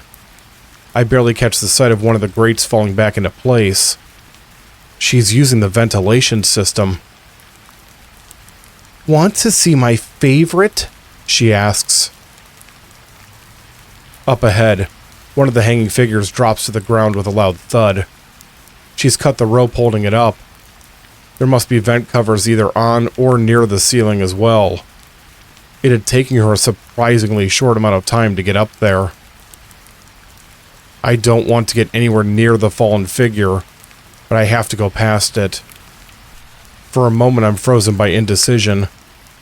I either have to walk under the hanging figures that can be dropped on me, or be near the walls where Ash can pop out of the vents at any time. Neither option is a good one. I decide to go down the middle of the hallway. I don't know if it's good logic or not, but my reasoning is if Ash starts dropping things on me, it at least means that she herself isn't close to me. I just have to hope that I can move out of the way of falling objects in time. This unfortunately means that I have to pass close to the already dropped figure. As I approach it, I try not to look at it. I can't help myself though, and reluctantly I turn my eyes towards it as I pass by. It's another mascot costume, but I don't recognize this one. I think it's a beaver or maybe an otter. It's difficult to tell for sure because it's so mangled. There are tears and holes all across its body, and its arms and legs are completely missing. Through the holes I can see something. Instead of being empty, the costume is filled. At first I think it's the corpse of a person, but I quickly realize that's not the case. There's something else in there. It's a black and crimson mass that looks like bloated muscle tissue. I quickly look away. He was so ooey gooey, Ash giggles. Everything went sploosh when I gutted him. It's so silly how all of us are made differently even though we come from the same place. Despite the danger, her words spark a thought in my mind. I'd always assumed that the Nightlight Playhouse puppets were somehow unique. She's telling me that's not the case. Something more widespread is going on at Arcadian Heights, and judging by the amount of figures hanging from the ceiling, it's been going on for a long time. I hear one of the nearby vent covers creak. Before I can figure out which one it is, I feel a flare of pain across the palm of my right hand. I swear and jerk it away just as another grate squeaks before slamming back into place. There's a cut across my hand. I don't think it's that bad, but it's deep enough to cause blood to well up from it. "You're ooey gooey too," Ash proclaims before laughing hysterically. I move as fast as my body allows down the hallway. She's got some sort of sharp object. If I don't get out of here, she's going to cut me to pieces. She gets me again, this time on the left thigh. She's so damn fast that I can barely catch a glimpse of her as she escapes back into the ventilation system. God, that hurts. No, don't think about it. Don't stop. Keep moving. The figure directly over me, a marionette-style puppet roughly half my size, plummets down towards me. I try to move out of the way, but it clips me on the shoulder and I gasp as the impact rattles my injured ribs. I stumble sideways into the wall. I see Ash coming this time, but I'm in no condition to stop her. Her combination bear and lion face is lit up with glee as she stabs what looks like a sharpened screwdriver through my shoe and into my foot. She throws open the closest vent cover and darts into the darkness beyond as I scream in agony. I know what she's doing. She's chipping away at me, making it less and less possible for me to escape with each injury. Not that she needs to. She could kill me at any time. She's enjoying this, though. She wants to take me apart piece by piece, so it lasts as long as possible. Without any choice, I continue forward. My foot doesn't want to work properly, and every step hurts. I can hear the blood in my shoe squishing as I move. There. I can just make out the door at the end of the hallway. Another figure falls to the floor. It lands just in front of me. If it had dropped a second later, it would have struck me on the head. This one is a sheep that has been heavily mutilated. To my horror, this one groans. That spurs me on. Being killed is one thing. I knew that was a possibility when I arrived at the park. Maybe even an inevitability. The thought of being left alive for Ash to torture at a whim is far worse. The cuts and gashes and stabs keep coming as I drag myself onward. I can't ignore them. It seems like Ash is targeting where it will most hurt, but I don't stop my legs from moving as I endure the pain. I'm starting to get lightheaded. I think I'm losing too much blood. My limbs are growing heavier with each step. I'm almost at the door now. I know what's coming. Ash can't let me leave. We're at the point where she's going to stop toying with me and go for the kill. I know it's coming. I also know that there's almost nothing I can do about it. I've only got one trick up my sleeve. It isn't much of one. I don't know if it will work even if the stars align and I can pull it off. In front of me, the final vent cover on my left flies open. Ash is charging towards me, the screwdriver held over her head, and her glowing red eyes wild. No more time to think about how I'm going to fail. I grab the camera on the lanyard around my neck and press a button on the side. The camera's light turns on. It's on the brightest setting, and the white glow is surprisingly strong. It's level with Ash's eyes. She helps in surprise and stops running as she looks away. I'm past her before she recovers. A final burst of adrenaline is filling me. I cross the rest of the distance and wrap my hand around the doorknob. My face smacks into the door before I can open it as Ash leaps onto my back. The screwdriver comes down again and again, piercing into my shoulders and arms. My injured foot twists awkwardly, and I fall down onto one knee. I reach back with my free hand to try to grab onto the puppet as my other hand desperately clings to the knob. My fingers find her fur. I scream as I feel her teeth dig into the side of my hand. She twists to one side, and a large chunk is torn out. I snatch it back and stare at the mangled limb in shock. She's bitten off the lower half of the hand, complete with the pinky and ring fingers. "Tasty, tasty!" Ash yells excitedly. "Brother and sister taste the same!" The screwdriver digs into my side. This pain is different from the others. It hurts, but it comes with an almost instantaneous numbness. My breathing becomes more labored, and as hard as I try, I can't take a full breath. I fall backward, landing on Ash as I do so. She writhes underneath me, and I hear something clatter to the floor. It's the screwdriver. I grab for it. It slips out of my ruined hand. Rolling over, I grab it with a good one and blindly stab it downward in the direction Ash was when we struck the concrete.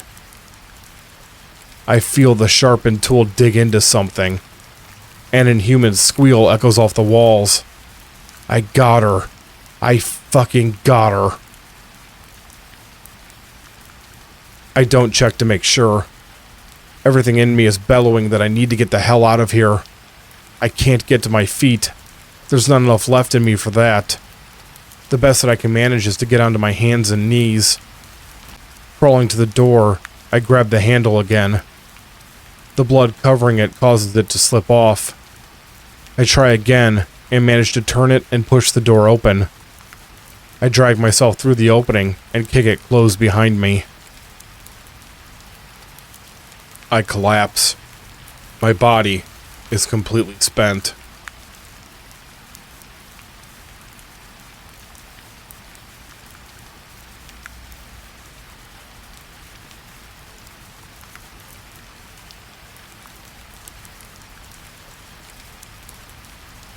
I'm going to die here. There's no doubt that I'm going to. A strange thought creeps into my mind. This seems so anticlimactic. I just went through all of that and made it to the end, only to die alone wherever I am now. I try to open my eyes to catch a glimpse of where I'm laying, but I don't even have the strength to do that. The edge of my mouth twitches, the closest that I can currently come to a smile. At least the damn puppets aren't getting the satisfaction of me dying in front of them. That's something. It's not much, but it's something.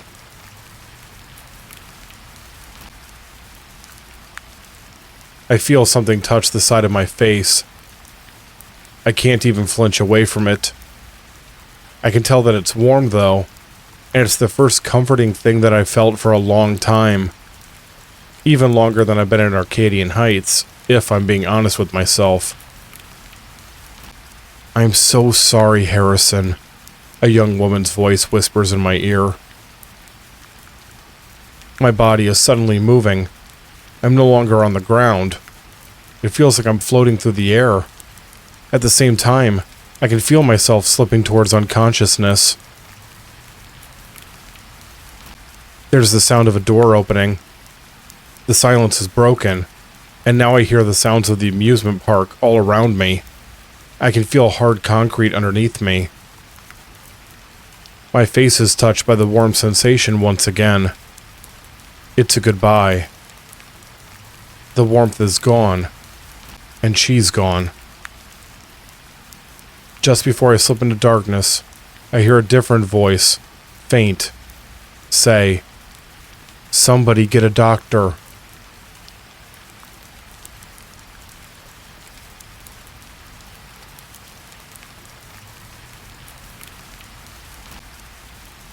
Dear James, I'm sure that this letter comes as something of a surprise. We haven't spoken in, 3 years? Maybe 4? It's been quite a while, and we didn't exactly part on the best terms. That's a gross understatement, obviously. We both made fools out of ourselves that day. Our shouting match just went on and on and on until we stormed away from each other and never looked back.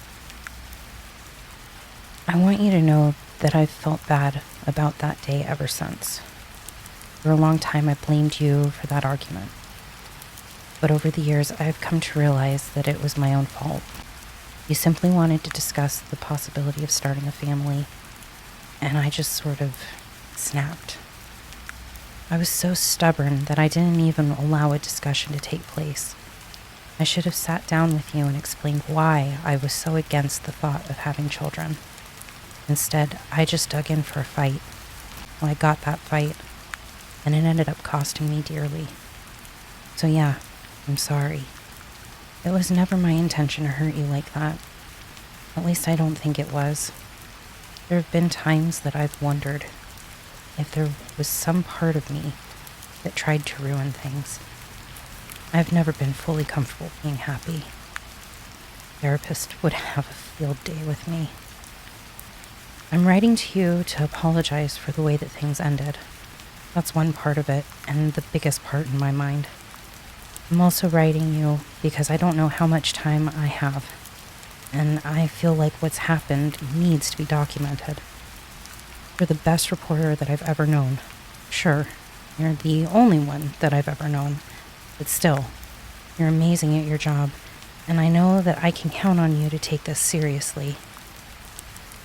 Anyone else would just laugh it away as some nightmare conjured up out of the depths of my imagination.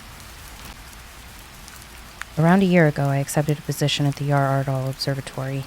Don't feel bad if you've never heard of it before, pretty much no one has. It's a small space observatory located on the Svalbard archipelago between Norway and the North Pole. It's not nearly as well known as the Kjell Henriksen or Zeppelin observatories in the same region, so most people don't even know it exists. We sometimes joke that even the Norwegian government has forgotten that we're here. There are so many observatories on Svalbard because of its special placement on the map. From around the middle of November to the end of January, the entire region enters a dark season. The pitch and rotation of the Earth keeps the area in perpetual night. It's called polar night, and it makes the region perfect for researching the atmosphere and the space beyond. The darkness actually begins earlier than that, usually around the first week of October. But it's during that November to January period that the sun is so low under the horizon that the region fully experiences the polar night. The one happening right now is my first. I was brought into Yar Ardal just after the last one ended.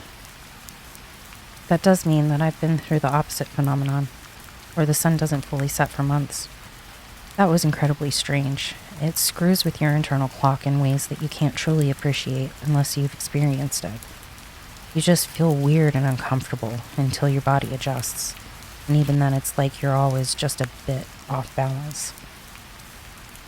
I thought going through that would prepare me for the polar night. I was very wrong about that. Unlike the continuous light, the darkness almost feels like it's a living thing. It surrounds you in this oppressive way, and even when you're sitting in a lit room, you can sense that it's still out there. You know logically that the night isn't alive, and it doesn't have some sort of consciousness that's making it creep in on you. When you're exposed to it for such a long time, though, you start to lose your grip on logic and reason. The only thing that really helps is being around other people. 4 of us were assigned to work Yar Ardal during this year's polar night. Astronomer Peter Bogard, telescope specialist Adnan Bala, computer scientist Bailey Mio, and myself as the team's engineer. We spent every moment that we weren't sleeping or working together. Now that I'm thinking about it, it was a lot like cavemen gathering around a fire for warmth and protection. There were a number of days or nights or whatever you want to call them, where the scientists couldn't gather much data. Svalbard is extremely far north, after all, and that means the blizzards are a common occurrence. It's tough to see out of the telescope when multiple feet of snow are coming straight down at you. This is especially true during polar night. The first of these heavy snows kicked up during the 3rd week of darkness, and that's when this all started. The scientists might have been on break during snowfalls, but I wasn't. As the group's engineer, I was constantly having to fix and maintain everything from the toaster to the facility's many generators. Yar Ardal is too far from the nearest town to be on a power grid, so all of its electricity is handled through a series of linked generators. The night that the first snow began, one of those generators went offline. I was notified of the outage by a blinking yellow light in my office. I grabbed my coat and tools and headed outside. A generator going offline wasn't an uncommon occurrence. They were constantly running after all, and that kind of use would naturally cause mechanical issues over time. The extreme cold didn't help matters either. I got a good example of that chilled air as it blasted right into my face as I left the warm confines of the observatory. I turned on the bulky flashlight I was carrying. The generator shed was outside of the main building for safety and ventilation reasons, but it was close enough that I was able to cross the distance between the 2 structures within a few minutes, even with needing to trudge through the heavy snow. Although it was a short trip, I still found myself feeling uneasy. The security lights on the outside of the observatory only reached about halfway, so for the second half of the walk, I was surrounded by darkness. I felt completely alone and isolated in the void, and the sounds of my feet crunching in the snow seemed to fade into nothingness. I was only a few yards away from the generator shed when I noticed something strange about the snow. I lowered the flashlight's beam to get a better look. I immediately regretted doing so. A large section of snow was soaked in dark red blood. It was smashed down like it had been trampled by some great weight. I stood there staring dumbly at it for a long moment. As the shock wore off, however, I pulled my eyes away from the blood and quickly looked around. I knew that there weren't any other people in the area besides the four of us at Yarardal. All the deliveries to the observatory stopped during the polar winter, as the roads around it became impassable due to the snowstorms. There weren't any nearby towns, and even the always crazy survivalists avoided the area. That didn't mean that the area was deserted, however. There was a surprisingly high amount of animal life. Animals like reindeer, seals, and a variety of birds, all called Svalbard home. The animal that I was worried about wasn't one of those, however. It was polar bears. The region has one of the highest populations outside the North Pole, and there are plenty of stories about them wandering into inhabited areas. The ones that you've seen in zoos don't do the wild ones justice. Polar bears are huge, nearly half a ton of bulk and muscle. They can tear a human in half without a second thought if they want to. That's ridiculously rare, but I wasn't going to stick around to see if I could beat the odds. I quickly crossed the rest of the distance to the shed and went inside. I fumbled around in the dark for a moment before I was able to find the light switch. I flipped it up and watched as the overhead lights began to come to life one at a time. I felt a wave of relief wash over me, and it wasn't just because I was safely indoors. Just being under the lights was soothing. They kept the encroaching blackness away. It only took a few minutes to figure out which generator had gone offline. It was Jenny 5, the same one that I had been struggling with my entire time at the observatory. It was one of the oldest of the group, and it had been repaired so many times over the years that I doubted that it still had any of its original parts. The machine had become so unreliable that the only thing it was assigned to provide power to were a few non-essentials, like the observatory's exit signs. Even though it wasn't crucial, I made sure that it was back up and running every single time it stopped. I knew that it might be needed for more than some signs if a real emergency came up. It turned out that the only thing wrong with Jenny 5 was a damaged wire, so I was able to get the repair completed within minutes. I went around the side of the generator to restart it and nearly slipped on something. I looked down to find more blood and gore on the floor. The wide streak ran across the floor and disappeared behind a large series of storage shelves.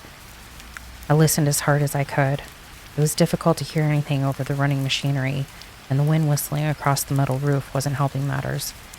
There was just too much going on to make out any noises that shouldn't have been present. Coming to a decision, I crept towards the area of the shed that the blood was leading to. You know those horror movies where someone hears a bang from upstairs and, instead of running the hell out of the house, stupidly goes to investigate? In that exact moment, that was me. There was a major difference, though. If I left instead of finding out what was going on, I was either going to come back with the others or I wasn't going to come back at all. The first option would be putting more lives in danger, and the second meant running the risk of something in the generator shed being damaged.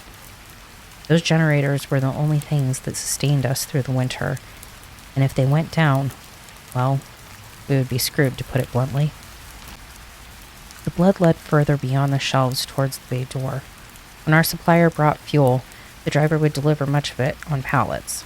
The tanks outside would be filled as well, but in the freezing cold of the Arctic winter, they would often become inoperable. Smaller tanks were loaded on pallets to be kept indoors to make sure we were always able to keep the generators fueled up. I could feel a cold wind as I came around the corner. The bay door had been forced open on the right side. Metal crunched up above my shoulders. Snow was blowing through the opening and forming piles against the walls. Sitting in front of the door was the carcass of an adult polar bear. Its chest had been torn open, exposing broken ribs and destroyed organs. Its fur was stained red and black from its own gore. The bear's head was facing towards me, and I felt my stomach churning as I stared at it. The head had been crushed, the skull almost completely flattened against the ground. The animal's tongue hung out of its mouth and against the concrete. Its lower jaw had been nearly ripped off, and it hung in an awkward angle. Its right eye was missing from the socket. I jumped as a horrible sound came from the storm raging beyond the door. It was low and guttural, filled with hatred and hunger. There was no doubt in my mind that what I was hearing wasn't human, but it also didn't sound like it belonged to some mindless animal. I turned and ran. I moved faster than I ever had in my life, racing through the generator shed and back out the front door. The snow was coming down much harder than it had been when I had left the observatory. The light from my flashlight barely penetrated the gloom in front of me. My pace was greatly slowed by the accumulation, but I forced myself to keep moving as quickly as I could. There was another howl from somewhere over my left shoulder. I couldn't tell if the creature was pursuing me, but I wasn't going to stop to find out. I almost slammed into a wall as I reached the observatory. I had found the building, but I didn't see the door. It took me a few minutes to locate it. I had arrived about 20 feet to the right of it. I went back inside and slammed the door behind me. The others questioned me about what was going on, of course. I must have looked like I was completely out of my mind while I stripped off my coat and boots, and my description of what had happened probably sounded like pure lunacy. I was apparently convincing enough that Peter Bogart and Adnan Bala felt the need to go check for themselves. They retrieved 2 rifles from the gun locker. None of us liked the idea of firearms being in the building with us, but it was a necessary evil. We needed to be able to defend ourselves and each other in case of a wild animal attack. The 2 men headed out towards the generator shed.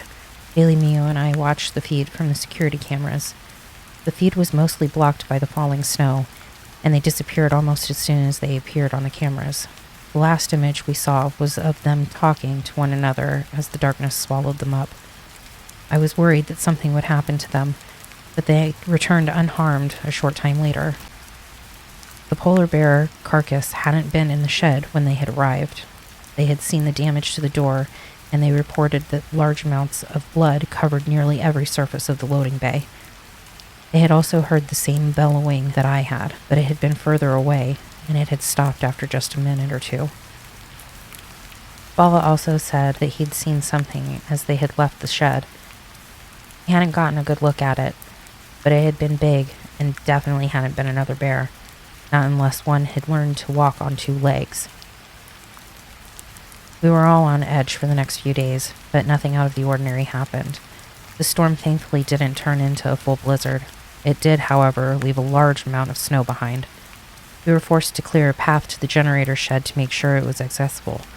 Bala and Mio managed to get the bay door back into somewhat working order with a sledgehammer. We didn't talk about what had happened.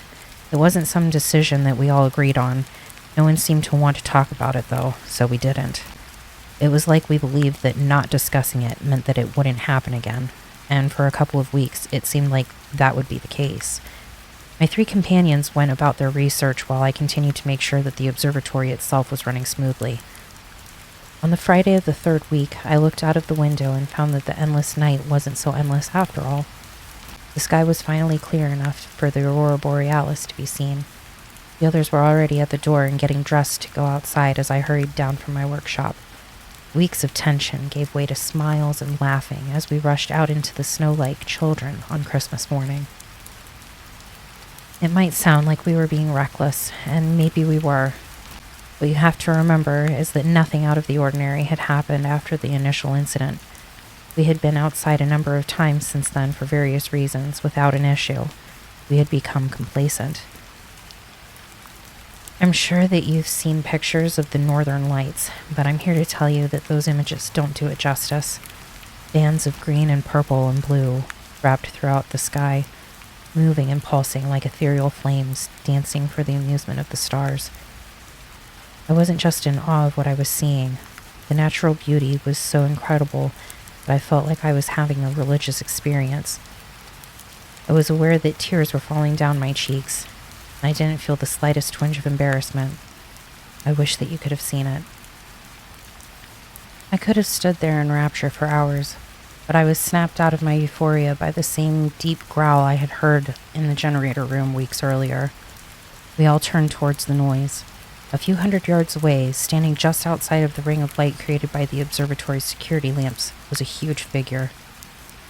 It had to have been well over 9 feet tall, but it was hunched over, so it was difficult to judge its full height. It was wrapped in some kind of black cloak or tattered robe. with a baggy hood covering its head. Its arms were disproportionately long, and its knuckles touched the snow. The figure was holding a large object in its right hand, but I couldn't tell what the object was from that distance. As we watched, it lifted its head upward towards the aurora borealis and howled again. It was a different roar, as if it was challenging everything in the heavens. The hood slipped slightly as the creature bellowed, and I thought I saw tufts of hair or fur sticking out. They disappeared back beneath the cloth as the creature lowered its head once more.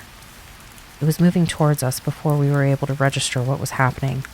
Its thick legs powered it towards us at an incredible rate, spraying snow off in every direction as they churned through it. The creature grunted and groaned as it bore down on us. Neo screamed and started towards the door. Less than a second later, Bogart and I were following, but Bala continued to stand in place. His eyes were wide, and he had this expression on his face like he had no idea where he was. I called out to him as Mio pushed the observatory door open. My cries sounded flat as they were absorbed by the snow and the night. The creature reached him and lifted the object it was carrying. It was a huge wooden club, roughly the size of a small tree trunk. It was dented and splintered from use, and thick metal bands were tightly wrapped around its length. The weight must have been incredible, but the creature hefted it like it had no weight to it at all. Bala seemed to realize at the last moment what was happening. He tried to back away, but the club was already swinging down at him. It collided with his head and drove its way into his body. The blow was so strong that it caused most of his upper half to erupt into a fountain of gore. The creature kicked away his remains and turned towards the rest of us. For a split second, my eyes locked with the creature's. They were the color of amber, and they glowed in the shadows of the hood. I had never had anyone look at me with such unbridled malice. The gaze was broken as Bogart pulled me inside the observatory and slammed the heavy door shut. Mio attempted to radio for help, but of course there was no reply. Our ardal was so remote that it was difficult to get in contact with someone, even in the best weather conditions possible. She didn't give up, though. She stayed at that radio for hours, sending out the same message over and over again. I could hear her talking from down the hall as I sat in my office watching the security camera feeds. One by one, the outside feeds went dark. The cameras were still transmitting, but the lights near them were being knocked out. A couple of times, I was able to catch a glimpse of the creature as it used its club to shatter the bulbs. Whatever it was, it definitely wasn't some mindless beast. I spent the time running through our options, of which there weren't very many. There was a small garage around the back of the observatory that contained a four-wheel drive SUV that we could theoretically use to escape. The problem was that the roads were likely to be completely impassable after the heavy snow. It would also mean that someone would have to go out into the darkness to collect fuel for the truck in the generator shed. As far as I could tell, our best bet would be to stay put and wait things out. We had enough food to last until we reached the other side of the polar winter. If we limited ourselves to a small section of the observatory and cut off the power in all the other areas, we would probably be able to keep lights and heat going without needing to refuel the generators. It was fortunate that I had filled them the previous day, plus there was always a chance, no matter how slim, that Mio's calls would be answered. We had to avoid going back outside if at all possible, to avoid falling victim to the creature like Bala had. I'm finding it difficult to even write Bala's name. He was a good man, with a wife and kids waiting for him back in London. For his life to be brought to an end so quickly and so brutally, he didn't deserve that. No one does. Bogart appeared in my office doorway as the last of the cameras went dark. He was holding a bottle of whiskey in one hand, and by the looks of him, he had already started on it. He sat down in an empty chair and stared at the black monitors. We were both silent for a long time. I don't think either one of us knew how to put our thoughts into words. When he finally started to talk, his voice sounded heavy and tired. He told me that his grandmother was originally from Longyearbyen, a small settlement in Svalbard, and the world's northernmost town. She had moved to Oslo as a teenager, and it was there that she had met his grandfather when he had been stationed there in World War II. When he was a child, she had told him stories about Jotnar, magical creatures that existed alongside mankind in Norse mythology. From what he told me, it sounded like Jotnar was the plural form of Jotun, a sort of catch-all term for things like giants, fairies, and trolls. The Scandinavians believed many of them to be extremely dangerous, and there were countless tales about humans coming to their ends at the hands of the Jotnar. One particular story that had always fascinated him was about a Jotun named Krigg the Darkborn. The monster would mercilessly hunt down and kill anyone that entered his territory. After he had slaughtered an entire village in a single night, the ancient gods had been forced to step in. He had proven to be far more formidable than they had thought, however, and they were unable to slay him. Instead, they had been forced to banish him to the far north, far beyond where the humans dwelled. Bogard finished his story and took a final drink from the bottle. He stood up and stumbled a bit as he went over to the door. He looked back at me and said that he didn't know if he believed his grandmother's tales, but they were becoming more difficult to dismiss as fiction because of what was happening. In any case, Craig was as good a name as any to call the creature outside the observatory walls. With a mirthless laugh, he left and closed the door behind him. I sat at my desk for a long time with my head in my hands. While I was certainly scared, I was more numb than anything. My mind didn't want to accept what was happening. I had seen Bala killed with my own 2 eyes, but it strangely felt like I hadn't really experienced it.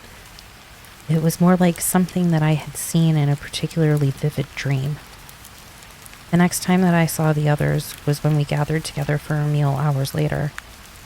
When there's no daytime, it's hard to know what to call a meal. Is it really still breakfast when it's completely dark out just because a clock tells you that it is? Time seems to have almost no meaning when the skies remain black. We decided as a group that we needed to be armed. There were 2 rifles in the gun locker, and Bogard retrieved them using his key. As I mentioned before, the weapons were kept at the outpost in the event of aggressive animal. The situation certainly fit that criteria. Neither Mio nor I had any experience with firearms, so Bogard patiently went through the basics of how to handle and use them. Since there were 3 of us and 2 of the rifles, I volunteered to go without one. I've never been comfortable around guns. The only time that I had tried using one was at a shooting range, and after firing a single shot, I knew that I never wanted to touch one again. We began the long process of getting most of the observatory shut down. To conserve as much fuel as possible, we would bring the heat levels down in the majority of the building, keeping it just high enough to prevent pipes and equipment from freezing. All lights except for emergency lights would be shut off, and all the computer and mechanical systems would be disconnected. The only part of the facility that would still be up and running would be the living quarters, which included the sleeping area, kitchen, and bathrooms. We would use only as much power as we needed to survive, so as to put as little drain on the generators as possible. It was my job to get the main dome shut down. That's a central part of the observatory, and it's basically what you think of when you hear the word observatory. There's a high rounded ceiling made up of retractable panels over a large circular room. 2 giant telescopes sit on a rotating platform surrounded by rows of computer systems designed to process and analyze collected data. Under normal circumstances, it is by far the area that uses the most power.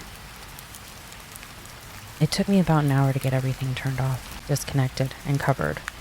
When I was finished, I went over to a breaker box and turned off the lights. I was suddenly surrounded by total darkness.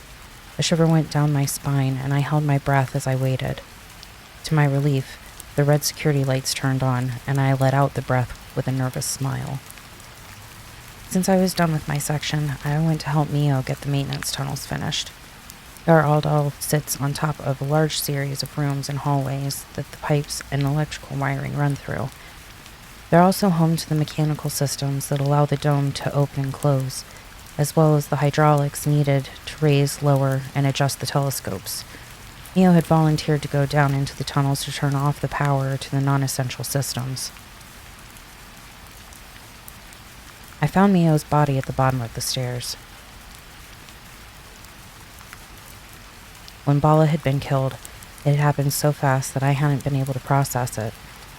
This was different. For what seemed like hours, I stared at her remains, taking in every last detail over and over again. When I close my eyes now, I can still see it clearly. I'm not going to go into too many details. She had been torn apart, and there was no question that she had died in agony. Her head was lying next to her body, with a horrified expression on its face.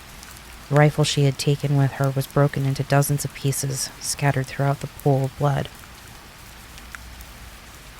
I heard a rumbling noise, and I looked up from the body and down into the darkness at the far end of the tunnel. The hulking creature that we were now calling Craig emerged from the shadows. I don't mean that he stepped out into the light. I mean that 1 second he wasn't there, and the next he was coming out of the dark like he was walking through a doorway. It wasn't possible, and yet I was watching it happen. I have no explanation for it. Craig's glowing amber eyes were staring straight at me as he came forward. For just a split second, the overhead lights managed to penetrate through the shadows created by the heavy hood. Instead of a nose and mouth, he instead had a wolf-like muzzle. Unlike a wolf, however, there wasn't any fur, just leathery skin pulled tight against the bone. Tufts of hair stuck out from below it. He took another step forward, and his face was once again shrouded. I turned and darted back up the stairs. Just before I reached the doorway, I heard a loud, wet noise from behind me. I knew what I was hearing, but I forced it out of my mind. Thinking about how he was stepping through the bloody remains of Mio wasn't going to do anything except cause me to panic more than I already was. I screamed for Bogart as I slammed the door shut behind me. I inserted the small padlock into the latch. I knew with absolute certainty that it wouldn't matter, but in my panic I had locked it into place anyways. It clicked shut as the astronomer came around the corner, his rifle gripped tightly in his hands. The door was even more ineffective than I would have thought. It burst open immediately, sending wood and metal flying outward as it was torn from its hinges. Bogart raised his rifle and fired into the opening. I felt like I was going deaf from the noise as I slapped my hands over my ears and moved away from him, the sounds of the shots echoing off the corridor walls. Craig emerged from the ruins of the doorway. He completely ignored the bullets that were pounding into his body. They weren't even penetrating his skin. I could see them scattering across the tile floor as they practically bounced off of him. The rifle clicked empty. To Bogart's credit, he immediately switched his grip on the weapon and swung it at the creature's head. It impacted hard against the skull, but Craig wasn't fazed in the slightest. He batted away the rifle, wrapped one of his large hands around Bogart's head, and squeezed.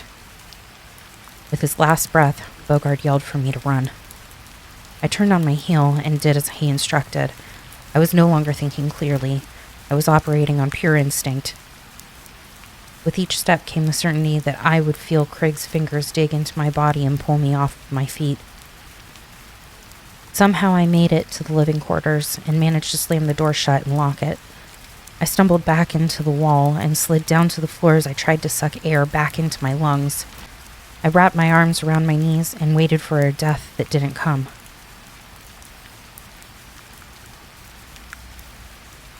I don't know how long I stayed locked in the living quarters. There wasn't anything in that section of the observatory to keep track of time. I'm sure that it was at least a few days, but it could have been weeks. I slept, I ate, I tried to keep my mind occupied, and I stared out the windows into the always-present night.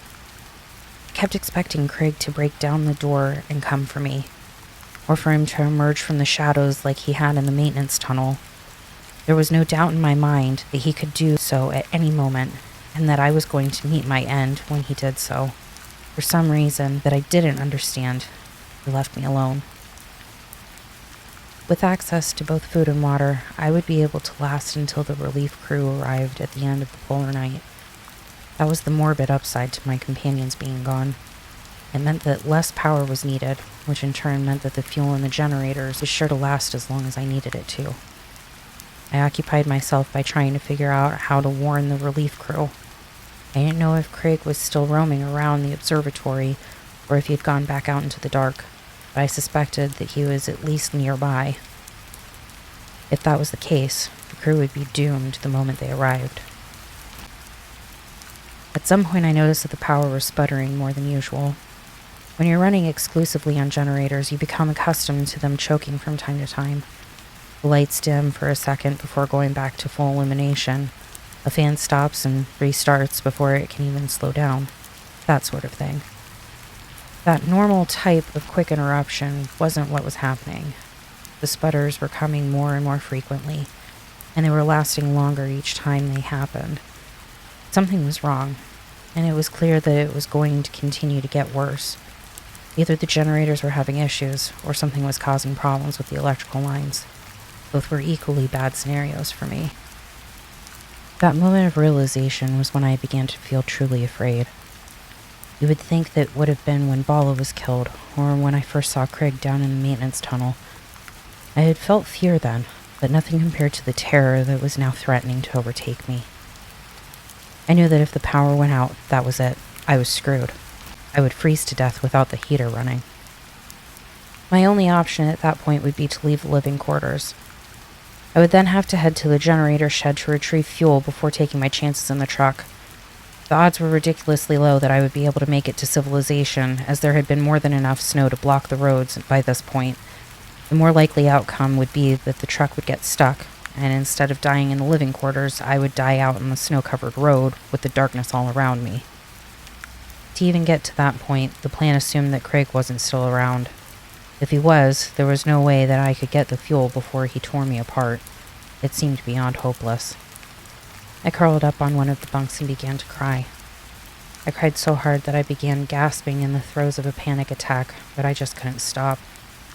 All of the weight of the stress and fear that had been building since finding the polar bear in the generator shed collapsed in on me in that moment, and the weight of it crushed me. It wasn't my finest moment. You know how much I hate not being in control of myself. I think it was the creeping feeling of self-loathing that ended up allowing me to stop crying and lift my head out of the wet spot on the mattress that I had created with my tears. Now that I had come out of the other side of my momentary weakness, my mind was oddly clear. I knew exactly what I needed to do. Instead of waiting for the power to go out completely, I would make the attempt to refuel the SUV and escape before that happened. That way I'd at least have a warm place to return to if things didn't work out. Maybe I'd even have time to figure out why the power was unstable and get it fixed if it came to that. I might not have had good odds, but this would increase my chances. I got up off the bunk and got dressed in the warmest clothes that I could find. Not knowing how long it would take to get to the nearest town, I packed a bag with food and bottled water from the kitchen and slung it over my shoulder. I clipped a flashlight to my belt as I ran through a mental checklist to make sure that I wasn't forgetting anything. It was a good thing that I did, because I almost forgot to get the keys to the truck. I retrieved them from their hook and put them in my pocket. Taking a deep breath, I went over to the door leading out of the living quarters. I reached out towards the handle and found that my hand was trembling. I clenched it into a fist and waited until it was steady. It eventually stopped shaking, and I unlocked and opened the door before I had enough time to talk myself out of it. The hallway beyond the door was dark. The only illumination were the red security lights, and the glow from them created large shadows across the walls. I slowly closed the door behind me and stood still as I waited for my eyes to adjust to the gloom. When I started walking, it was at a snail's pace. My shoulder brushed up against something. I turned to find myself looking at several small white objects floating in the air. I leaned forward to examine them closer for a few seconds before stepping back in revulsion. They were pieces of bone suspended from the ceiling by what looked like thick hairs. Forcing myself to continue, I walked down the hallway until I came to the point where it started to widen. Up ahead was the large dome section of the observatory. The building's front door was just beyond it, which meant that I had to pass through it. I would be completely exposed while doing so. The light coming from the dome room was strange. It was rhythmically pulsing like a heartbeat. There was also a sweet smell in the air that was familiar, but I couldn't quite identify it. The windows on the outside wall were smeared in blood and some brown substance that I couldn't identify. I entered the dome room and nearly tripped over my own 2 feet as I came to a halt. I entered the dome room and nearly tripped over my own feet as I came to a halt. The entire section had been completely transformed. Bogart had once referred to this area of the observatory as a shrine to technology. Computer terminals had formed a circle around the two huge cutting-edge telescopes, and large monitors had lined the walls. That shrine had been torn down and replaced with one far more primal. The monitors had been torn from the walls and smashed into pieces. The telescopes were both lying broken off to one side. Symbols that I didn't recognize were drawn in blood and more of that brown substance across the walls and floor. Displays of skulls and bones were stacked and strung up throughout the room. Some of the bones were from a variety of different animals, but many of them were human.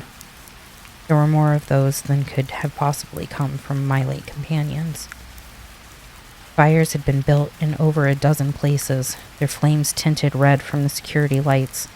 The largest of them was a huge bonfire that had been built in the center of the room. It towered over everything else, stretching upward for nearly 2 stories. It crackled loudly as it released smoke up into the curved dome. Directly behind the bonfire, the computer terminals had been split apart and shaped into a great throne. Upon that throne of ruined human ingenuity sat the imposing figure of Craig the Darkborn. The massive creature was sitting completely still, each hand gripping one of the arms of the metal and plastic throne. I wasn't able to see his glowing amber eyes, but I didn't know if it was because of the distance between us or because they were closed.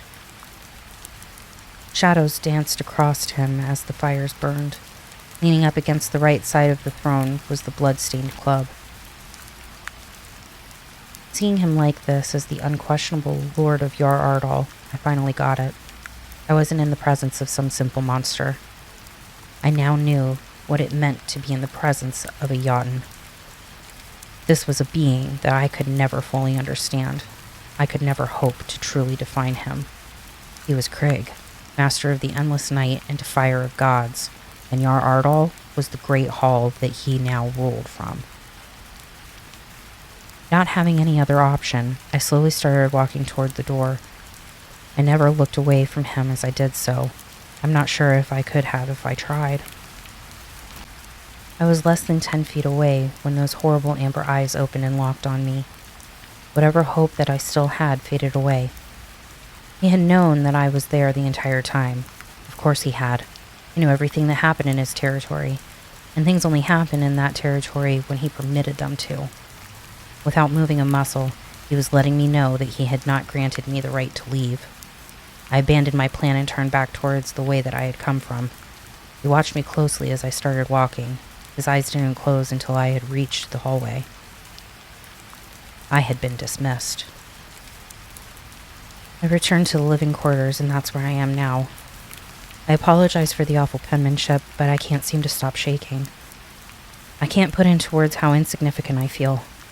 A single look was all that it took to get me to put aside all my survival instincts and instead bow to his will. I've come up with one last idea. There's an air vent in the kitchen that connects in with the other ductwork, and from there I should be able to find my way to the vent leading outside. From there, I can make a break for the generator shed. It's an all-or-nothing plan, and there's a lot that could go wrong. The duct in the kitchen is large enough for me to pull myself through, but I don't know if the rest of the ductwork is going to be all that large. I also won't be able to fit anything in there except my body, which means that I have to leave behind all my supplies and thick clothing. Even assuming that I make it outside, I still have to get the fuel for the truck, go to the garage, refill the truck, and drive away, hoping against hope that the road is clear enough for me to get through. All the while, I'll be surrounded by the polar night.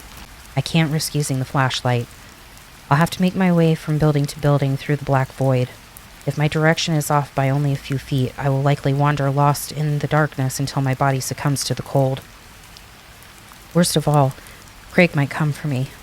Like I said, I know now that nothing happens in his territory without his allowing it. It's a risk I have to take if I've got any hope of getting through this, though.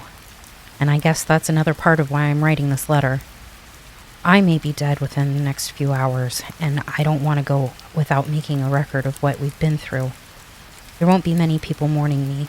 Both my parents passed away years ago, and I don't keep many friends. Bala, Neo and Bogart all had families, though.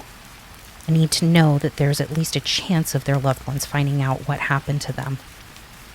I guess there's no reason to delay this any longer. If there's anything that I want to leave you with, it's that our years together did matter to me. I loved you, and I still love you. Please remember me fondly. Without you, I don't have anyone that will.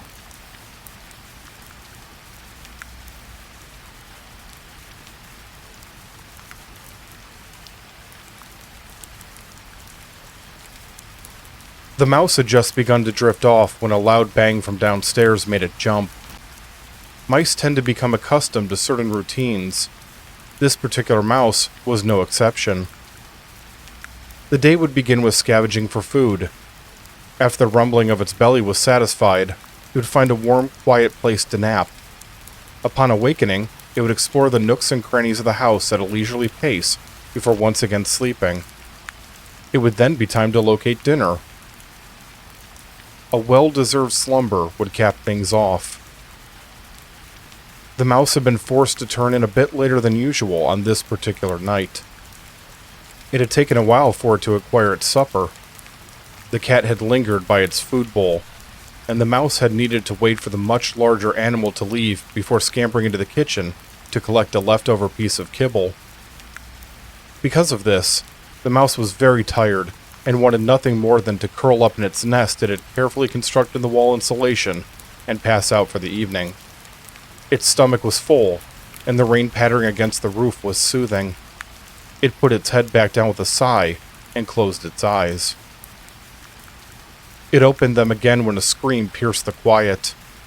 The scream was high-pitched, and it lingered for a few moments before fading away. The mouse raised its head and flicked its ears. It couldn't be sure, but it believed that the yelling had come from the woman, the one the other humans called Terry. The mouse had never had much use for names. It had noticed the humans were seemingly obsessed with them, however. The 3 humans that shared the house with it all had names. The man was James, the woman was Terry, and the boy was Tyler. The cat, that dreadful cat, was called Alan. The humans had even given a name to the mouse. It had gone into the man and woman's bedroom one night when they were in the process of mating. Although their mating was much different from the way the mouse mated, the sounds had made it clear what was happening. They had noticed it, and instead of yelling and screaming, the woman had laughed. "Well, I guess we'll have to start calling you Randy, you little voyeur," the woman had said, and both she and the man had laughed. The mouse hadn't understood what was so funny. The mouse stood up and walked over to the small hole in the wall. It sniffed the air a few times to make sure that the cat wasn't nearby before poking its head out. The bedroom beyond the hole was dark, but thanks to the small nightlight plugged in on the opposite wall, the mouse could just make out the sheets and blanket moving as the boy slept. The mouse glanced back at its nest, but its curiosity had been piqued. It would not be able to sleep until that curiosity was satisfied. It hurried over to the bedroom door and, after performing another scent test, pushed itself through the small gap between the door and carpet. The upstairs hallway was even darker than the bedroom had been. The mouse moved slowly, making sure of every footfall until it reached the top of the stairs.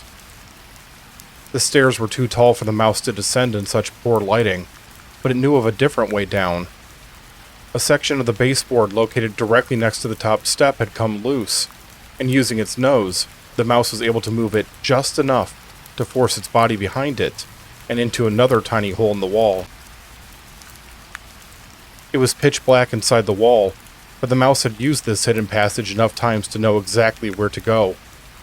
It followed the wooden boards as they sloped downward. The incline flattened out, and it felt cold rock under its feet as it reached the bottom.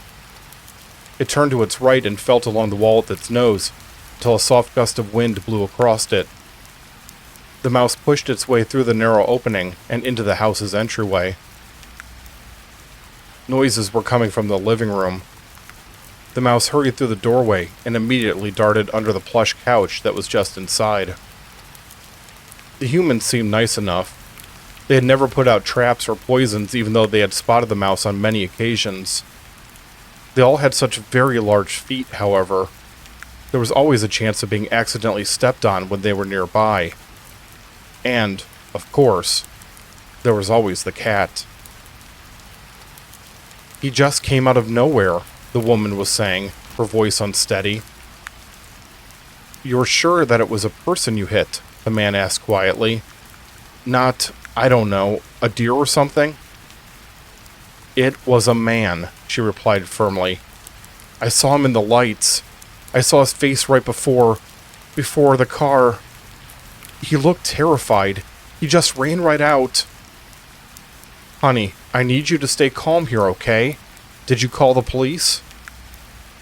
No, I tried, but my cell phone isn't getting any reception. The storm... There was a short pause.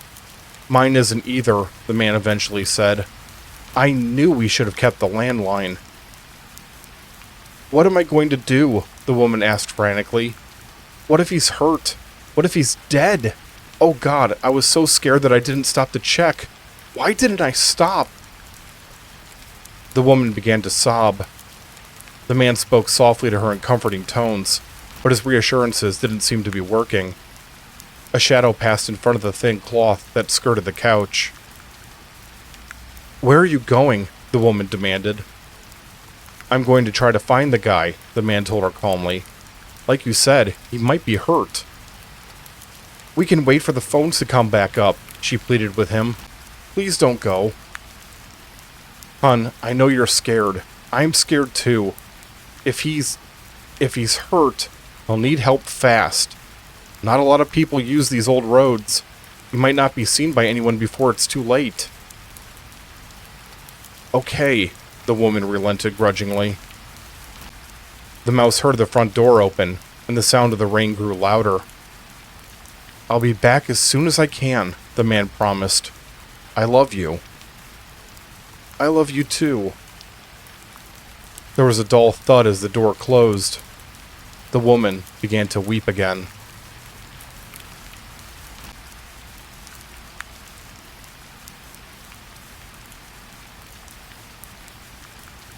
By the time the front door opened again, the mouse had returned to its nest upstairs and fallen asleep. It was a restless sleep, and it jerked fully awake as the vibration ran through the wall. It struggled its way out of the insulation and returned to the bedroom. The hair on its back was standing upright. It listened closely while sniffing the air rapidly. Something was wrong, but it didn't know what that something was. The mouse hesitated before squirming under the door. It crossed the distance to the stairs and peered down into the entryway. The front door was open, and rain was splattering against the wooden floor. A man was standing just inside. He was roughly the same height and build of the man who lived in the house. The smell was different, though. The man who lived in the house smelled like soap and sweat and cologne. The man who stood in the doorway now smelled like dirt and mold and rot. The rotten man wasn't moving.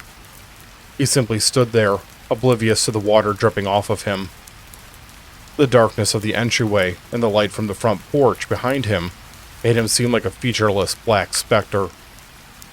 It could see that he was holding something in one hand, but it was impossible to tell what the object was. The mouse glanced around. It felt exposed as it huddled all alone at the top of the stairs. It wanted to obey its instinct to run and hide, yet it remained rooted to the spot, staring down at the rotten man while wringing its front feet nervously. The mouse wondered where the woman was. It had left her crying in the living room, but it couldn't hear her anymore. Something inside of the mouse told it that it was important to find her. It went behind the broken baseboard and hurried down the slope just as it had earlier. Within seconds, it reached the house's lower level. It shivered in the dark. Just on the other side of the wall was the rotten man. It could smell his stench with every breath it took. It was afraid of that smell. The mouse slowly and cautiously pushed its way through the opening. The mouse flinched as a water droplet struck it just below the ear. Directly in front of it was the rotten man's shoes. They were covered in thick mud, darker than any mud the mouse had ever seen. Fragments of what looked like bone were stuck in the sludge. The mouse ducked its head down and ran as fast as it could into the living room before darting under the couch. It panted heavily as it regained its breath. It strained its ears to try to hear if the rotten man was following it, but the only sound was the rain drumming on the floor. It crept forward as quietly as it could. When it reached the couch skirt, it stuck its head out and looked back towards the entryway. The rotten man hadn't moved. The mouse emerged from under the couch. With one last glance back at the rotten man, it went further into the living room. The woman didn't seem to be there. She wasn't in the soft white chair, the one with the footrest that startled the mouse every time it was extended. She wasn't sitting on the bench that was tucked neatly under the piano, and she wasn't seated at the small play table that she and the boy often played blocks on. She wasn't by the old grandfather clock near the doorway. The mouse lifted its nose and sniffed. It could smell the woman's scent on the still air. She was somewhere nearby, but it couldn't see her. It turned around and jumped in surprise. The woman was lying on the couch that it had just crawled out from under. She was lying on her stomach as she slept. The woman was much shorter than the man who lived in the house. Her entire body could lay flat on the cushions. The tall couch armrest was blocking her from the view of the rotten man in the entryway. There was a noise somewhere else on the first floor. It was so quiet that it almost went unnoticed, even by the mouse's sharp ears. The rotten man must have heard it, however, as he started to move towards it.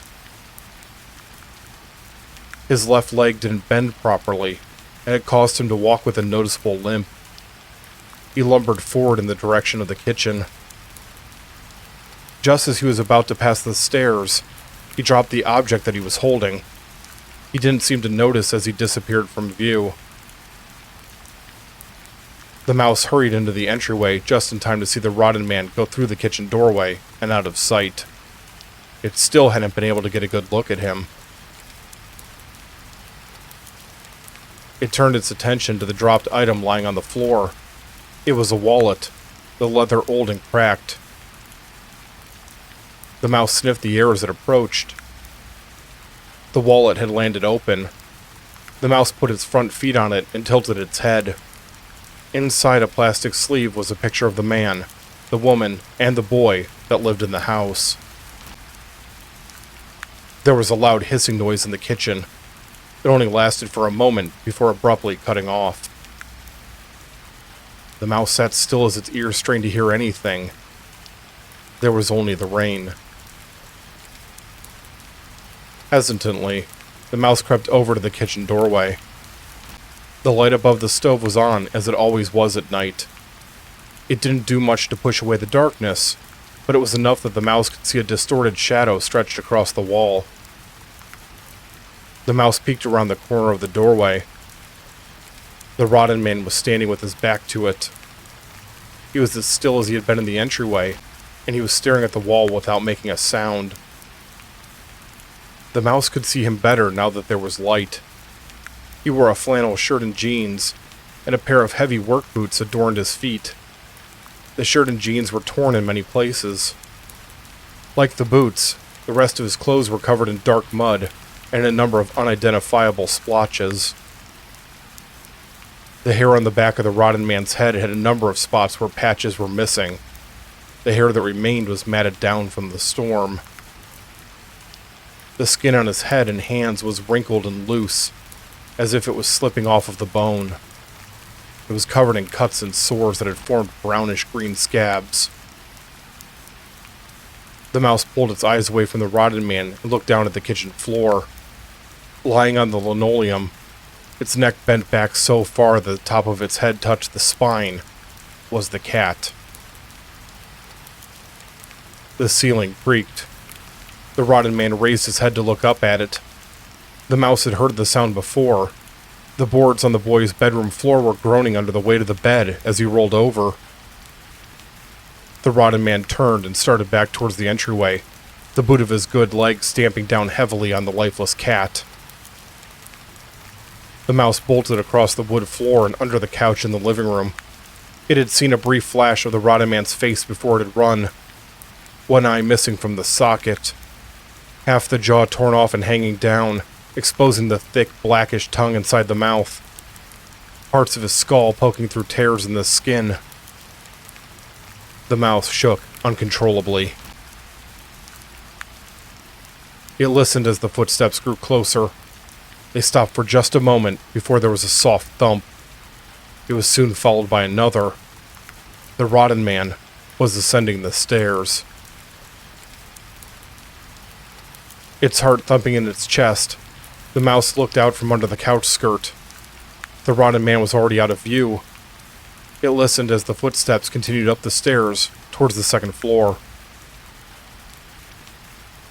The mouse came out from under the couch and returned to the entryway, keeping its head turned towards the stairs. It stepped in something wet and gummy, and it looked down. It had touched some of the mud that had dropped off of the encrusted boots. It sniffed at the mud. There was another scent mixed with it, the sickeningly sweet and somewhat metallic odor of blood. It turned its attention back to the stairs. It could just barely make out a silhouette in the darkness. The rotted man was halfway to the top. One of his hands was gripping the handrail as it continued upward. The leg that didn't work properly was being dragged up each step. He moved at a slow but constant pace, and he would soon reach the top. The woman coughed loudly. The rotted man stopped moving. The mouse looked over at the couch and saw the woman's head raise above the arm for a moment before falling back down below. She sighed, and everything was still once again. She had adjusted her position in her sleep. The step the rotted man was standing on groaned as he turned around on it and started back down the stairs. Knowing that the rotted man was going to the living room, the mouse hurried over to the safety of an umbrella stand near the door. It listened as he came closer and closer. One foot would press into each step as his weight came down on it, and the other would drag across the carpet before banging down next to the first one. This pattern was repeated over and over, neither slowing down nor speeding up. The first foot struck the wood at the bottom of the stairs. The mouse peered around the corner of the umbrella stand and watched as the rotted man turned to enter the living room. He came to the couch and stopped. He lowered his head and simply stood there for what seemed like an eternity. It had started to rain even harder, and the wind had picked up. A series of drops blew through the open front door and splattered on the floor next to the mouse, splashing it with cold water. It barely noticed as it kept its eyes locked on him. The rotted man reached down over the arm of the couch. The woman's legs immediately rose up. They kicked wildly in the air as she struggled. The rotted man ignored them as he continued to hunch over the side of the couch. The woman somehow managed to escape his grasp and roll onto the floor. Even from this distance, the mouse could see purple bruising around her neck. She opened her mouth to scream, but only a weak wheezing came out.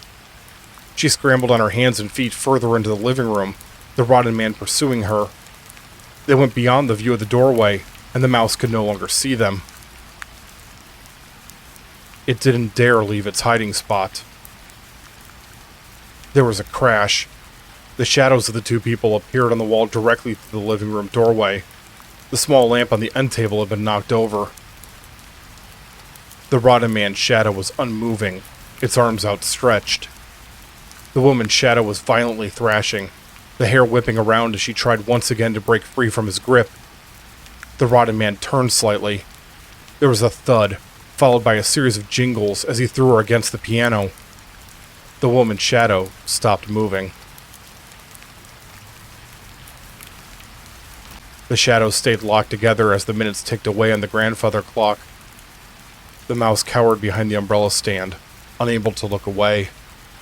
Its body had gone still, and its head was lying flat on the floor. Its ears and whiskers drooped. It was barely breathing. When the shadows finally moved, the woman's shadow dropped down below the lamp's light. There was a muffled noise as something struck the living room's soft carpet. 2 fingers poked out from the bottom of the doorway, slightly curled upward, as if they were reaching for something that couldn't be seen. As the mouse watched, tiny droplets of blood formed at the tips of the fingers and fell the short distance to the floor. The rotted man came around the corner and once again returned to the entryway. He stopped at the bottom of the stairs and stared off into nothingness. There was a new stain on his clothing, one that had not yet had time to dry. He turned his head to look up the stairs towards the second floor. The mouse did the same, and for a few minutes they both searched the darkness with their eyes. The rotted man placed his hand on the railing and put the foot of his working leg onto the first step.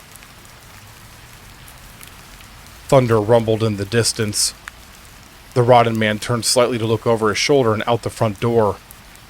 The rain was coming down even harder now. A steady stream of water was pouring down off the porch roof a few feet beyond the egress. The mouse couldn't see anything beyond the sheet of rain. With a final glance up at the second floor, the rotted man removed his foot from the stairs and turned all the way around. He limped across the wooden floor, his footsteps echoing in the quiet house.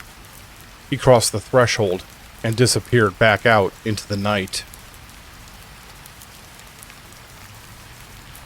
The mouse slowly came out from its hiding spot, its eyes never leaving the open door. It moved to the center of the entryway and sat up on its hind legs as it searched for the rotted man's scent. Traces of the smell were all around it. It defiled every room in the house that he had been in, clinging to the rooms as a reminder of his presence. There was nothing wafting in through the front door but the smells of rain and ozone. The rotted man was gone. "Mom?" the boy called down the stairs.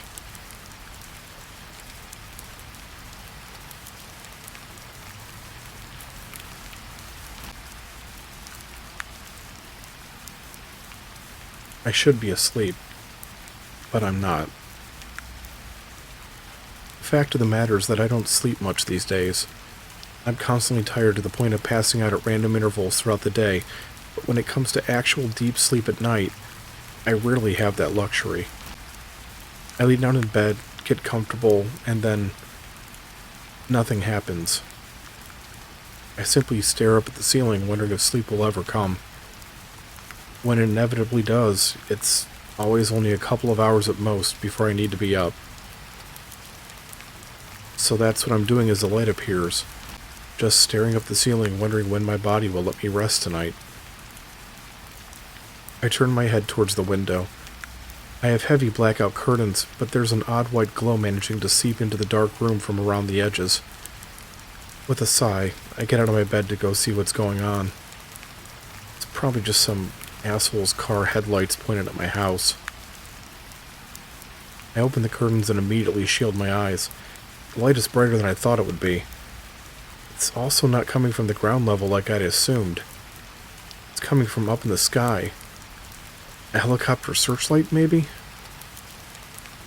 Curious, I quickly put on some jeans and a sweatshirt before heading downstairs. I slip on my shoes before opening the front door and going outside. If I'm not going to be able to sleep, I might as well find out what's going on. I look up into the night sky and freeze. The light definitely isn't from a searchlight. It's huge. It fills the sky from end to end. It looks like it covers at least the entire town, if not more. The white light is so bright that it's almost like daytime, but the color makes everything it touches look pale and washed out. The shadows in the spaces it doesn't reach also seem much darker because of the contrast.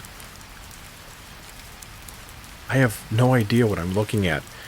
There's no sound coming from it, just the cold white light. There is, however, an odd...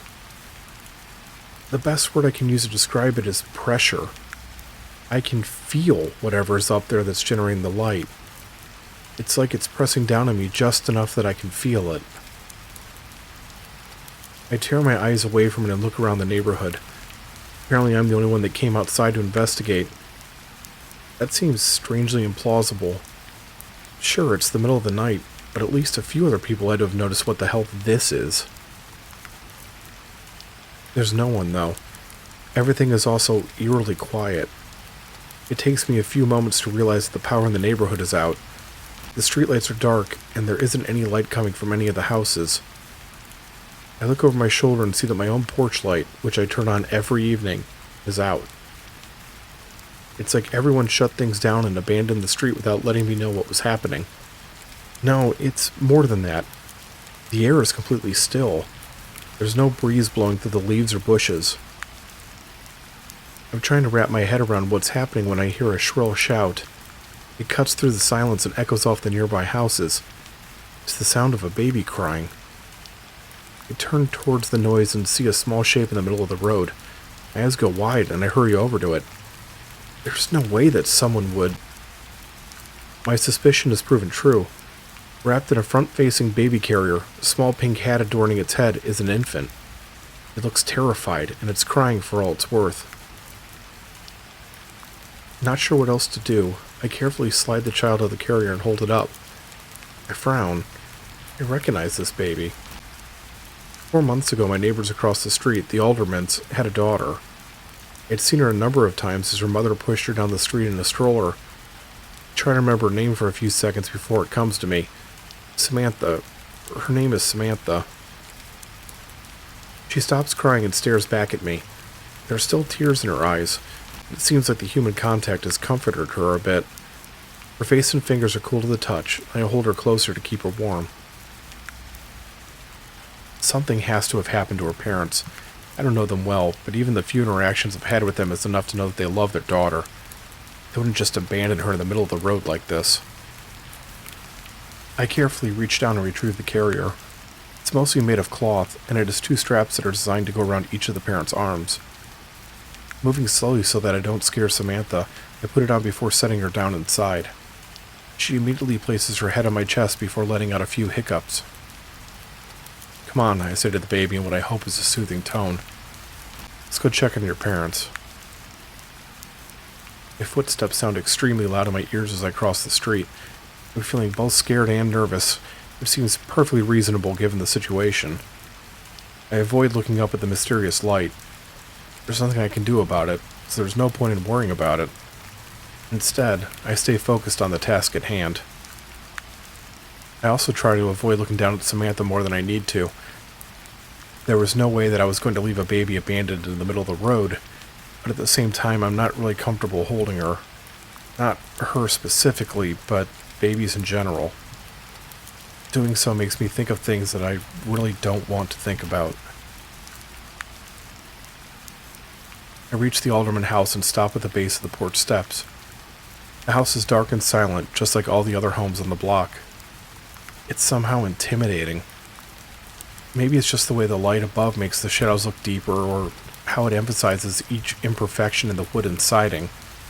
Whatever it is, it's got the hairs on the back of my neck standing up. I turn my head to one side. I would swear that I just heard something. It was off in the distance, so I can't be completely sure, but it sounded like... jingling? Is that the right word? It was like the sound of coins clinking together. I listened closely. There's only silence now. Returning my attention to the matter at hand, I ascend the porch steps and go to the front door. There's something taped to the small glass window towards the top. Frowning, I knock on the door and wait. There's no response. I try again, but it leads to the same result. After a brief hesitation, I attempt to turn the doorknob. It's locked. Not knowing what else to do, I reach up and pull the object free from the window, making sure not to jostle Samantha too much. It's a note. No, I correct myself. Not a note. It's a folded picture. The paper stock is glossy to the touch. There's a note written in black pen on the white backing. Gone to the Coplings. I know the Coplings are a family here in the neighborhood, but I'm not sure which house is theirs. I look down at the baby I'm carrying, and she stares right back up at me. Is her family on the way to the neighbor's house when they had left her in the road? It didn't make any sense. I can't imagine they just abandoned their child for no reason. Had they been taken against their will? If that's the case, why wasn't Samantha taken with them? I have no way of knowing the answers to those questions, or even if they're the right questions to be asking. I unfold the picture and step back into the light to get a better look at the image. It's in black and white, and I'm not really sure what I'm looking at. It kind of looks like one of those sonogram pictures that are taken of a woman's womb when she's pregnant. This one doesn't really show anything, though, except a dark, empty space in the center. Folding the paper once again, I retape it to the window. There's no point in bringing it with me. Let's go back to my house, I say to Samantha. I don't know where the Coplings live. With the power out, it's not like I can go online and look it up either. However, I'm pretty sure that I have a phone book buried in one of my kitchen drawers. If that's actually the case, there's a chance that I can find the address there. I come to a stop on the sidewalk. There's that noise again. I turn my head towards it. This time I see something down at the far end of the block. There are two figures approaching, one shorter and thin and the other tall and massive. The smaller one is holding what appears to be an old lantern. The glowing orange flame inside looks very out of place in the washed-out colors of the world around it. The person holding it is a woman, and although I can't make out many details due to the distance, I can tell that her hair is pulled back in a tight bun, and she's wearing a long black dress that is buttoned up almost to the chin. The other figure is a man. He's the largest person I've ever seen, easily 7 feet tall and built like a tank. He's wearing a long black leather coat that just barely avoids touching the ground, and his gloves and wide-brimmed hat are made of the same material. A strip of leather covers his mouth and nose. The shadow from the hat completely covers his eyes in darkness. Wrapped around his right arm is a thick metal chain. It clinks as he walks. It must be the source of the sound that I've been hearing. I take a step back at the sight of it. The light from the lantern is glinting off of something woven through the links. It's barbed wire. The sight of the hideous chain is enough to make my stomach churn. The way he carries it makes it clear that he intends to use it as a weapon. There's no reason I can think of for him to use a chain wrapped in barbed wire over a more efficient tool, except to cause as much pain and damage as possible. Instincts take over. I hurry back into the shadow of the house and continue into the side yard. Placing my back against the siding, I crane my neck around the corner so that I can watch the two figures. The woman is speaking to the man. Normally I wouldn't be able to hear what she was saying at this distance, but the silent world I'm in now lets her voice carry. "Can you feel it, Father?" the woman says in a flat tone. "He is here."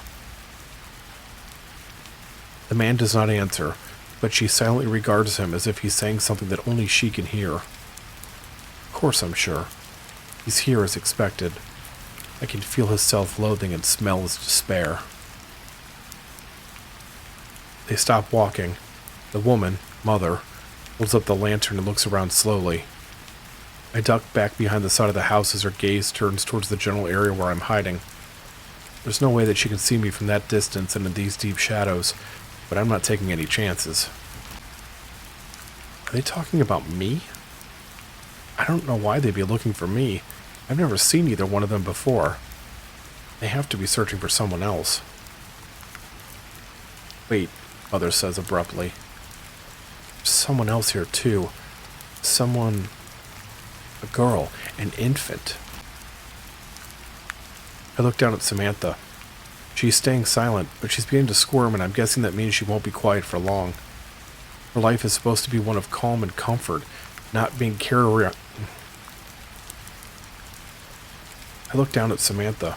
She's staying silent, but she's beginning to squirm, and I'm guessing that means she won't be quiet for long. Her life is supposed to be one of calm and comfort, not being carried around by a stranger as he stumbles around in fear and confusion. Take the child first, Mother is saying. Every moment she's with him is a moment that she isn't safe. He will inevitably fail her. The words cut through me like a knife. While I still don't know if I'm the one they're searching for, it feels like what she said was intended for me. Samantha makes a protesting sound. I quickly pat her lightly on the back and tell her that everything is okay as quietly as I possibly can. I watch as they draw closer. Mother stops at the mailbox in front of my house and examines it for a moment. She nods. "This one, Father," she says. "This is his home." Without a word, the giant brute stomps up the short path and onto my house's porch. The wood groans under his weight, and I hear a loud snap as one of the boards breaks. He stops at the door for a few seconds and looks it up and down. Seemingly satisfied with what he sees, he continues forward and walks to the door. I stare at the hole in shock. Father didn't open the door or even pull it from its hinges. He simply walked right through it as if it was no thicker than a piece of paper. He didn't even bother to raise an arm as he did so. Crashing noises echo around the neighborhood as he moves through my house. A part of me wonders if this is what people feel like when they watch a tornado rip through their homes. This man is a force of nature that seems determined to destroy anything in his path. There's a sharp crack as the house visibly leans to one side. He's going right through the support beams. I really believe that the entire structure is going to fall. Before that can happen, though, he emerges through the shattered doorway. So he is not home, Mother says. He's somewhere nearby, though. She looks around the surrounding home slowly, the lantern raised and her eyes narrow. "You can hear me, can't you?" she calls out.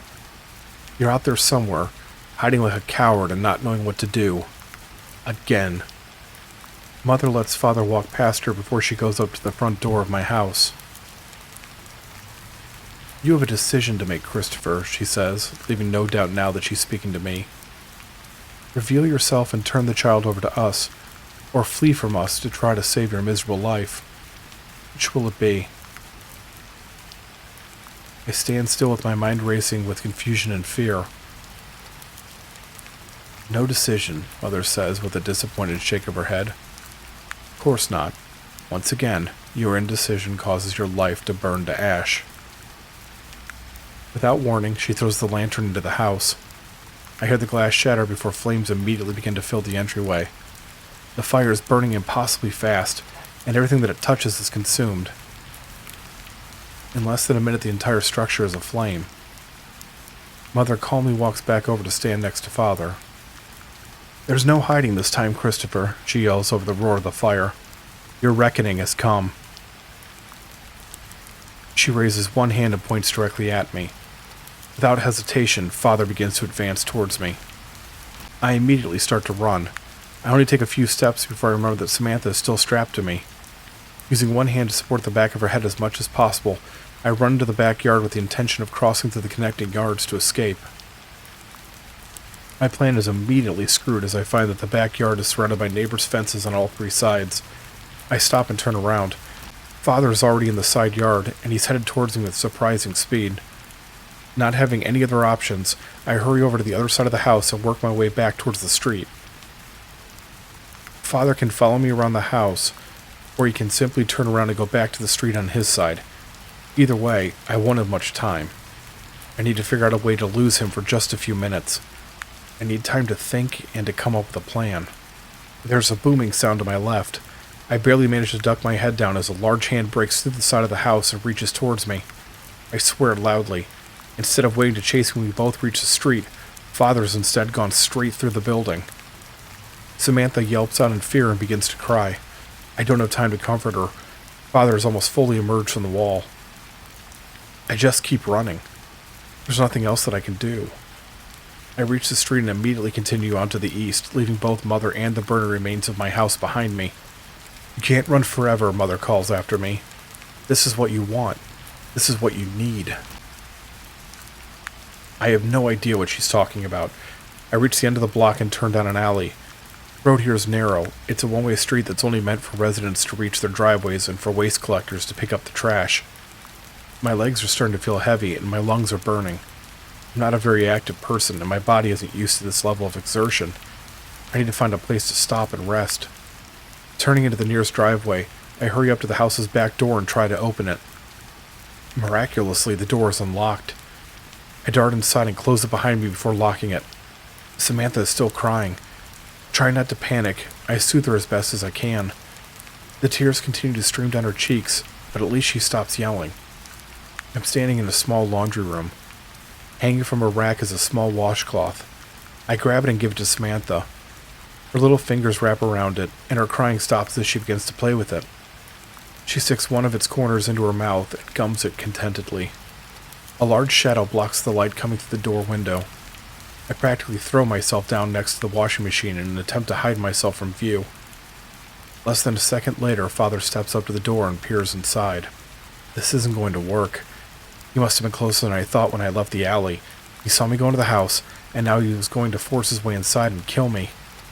I looked out the small baby in the carrier. Kill us. He turns away from the door and leaves. I blink as I stare at the window in incomprehension. I can't believe what's happening. He hadn't seen me after all. I let out the breath that I hadn't known that I was holding. I'm not sure how long I'd just sit there before I finally get back up. We're safe, if only for a little while. I walk through a doorway into the house's kitchen.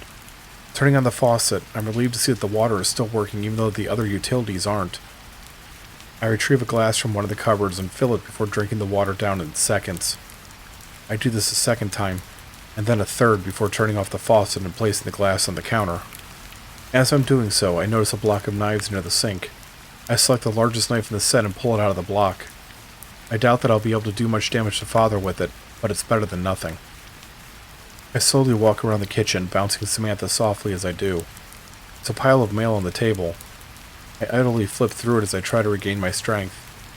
According to the envelopes and mailers, I'm in the home of the Franklin family. I come to the last letter and pause. This one has a different address on it. It must have been delivered with the rest by mistake. I slide it out of the pile and take a closer look at it. It's addressed to Melinda Copeland. I glanced down at Samantha. The note at her house had said that her parents were going to the Copelands. I hadn't known who that was at the time, but now through sheer dumb luck I have their address. 248 Tall Elm Drive. It's as good a place as any to go. There might be more people there, and if we're going to survive what's happening, we'll need as much help as we can get. I last saw Father prowling out in the alley, and I definitely don't want to leave the house that way. Leaving the kitchen, I go into the next room and head towards the front door.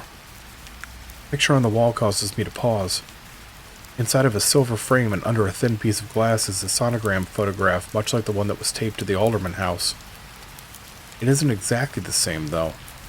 It's difficult to tell for sure in the dark, but this one seems to have a gray shape in the center. I lean in closer to get a better look. "This is what you wanted," Mother suddenly says, shattering the silence. I spin around in surprise and terror, but there's no one there. "You've laid awake in your bed every night and asked for this to happen," she says. I can't tell where she's speaking from. Her voice seems to be coming from both everywhere and nowhere at the same time. "You even prayed for it. Imagine, a man like you actually praying. How absurd. You begged to God that you have never believed in to help you, to take mercy and pity on you. But you and I both know that it's not mercy and pity that you need. Not what you deserve. Father and I are here to do what truly needs to be done." "What are you talking about?" I demand, my anger and frustration temporarily replacing my fear. "You know exactly what I'm talking about," she snaps.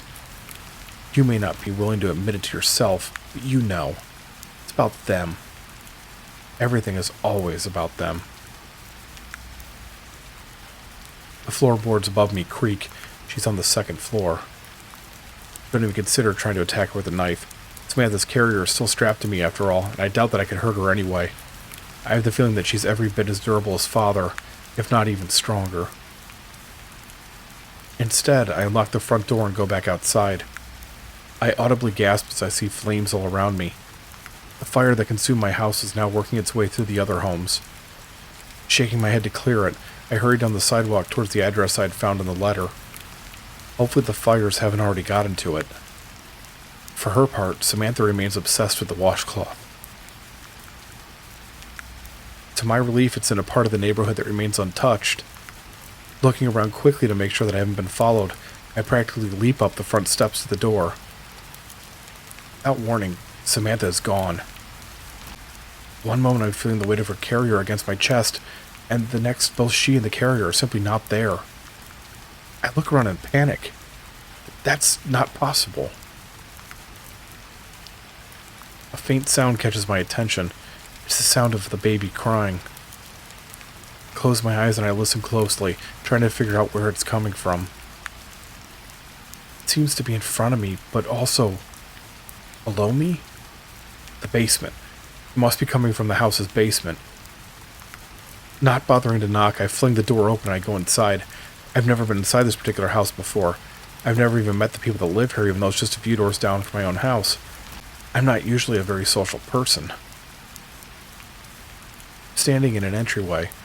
In front of me is a staircase leading up to the second floor, and to my right is the kitchen. To my left, sitting in a small chair in the tackily decorated living room, her hands folded in her lap, is Mother. My grip tightens around the knife, but I don't move. She doesn't either. Instead, she simply sits there, her eyes locked on mine. There's something different about her now. I'm not sure what that something is. I hear Samantha cry again. It's closer now, less muffled. Setting my jaw, I step through the archway and into the living room. Mother remains in her chair as she silently watches me. As I come to a stop in front of her, her eyes slowly lower down to the knife. "You don't need that," she says. There's none of the earlier menace in her voice. If anything, she sounds defeated and tired. The change in her demeanor makes me feel unsure of myself. It doesn't make any sense. First she's trying to kill me. Now she seems like she's completely disinterested. "You can't take it in there with you anyway," Mother continues. "Just set it on the table. Nothing here is going to hurt you. Not in a way that something like a knife will protect you from, anyway." Above the chair she's sitting in is a large portrait. Inside of the frame is another of the black and white sonogram pictures. I stare at it for a long moment before dropping the knife onto the carpet. I recognize this one. Something in my mind clicks into place. I recognized all of them. This one is forcing me to admit that. The womb in this sonogram is full. I can easily make out the fetus within, the curve of its head and the shapes of its arms and legs. Part of me, a big part, wants to break down and weep as I stare at the child. Whatever damn there is inside of me continues to hold, though. The tears don't come. I jump as something touches my hand. I look down to find that Mother has taken it in her own and is staring up at me. There are dark circles under her eyes, and the expression on her face makes it seem like she's carrying a great weight. "Soon," she promises. "You understand now why the Lodge sent me and Father? It's the answer to those prayers you've sent out into the universe." I look at her without answering. I don't know what this Lodge she's talking about is, but the rest of it... Samantha's cries bring me back to what I was originally doing. Slipping my hand out of Mother's, I cross the room to the closed door at the far end. I take one last brief look at her over my shoulder. The baby's wailing rises to an almost deafening level as I reach towards the doorknob. My fingers stop less than an inch from the metal. I know what's waiting for me beyond that door. I shouldn't, but I do. It terrifies me far more than anything else that's happened. Taking a deep breath that catches in my lungs, I open the door and go inside. The crying stops. I'm no longer in the house. Instead, I'm standing in a dark hospital room. A bed sits up against one wall, with a number of machines standing next to it. I recognize the room immediately. It's the place where I spent the worst moments of my life. I stand inside this room every time the nightmares come when I sleep. The nightmares always come. She's not in the bed. Instead, she's leaning up against the wall and staring out the open window. The curtains flutter gently as the night breeze pushes against them. She's dressed in a white hospital gown, and her hair is pulled back into a ponytail. "What do you think it is?" she asks without turning around. The sound of her voice cuts through me. I haven't heard it in so long. I'm convinced that even if she was standing in the middle of a giant crowd, I would still be able to distinguish her voice from all the rest. "The light over the town," she prompts, pointing out the window with one finger. "What do you think it is?" "I don't know," I answer after swallowing hard. "I wonder if anyone does." I swallow again. "Is this real?" She turns away from the window and looks at me with those large brown eyes. "I don't know. Doubt there's any way to know for sure. I want it to be." I join her at the window.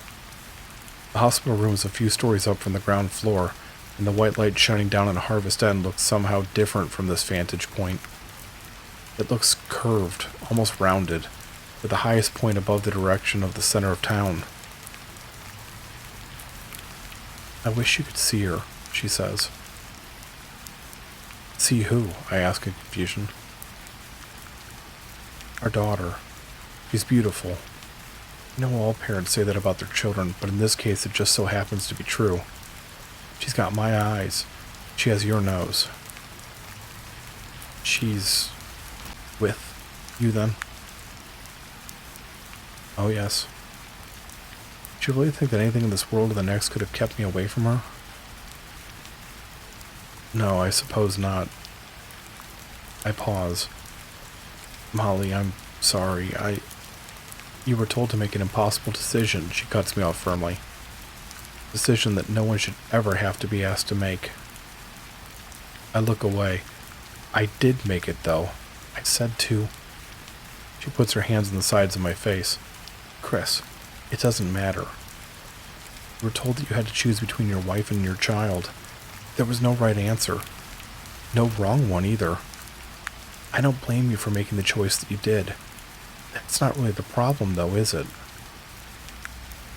I don't know how to respond to that.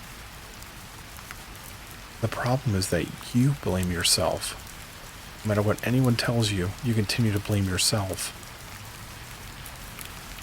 "It is my fault, I insist. I was told to make a choice, and by the time that I did, it was too late." She shakes her head. "You're leaving a pretty important part out. The doctor told you that only one of us could be saved, but even then it would be extremely low odds.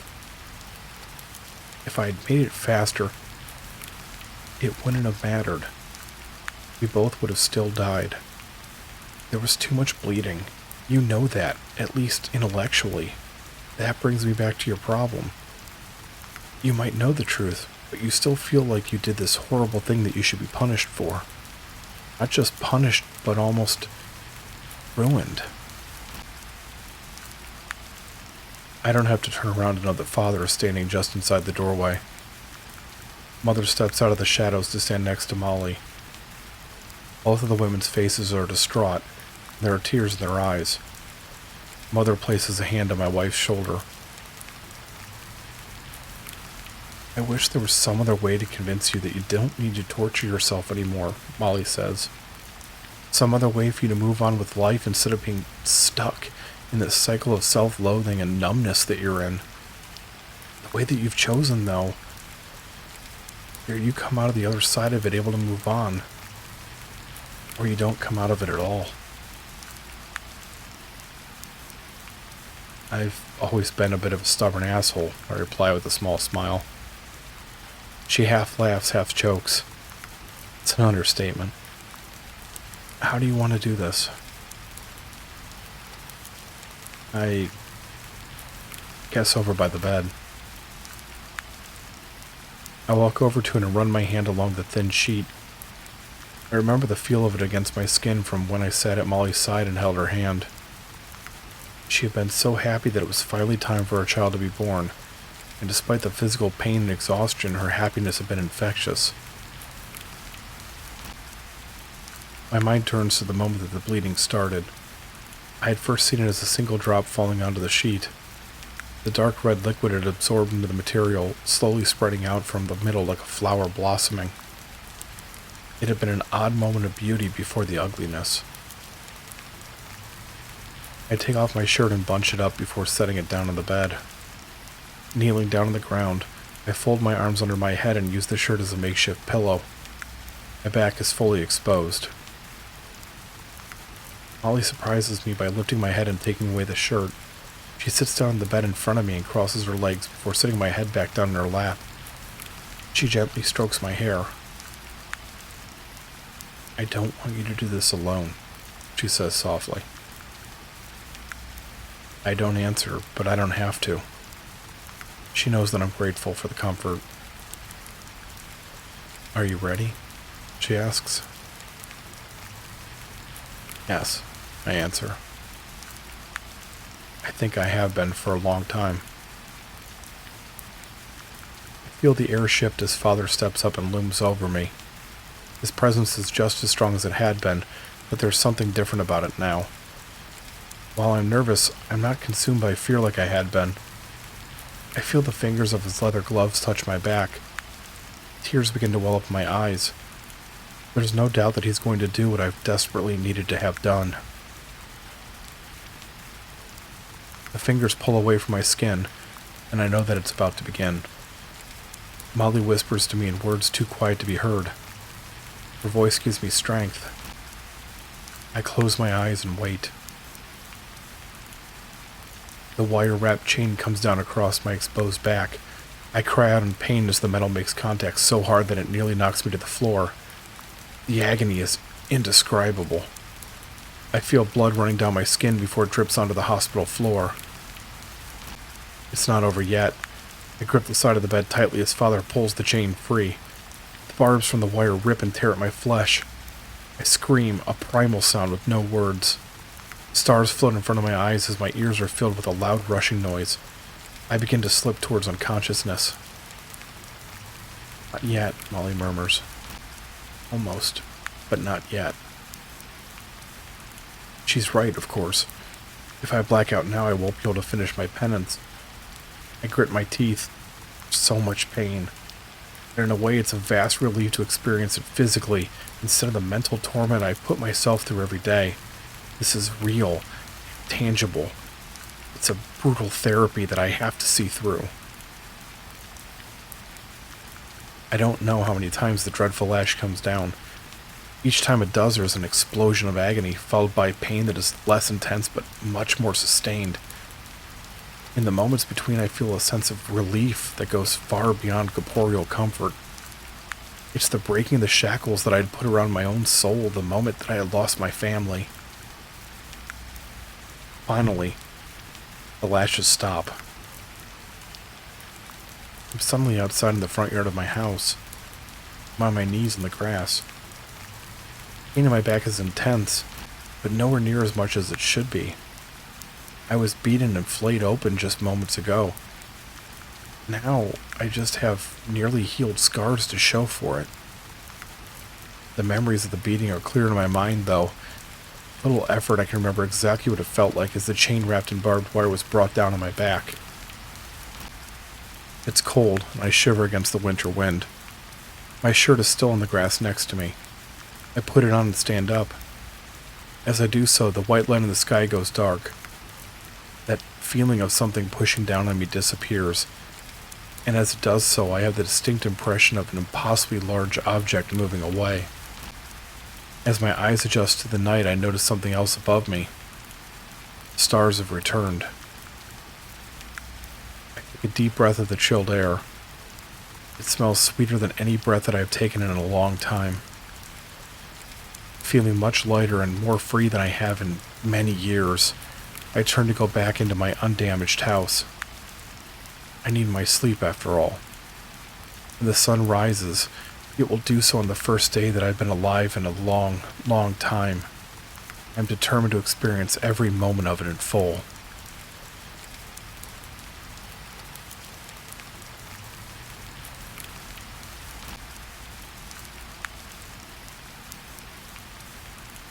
Just up ahead, the glow of the fire inside stretching out from under the front door, is the tavern that is my destination, and I am afraid. Not of the tavern itself.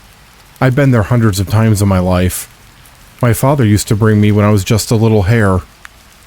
It is a place that has brought me both entertainment and comfort. Even now I feel the same way about it, and on any other night I would want to hurry inside and drink down a mug of ale with friends and neighbors. The Hanging Nail is welcoming to all. What brings a chill to me has nothing to do with the cold night wind or the gently falling snow. It is the thought of facing those gathered in the tavern this evening. I'm not one for public speaking at the best of times, and now I'm going to be begging, hat in hand, for assistance. It's not my pride that I'm worried about. My fear comes from knowing that it's quite possible that all the animals present will reject what I have to say. If that happens, I shake my head, feeling tiny crystals of ice fall from my ears. No, I can't think like that. They have to listen. It concerns them just as much as it does me. Their homes and families are in just as much danger as mine is. Some of them have caught glimpses of the darkness that lurks beyond the village lights late at night, and those that haven't have certainly heard the sounds and felt the horrible presences. They must listen, and if they don't, they must be made to listen. If we do nothing and continue on as we have, we'll all soon be dead. Or worse, because there are things out there worse than death. I've witnessed that with my own two eyes. I glance out towards the gate into the looming shadows of the woods just out of reach of the lamps. Even if I do manage to convince my fellow townsfolk to go along with my plan, it's possible, likely, that we'll still meet with a terrible fate.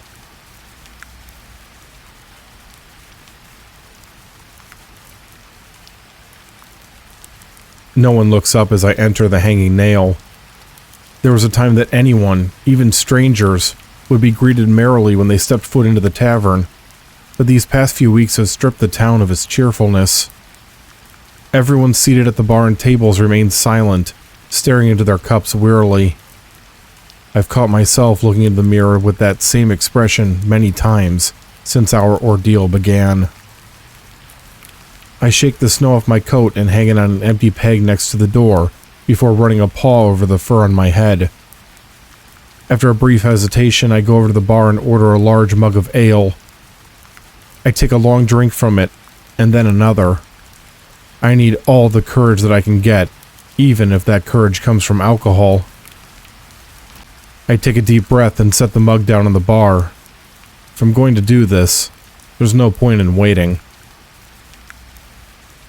Before I can say anything, my eyes fall on two mice sitting at a small table in the far corner. One is brown fur with scattered gray strands, and his face is adorned with dark-lensed glasses. His companion is a young girl. Her fur is completely white, and she is slowly eating a bowl of soup with an air of calm disinterest. I don't recognize them, and I know all the animals in the village. It takes a moment to remember that my wife had mentioned them to me that afternoon in passing. They were travelers just passing through town. I feel sorry for them. It's awful luck for them to have come here now, especially with the girl being barely older than a pup. Turning my attention away from the strangers, I clear my throat and pound my hand on the bar to get everyone's attention. "Good evening, animals of Dunsworth," I begin. "Please, may I have your attention?" The Hanging Nail is silent. There hadn't been much noise to begin with, but all the sound that had been present is gone now. My nervousness increases as I realize that everyone is listening, even if most of them haven't turned their heads towards me. "My name is Henrik Pale," I continue. Of course, you already know that, just as I know all of you. Everyone is known. I pause a moment to collect my thoughts and mentally berate myself for rambling. These past few weeks have been difficult, to say the least, I say.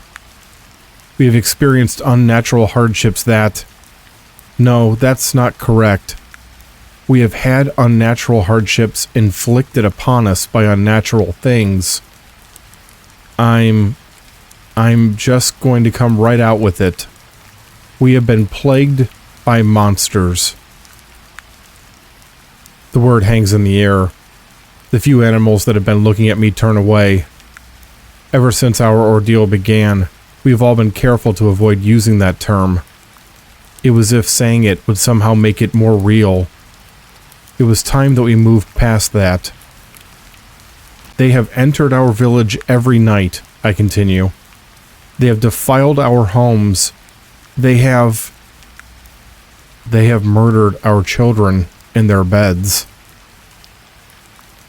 I hear the sound of a gasp and turn towards the noise just in time to see Simon Wells bury his face in his hands. 2 nights ago, one of the fiends had killed the possum's youngest son as the boy slept. The child's screams had echoed down the street as the beast fed on him and dragged his remains out into the forest. By the time anyone had been able to react, all that was left was a trail of blood-soaked snow leading into the darkness. Simon, I am so sorry for your loss, I tell him sincerely. Jacob was such a special boy. What happened to him was unspeakable. I return my attention to the other tavern patrons. What happened to Jacob Wells has happened to nearly a dozen children since this began. These monsters don't stop with children, though. They've attacked adult animals as well, both male and female. Over the last week, they've become more aggressive, more sure of themselves, more bold. At first, they stayed away from lit lamps and torches, and they only attacked when someone was alone. Neither of those things are true anymore. Do you think that we don't know this? An angry-looking ferret speaks up. I don't think that at all, Gregory Bolins. We all know and understand what's happening to our village, and yet we remain silent about it. We continue to allow these monsters to take what's most dear to us instead of standing up to them. Bolins pushes his chair out from the table and stands up to his full height so that he's looking down at me. What would you have us do, Henrik? He demands. You saw what was left of the constable when he tried to stop these things. He was a soldier. He fought in the war. If they did that to him, what chance do you think farmers and shopkeepers have? No chance at all if we cower in fear, I snap back. They'll hunt us down one by one. If we stand together, though, we might just be able to protect ourselves and our families. With what? Bolins presses me. You'd have us fight monsters with our paws and teeth? We fight with whatever we have. I'm starting to get annoyed. Like you said, we're farmers and shopkeepers. We have pitchforks for our hay. We have axes for the trees. We have the knives and tools in our shops. Anything that we can find. Bolin seems surprised by my outburst. His mouth moves as if he wants to reply, but no words come out. After a long moment, he shakes his head and sits back down in his chair. I take a few seconds to collect myself. We have to stand together, I repeat. If we use everything available to us, we can do this. Muskets, a vole says from the far side of the barroom. The general store just got in a handful of muskets, along with balls and powder. Yes, thank you. Don't you all see? We have more resources than we think. We can post someone in the church clock tower, a chipmunk suggests. They can listen for the whistles and watch for the torches to get help when it's needed faster. That's an incredible idea. Folks, we can do this. Are you with me? I look around the room and see my fellow villagers nodding in agreement. Their faces are grim, but there's determination there as well. Even Bolin seems to be won over. Only the two mice travelers at the corner table are turned away from me now. I understand. They're not from Dunsworth.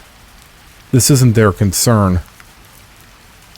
Over the next hour, we organize our town's defense. Patrol groups are formed, and supplies are gathered and brought to the tavern. The muskets are distributed amongst those with experience using such weapons. Most of us have never held one, let alone prepared or fired one. There isn't time to learn now. Each patrol group is assigned one animal with a musket. The rest of us will have to make do with other armaments. We decide to send Prollo Kent to the clock tower. The sharp-eyed otter is used to hunting in the dark woods. He will be stationed there with his brother Balin. When Prollo sees trouble, he'll yell to his brother to light the lanterns on the side of the tower nearest the danger. All the other patrols will run in that direction to help. It's a rudimentary warning system, but it's the best we can come up with. For a while, the flurry of activity keeps us all occupied. As the preparations come to an end, however, silence descends on the tavern. Without something to keep our minds busy, the reality of what we're doing sets in. I'm trying to think of something to say to raise everyone's spirits, but long before I find the words, it's surprisingly Bolin's who clears his throat and addresses the room. Well then, if we're doing this, we'd best be getting to it, he says. It's not much of a rallying cry. Everyone nods, however, and I realize that it was the perfect thing for him to say. Our town has never been overly prosperous. We've all had to work ourselves to the bone at times to provide for our families, and in doing so, we've had to take on tasks that are difficult and sometimes even distasteful. Whether he intended to do so or not, he's made this seem like one of those tasks.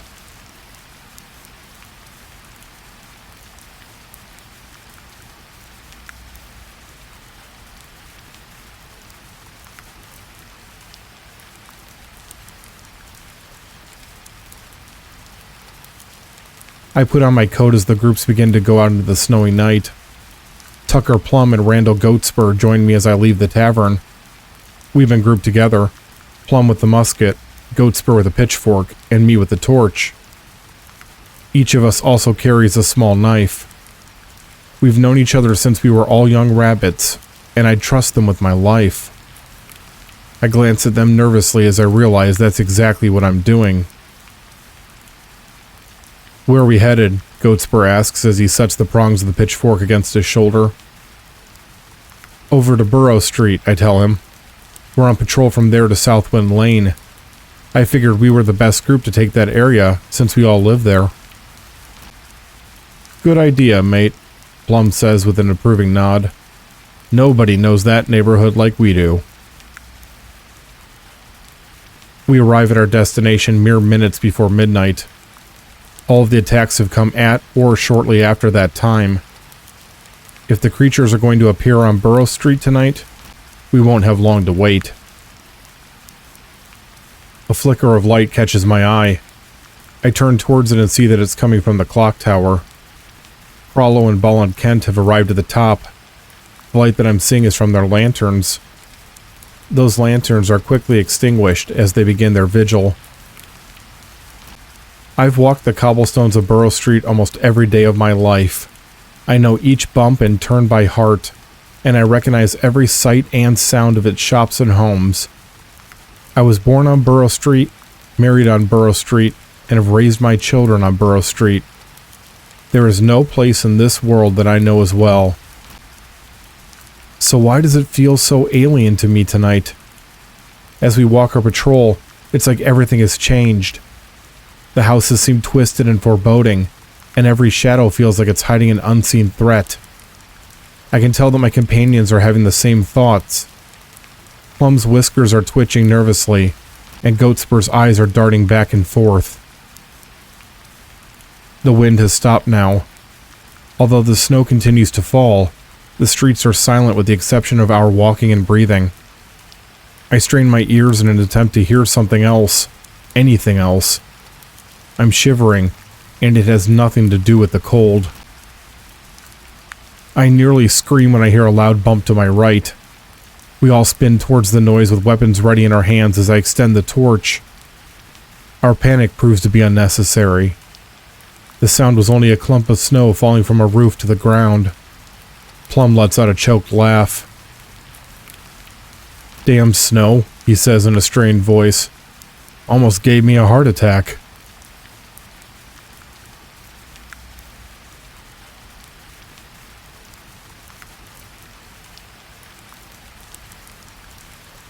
I open my mouth to reply, but as I do so, I hear it.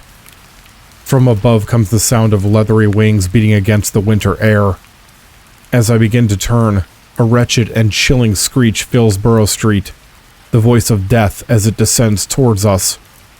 A great black creature blocks out the sky as its wings extend outward and it falls upon us. The musket fires aimlessly as razor-sharp fangs dig into Plum's neck and lift him off of his feet. Plum screams in agony, but that scream is quickly cut off as the fangs puncture his windpipe. It becomes a horrible gurgling. Bloody foam bubbles out of his mouth as his eyes glaze over and his body goes limp. The monstrous shadow releases his body and it strikes the cobblestones with a sickening thump. Goatspur charges forward with a gut-wrenching cry of loss and rage. I reach out to stop him, but I'm too late. He thrusts the pitchfork directly towards the monster's chest. One of the wings almost casually lashes out and tears the weapon from his grasp. It is thrown into the darkness, and I hear it clatter against the street somewhere in the distance as the creature lifts its foot and pins him to the ground. I'm hurrying towards him before I even know that I'm moving. I stab at the creature's leg with my knife. It doesn't even break the skin. The creature ignores me completely as it moves its foot up higher on Goatspur's body until the claws are around his neck. It twists its foot slightly, and his neck breaks with a loud crack. They're dead. That just keeps repeating in my head. They're dead. They're dead. The monster turns its head towards me. Instinctively, I wrap both paws around the torch and thrust it in front of me. The flame doesn't deter the beast, but the light it produces does give me a clear look at it for the first time. I take a step back as I stare at it uncomprehendingly. Directly in front of me, blood staining its fangs, is a bat almost twice my size. Its black hair is matted down in places, and its long wings have a number of small tears in them. The animal's eyes are open wide and have a crazed look to them. They twitch in their sockets as it takes a step towards me. I know this creature. It's a part of a colony of bats that lives half a day's walk from Dunsworth in a pass leading towards the mountains. In the winter, it's almost impossible for any animal that doesn't fly to reach their village. But in the summer months, there's a steady exchange of goods and services between us. They've been friends of Dunsworth for generations. Something has happened to this bat. It's wild and frenzied, like it's been consumed by bloodlust. As it comes closer, I get a better look at those crazed eyes. There's nothing resembling civility or intelligence within them. There's only hunger. The bat comes at me, walking slowly and leaving red prints in the snow. I back away quickly as I make sure to keep the torch between us. The creature is unafraid of the fire. It continues forward. The back of my heel comes into contact with something hard. I'm trapped up against a building. It leans in closer. I hold the torch out, but it swipes it out of my hand just as easily as it knocked away Goatspur's pitchfork. The torch lands in the snow and extinguishes with a hiss, plunging everything into darkness. Even as my eyes struggle to adjust, I can still see the black shape of the beast against the gloom. I can feel its hot breath on me now.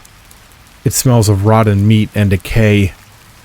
The breath presses against me like a physical force, and I push myself as tightly against the wall behind me as I can. My left ear twitches as I hear yelling and the sounds of running nearby. The bat remains where it is for a pair of heartbeats. A burst of air blows against my fur as the creature launches itself into the dark sky and disappears completely from sight.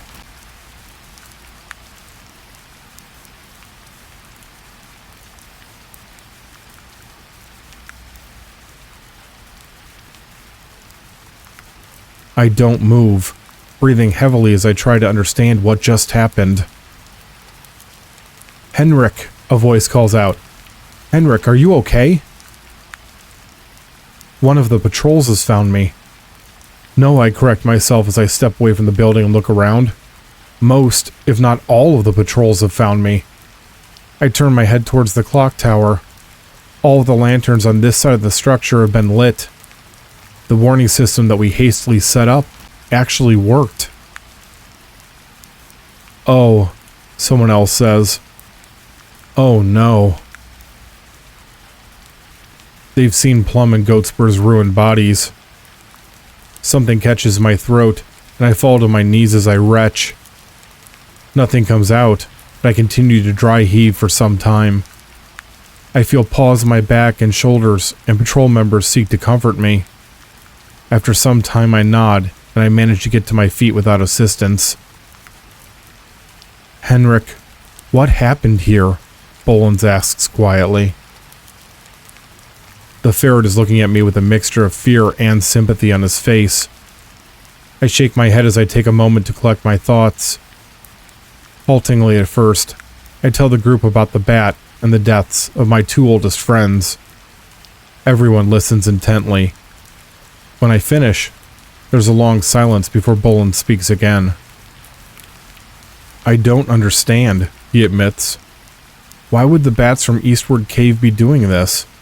We haven't done anything to deserve this."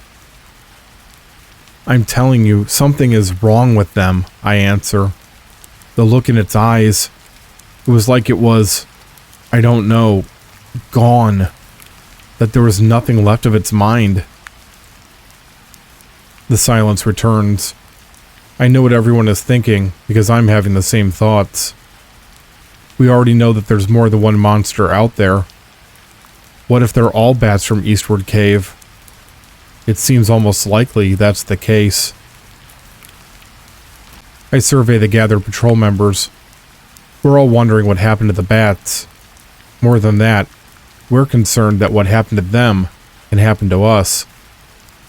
We've all heard the campfire stories of perfectly healthy animals that are changed into feral and dangerous shells of their former selves. Those stories are told to scare children or to get a laugh out of adults.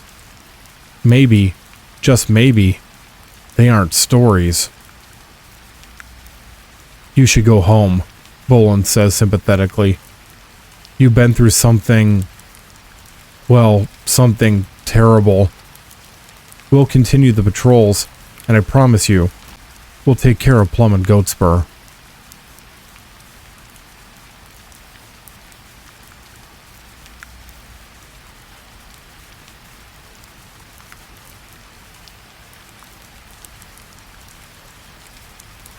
I start to object, but I'm overcome by a sudden weariness. With the fear having faded and the adrenaline no longer pumping through my veins, I feel drained. I look over at my old friends. A cloak has been laid over each of them. I can't do anything for them now. In the morning, I'll speak with their families. I'll make sure that their wives and children know that they were brave and loyal until the end. I don't speak, but I nod once and begin walking towards home. The group parts to let me through. No one says anything. After all, what can be said? My house is only a short distance from where we were attacked. I walk in a daze. I'm responsible for their deaths. Tucker Plum and Randall Goatspur would be alive if I hadn't convinced them to go along with my insane idea. They're dead because of me. I reach the house. I put my paw on the doorknob but don't turn it. How am I going to explain this to my wife? She knew them almost as long as I did. They were both in our wedding party. Our families had dinner together at least once a month. How can I possibly tell her that they're gone? I open the door and go inside. None of the lights are on. Something about that makes me pause, but in my current state I can't think of why it worries me. It's very late after all, and Mary and the children are likely asleep. I take off my coat and hang it on a peg near the fireplace. Once that's done, I place my dagger on the mantel. It had been such an ineffective weapon against what had come for us. I hope that if the patrols encounter whatever the bats have become, they have better luck than we had. We didn't know what it was that we were hunting, though. Maybe knowing will be the difference for the others. Before going upstairs, I use the bellows to blow more life into the embers in the fireplace. There's already a chill in the air, and I know from experience that if the fire goes out completely, the house will be uncomfortably cold by morning. Our youngest child, Soraya, is always the first one awake, and she'll complain about the cold floors when she... My eyes widen as I realize what is bothering me. The house shouldn't be completely dark. Marie always leaves a lantern lit in the hallway for Soraya, as the little girl gets up to use the bathroom at least once every night. I should see the glow coming from the stairwell. There's no light there. I pick the knife back up. It could be nothing. Perhaps the lantern simply went out, or maybe Marie forgot to light it before going to bed. No, it's more than just an unlit lantern. I know Marie too well to think that she would go to bed while I was out putting myself in danger. She would wait up the entire night until she was sure that I was safe. I stop at the bottom of the stairs to listen, my long ears straining. A floorboard creaks above me as weight is put onto it. I wait for another sound, but nothing comes. Keeping the knife held out in front of me, I begin to ascend the stairs. I take the steps slowly, stopping after each to listen. It feels like hours have passed when I eventually reach the top. As I look around the dark hallway, my feeling of unease grows. The house is too quiet. Both of my sons snore so loudly that they can be heard in the hall outside of the bedroom door. Now, there's only silence. I flinch as a floorboard creaks again. It comes from my right. That's Soraya's room. 1,000 horrible thoughts flood my mind. I open the door and step inside with my knife at the ready.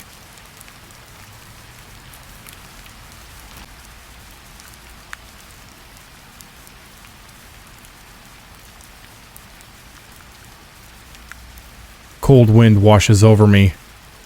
Marie is holding Soraya in her arms as they huddle together in one corner. They're both shivering and staring in terror at the far side of the room. Framed by the open double window, illuminated by the moon that has now broken through the clouds, is a bat.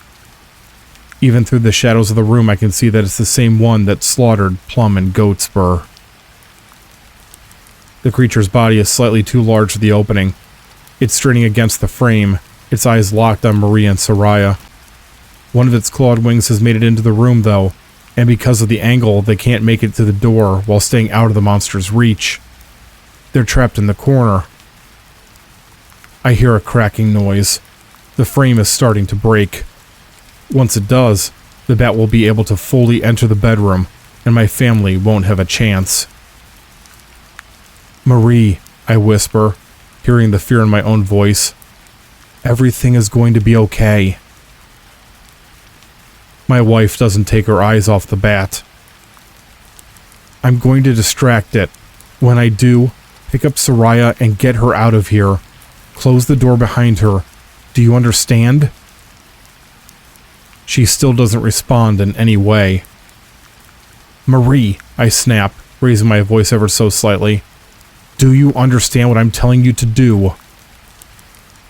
Her eyes finally turn towards me before she nods once. Her expression tells me that she knows what I'm about to do, and that she wishes with all her heart that I wouldn't. Soraya is what matters, though. The children are what matters. I should be afraid. Instead, I'm angry. So overwhelmingly angry. First, this beast took my two best friends, and now it wants to do the same thing to my family. I won't let this thing touch a single hair on Marie or Soraya. The window frame cracks further, and the bat manages to pull itself slightly further inside. I don't care. I'm already rushing forward right towards the nightmarish face. The knife hadn't hurt the creature in our first encounter, but I'm determined to take my pound of flesh before the inevitable happens. With a cry of pure rage, I plunge the dagger into the bat's nose. This time the blade sinks into the flesh. It isn't far, but it's enough to draw blood. The creature shrieks and pulls back slightly. I pull the weapon free and slash again. I feel the air being pushed by the wing a split second before it strikes me. I'm thrown so hard against the wall that the nearby mirror is shaken and falls off. The glass shatters at the same moment my body hits the floor. My head spins and I taste copper in my mouth. The frame collapses completely. I hear it coming towards me, but I don't pay attention to that. Through the haze, I can see the bedroom door shut as Marie and Soraya escape the room. They're safe. Thank whatever God is listening that they're safe.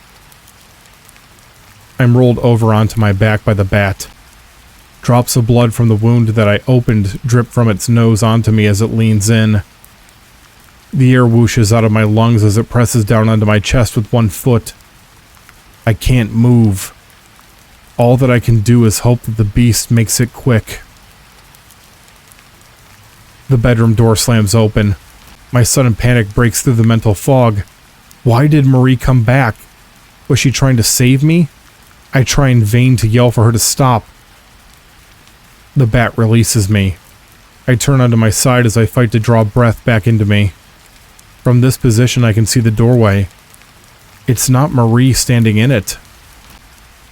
Instead, it's the mouse that I had seen earlier at the hanging nail. His companion isn't with him, but there's a sword in his right hand. With the left, he reaches up and removes the dark glasses he's wearing and tosses them aside. As he does so, he reveals his eyes. They're glowing a deep red. Almost faster than my own eyes can track him, he leaps towards me. Not towards me, over me. The sword glints in the moonlight as it flashes by. Its sharp blade cuts through the bat's head like there's no resistance at all. The mouse continues the stroke until it has come out partly between the shoulders. The severed section splatters against the same wall the creature had thrown me into, while the rest of the corpse drops to the floorboards.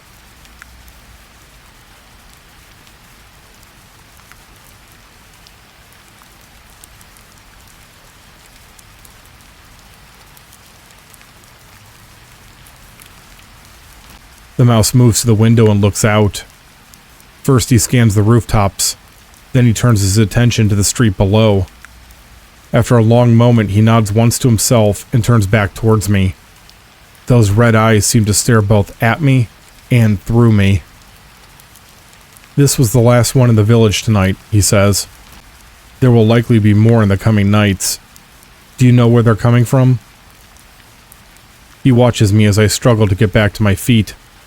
As he waits, he wipes the bat's blood off on the dead creature's wing before sheathing it. Do you know where these bats are coming from? The mouse asks again. Yes, sir, we do, I stammer. There's a cave nearby. You'll need to deal with this tomorrow before the sun goes down. I saw that there's black powder at the general store. I'm having difficulty keeping up with him. Yes, some of the farmers use it to clear boulders from the fields. The mouse nods. When the sun comes out, take as much of it as you can find to that cave. Use it to collapse the entrance so that these things can't get out. But there's only one entrance, sir. They'll be trapped inside and eventually starve to death. He raises an eyebrow. Would you rather that they slaughter everyone in this town instead? That's what will happen if you don't do as I say. Without waiting for a response, he walks over to the dead bat. He uses one foot to push the head to the side so that he can get a better look inside the opening his sword created.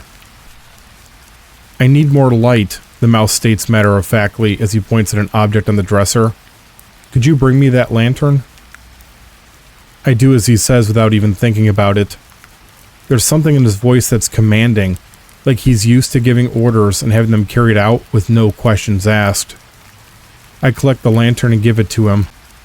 He reaches into his coat and retrieves a box of matches. With one smooth motion, he strikes one of the matches against the side of the box and uses it to light the lantern. The orange glow illuminates the bat's remains. "What are you looking for?" I ask quietly. "I'm not sure," the mouse admits. "There has to be a reason why... Well, what's this? Something in the brain matter." He reaches into his coat again, and this time he produces a small glass vial. He dips it into the bat's opened skull. When he extracts it, the lantern's light reveals that it's now filled with a dark purple liquid. He stares at it for a long moment before putting in the stopper and slipping it into one of his coat's pockets. "I'll need to have this examined," he says, patting the pocket. "Maybe it can explain how and why this poor animal was driven mad." He shakes his head as he retrieves his dark glasses from the floor and puts them back on. "I don't understand what's happening," I tell him. All of this is overwhelming. What I do know is that you saved me and my family. I can't begin to tell you how grateful I am, Mr. My name is Alistair Keth," he introduces himself with a small bow. "And there's no need to thank me. Truth be told, I wouldn't have intervened if my traveling companion hadn't insisted." "Oh, I'm not sure what to say to that." "Well, thank you anyway, Mr. Keth, and please, convey my thanks to your companion as well." "I will. At the moment, though, I need to be going. We need to make it to the train yard at Yaltar before the evening trains leave. Remember what I said about that cave entrance?" With that, he leaves the room. I stand there looking at the empty doorway for a few seconds before I step around the bat's corpse and look out the window. Keth appears down below as he leaves the house and starts walking in the direction of the hanging nail. He's almost out of sight when he stops and turns his head to look up at me. "Burn the bodies," the mouse calls up, his voice as cold as the night. "Both the bats and those they've attacked. Don't breathe in the smoke. Something horrible happened to these animals. Make sure that same thing doesn't happen to your village." He continues on and disappears from view, leaving only his footprints in the snow behind. Keth's last words repeat over and over in my head. Those words are punctuated with images of my wife and daughter cowering in a dark corner of our home as they're being terrorized by a real-life monster. I turn away from the window and leave the bedroom. It will be sunrise in a few hours, and there will be a lot to do before sunset. None of it pleasant.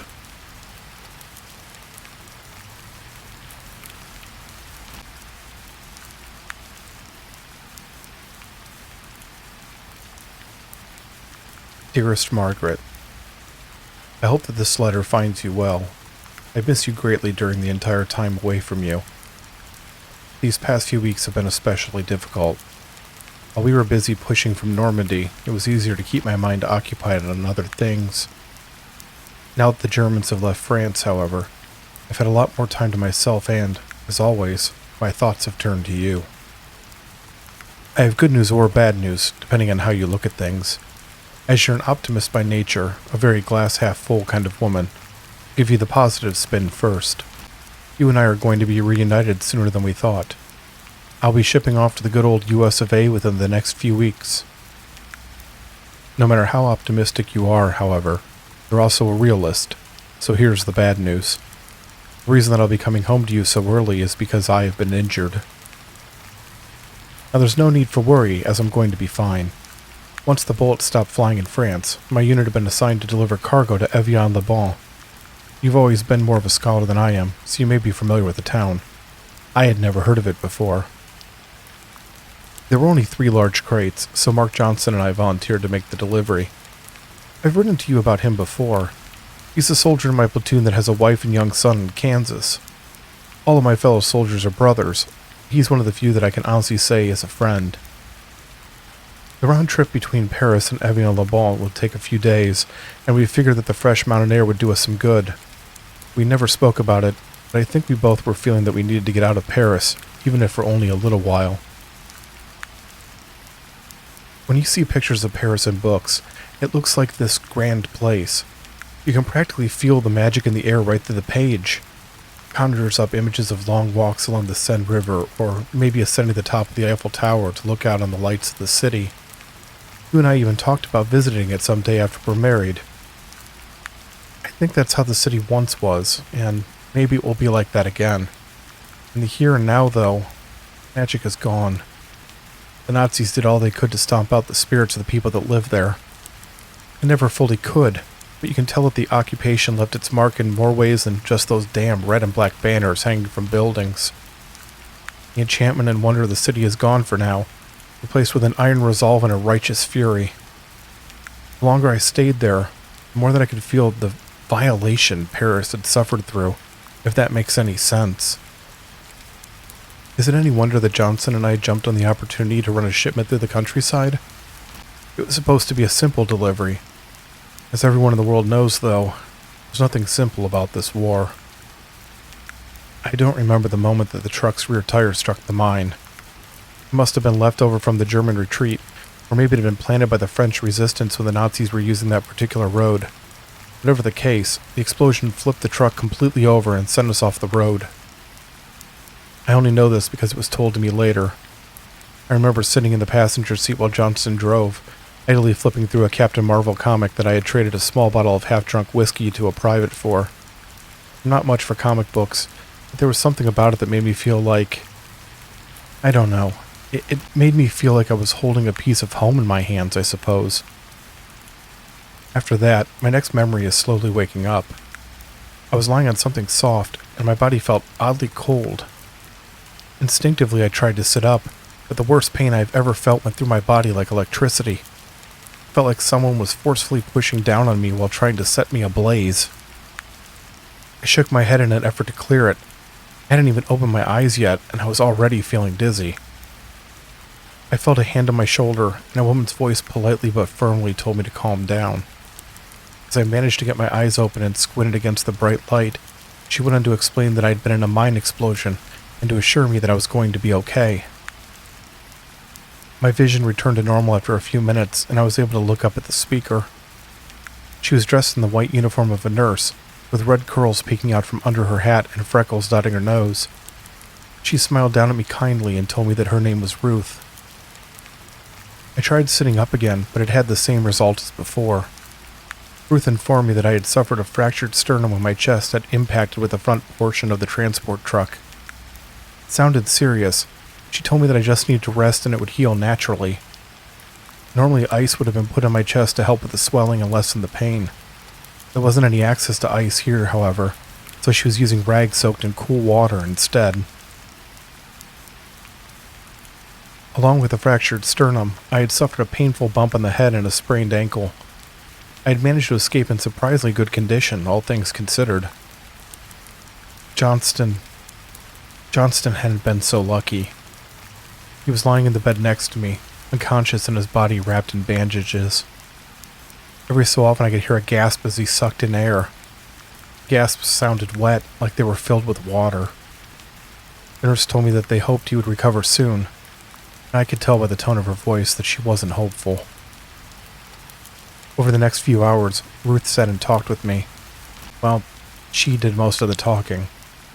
Even getting a few words out made my chest hurt, so I mostly just sat there and listened.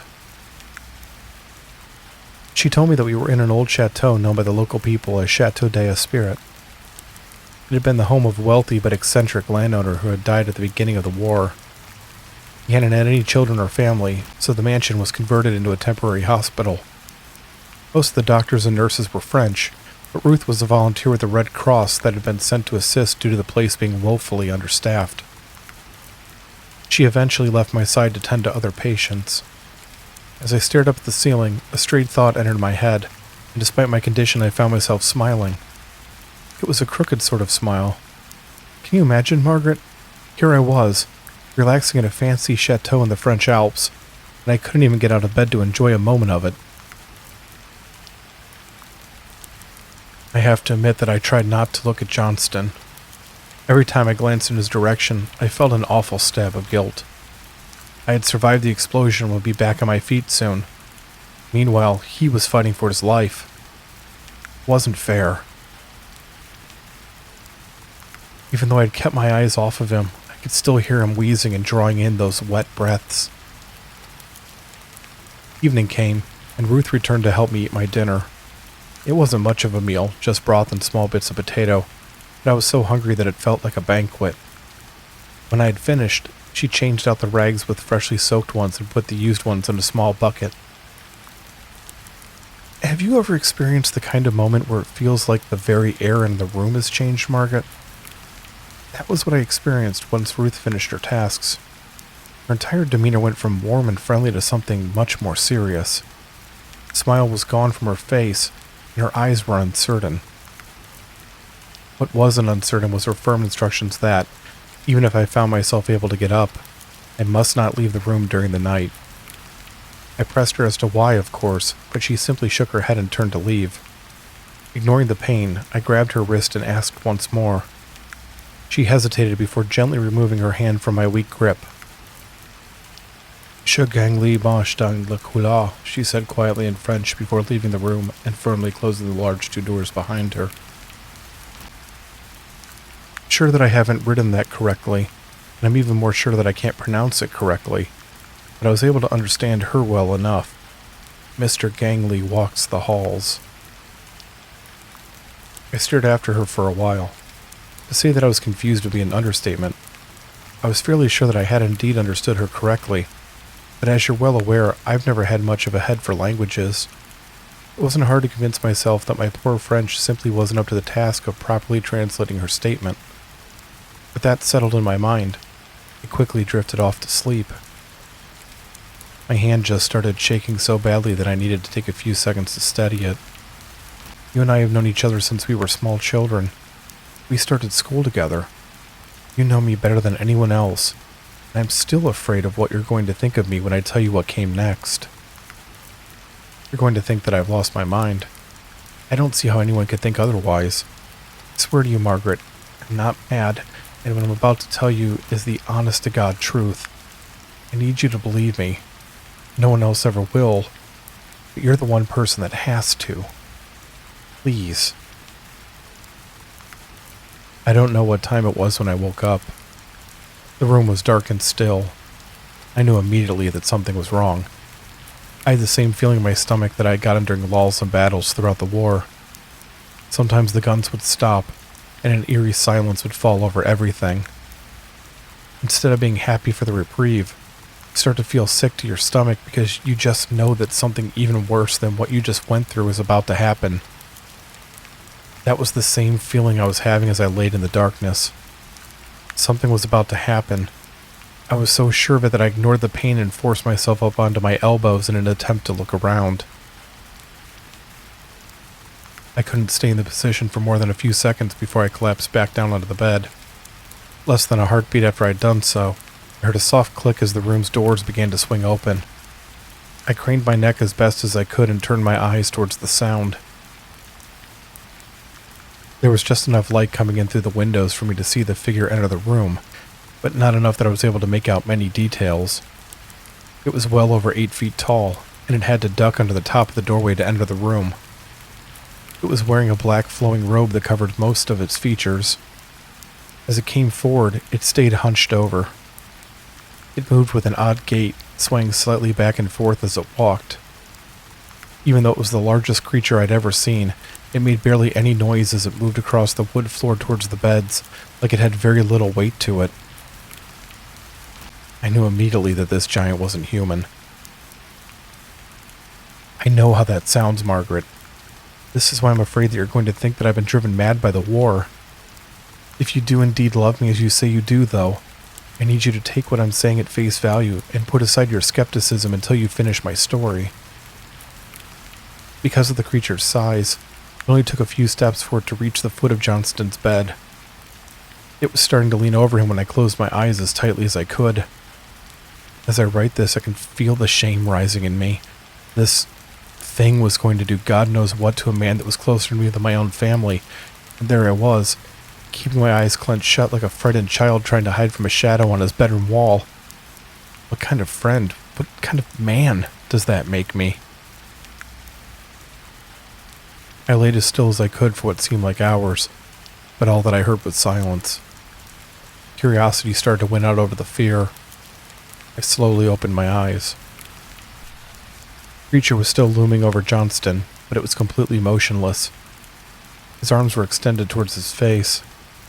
The robe sleeves were pulled back enough that I could see the limbs.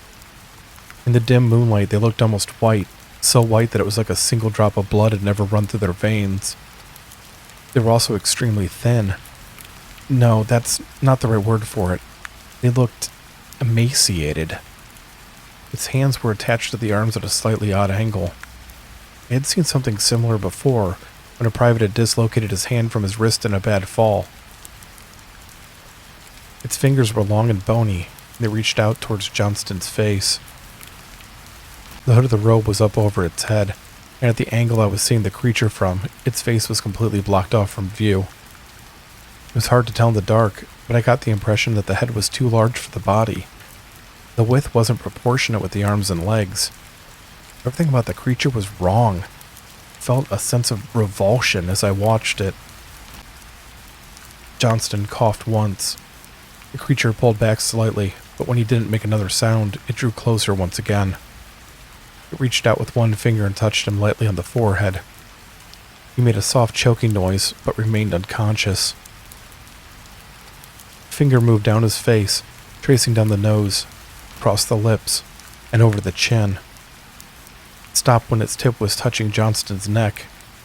The man's entire body had stiffened as if the creature were sending a live current through him.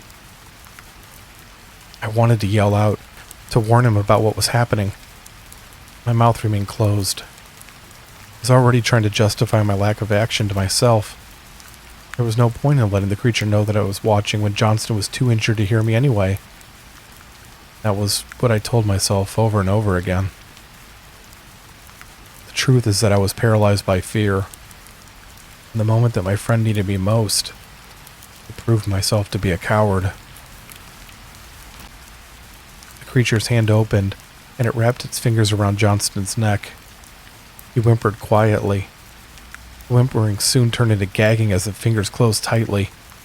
I tried to will myself to somehow intervene. Fear and fractured sternum be damned. Instead, I just laid there watching. The figure held up one finger on its hand and placed its point between Johnston's clavicles. It lingered there for a moment before pushing down harder. The finger sank into it and through the skin. He started to thrash, but the creature simply held him by the throat as if it was no effort at all.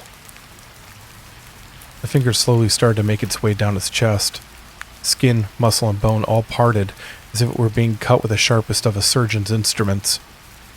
When it reached the top of his stomach area, it withdrew. Blood covered it, and droplets dripped down onto the man's body. What came next has played over and over in my head ever since. The creature reached into the hole in Johnston's chest and pulled the opening wider. The snapping of bone filled the air as his ribs were easily separated. The arm jerked slightly to one side, and a moment later the hand rose up out of the open chest cavity holding a misshapen lump. Johnston stopped thrashing. I must have made a sound, as the creature turned its head towards me. The hood still covered its face, but I knew that it was watching me closely. Instead of closing my eyes, however, I looked right back at it. It wasn't some act of bravery or defiance. I was just too scared to think of anything else to do. It moved to the side of my bed. The gory mass it had taken from Johnston's chest was still clutched in its right hand. I didn't see exactly what the object was. I was, and still am, thankful for that. The The creature regarded me for a long moment before reaching up with its free hand and slowly pulling back the hood. I opened my mouth to scream, but no sound came out. I was stricken voiceless by fear. It was all that I could do to simply keep breathing. Instead of being rounded, its head was elongated, with malformed protrusions sticking out of the back. It was hairless. Like its arms, the flesh was pale to the point of nearly being translucent. It looked at me with lidless eyes, pupils locked on me so intently that they appeared to be vibrating. The creature's face was vaguely human. The best way that I can describe it is that it looked like a person whose skin had been pulled back so tightly that it had begun to tear off the skull. The large teeth and gums were exposed in a hideous grin, one so large that it ran past the mouth towards the back of the elongated head to show the bone beyond. It tilted its head slightly. I wasn't looking at just some hideous monster. Its eyes stared at me with intelligence. It opened its mouth slightly as it regarded me. Just beyond the first of human-like but oversized teeth were a second row of them. These were smaller and spaced wider apart. Its thick black tongue sloshed around back and forth in its thick saliva. Good knock, Herr Lewis. The creature said in a raspy voice, the words coming out as if it was exhaling them rather than speaking them. With that, the creature turned and left the room the same way it had come in, closing the doors behind it. I must have passed out. The next thing I knew, I was regaining consciousness in a room filled with sunlight. I quickly looked over to my right at Johnston's bed. The spot that the bed had once occupied was empty. Ruth came in a few minutes later. I demanded to know what had happened to Johnston. She told me that he had died from his wounds a few hours earlier. I knew that she was lying, of course. I had seen the creature tear him open and end his life. I continued to press her, and as I did so, she grew more and more uncomfortable. She repeatedly tried to tell me that I must have dreamed the entire thing. I became more agitated, and finally she relented. She leaned in as if she was telling me something that needed to stay between the two of us, even though we were the only ones in the otherwise empty room. Every so often she would glance over her shoulder at the doors as she spoke. She told me that Johnston's body had been taken down to the makeshift morgue to be disposed of. When I started to object, she shook her head firmly and told me to remain quiet. The official record would say the body was incinerated due to concerns of a possible disease. That way no one would know about the damage the creature had caused to his body. No one but me. She warned me not to let anyone else know that I had seen the creature, which she again referred to as Mr. Gangley.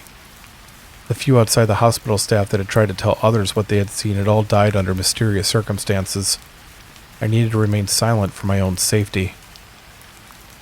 First I refused, but something in the way that she was looking at me made me stop. I got the feeling that she wasn't just looking out for my safety, but hers as well.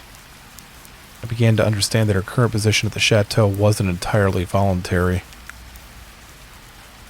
Still trying to wrap my mind around everything that I had seen and that she was telling me, I questioned her about Mr. Gangley. What was it? How long had it been at the chateau? Why had it killed Johnston? Questions spilled out of me as if they would never end.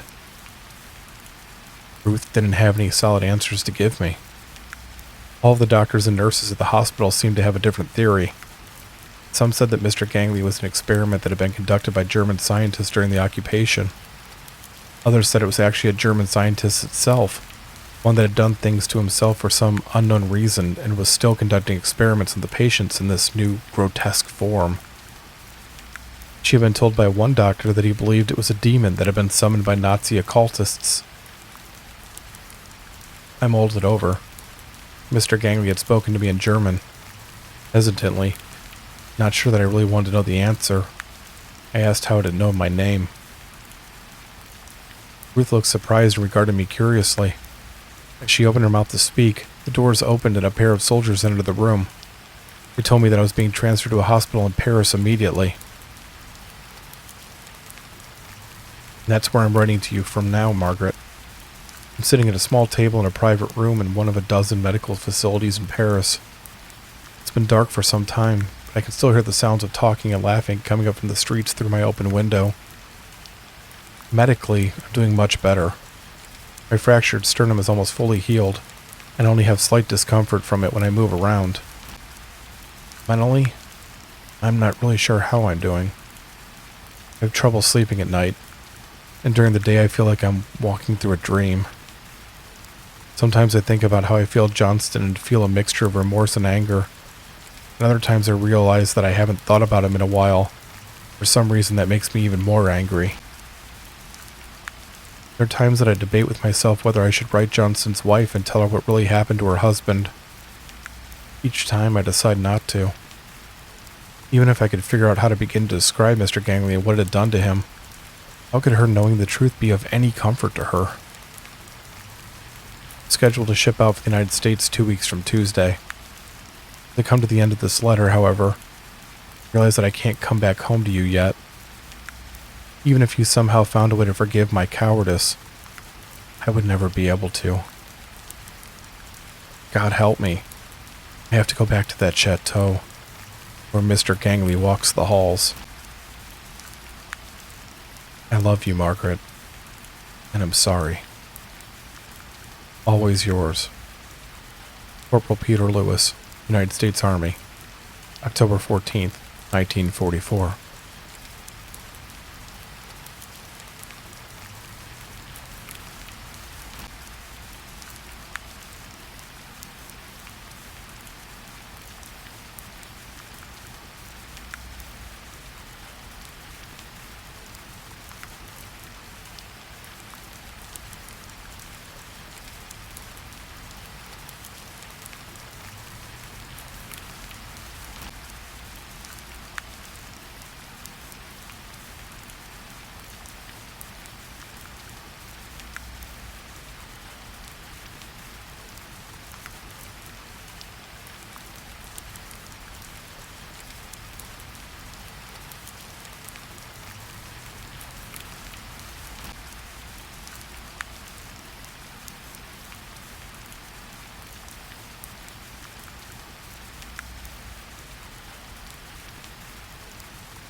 As was usually the case during the winter, the rooms and hallways were absolutely freezing.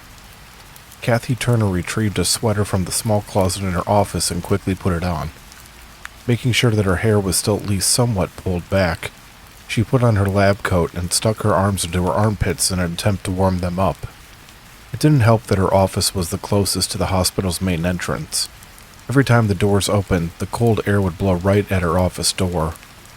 Even if it was closed, the gusts would get in through the cracks and crevices and fill the spaces to drag the temperature down.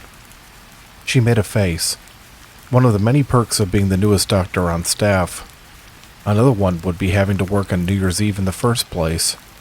All of the other doctors were bringing in 1974 with their loved ones, and she was stuck here. She sighed. There was no point in complaining, even just to herself. The building was quiet, and with the nurses handling most of the routine work, she was getting off easy, all things considered. She might even be able to finish the book she had been trying to get through for the past 3 months. Before she could sit down at her desk, she heard the sound of the front doors opening. Cold air washed in over her feet and legs from under the office door. She closed her eyes and shook her head. Lovely. Dr. Turner, a man's voice called from out in the hallway. Kathy opened her eyes. It was the voice of one of the security guards. Whenever one of them came to get her, something was wrong. She mentally gathered herself and left the office. The guard was a giant of a man. He stood nearly 7 feet tall, and he was built like a linebacker. He nodded as she joined him. "The police are here," he told her as they headed towards the entryway. "Right," she replied shortly, knowing that meant she wasn't walking into a pleasant situation. A group of people were wrestling with a distraught man on a gurney near the front desk. He was tied to it with the usual straps, but a long cord had also been wrapped around his chest. His eyes were bulging and the veins in his neck were standing out. He was speaking so quickly that Kathy couldn't understand what he was saying.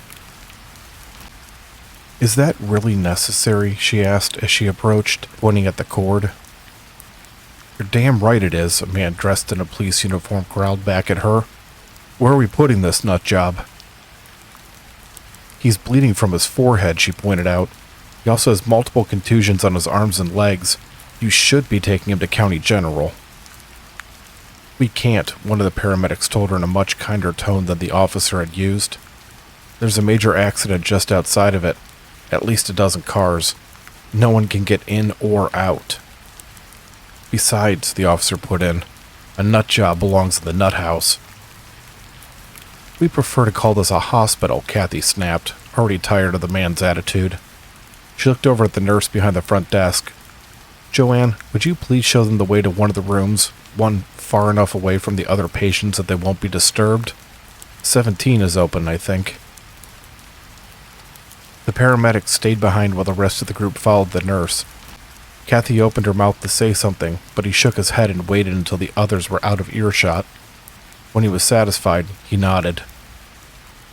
"There's one more wrinkle in this, Doc," he said, running a hand over his face.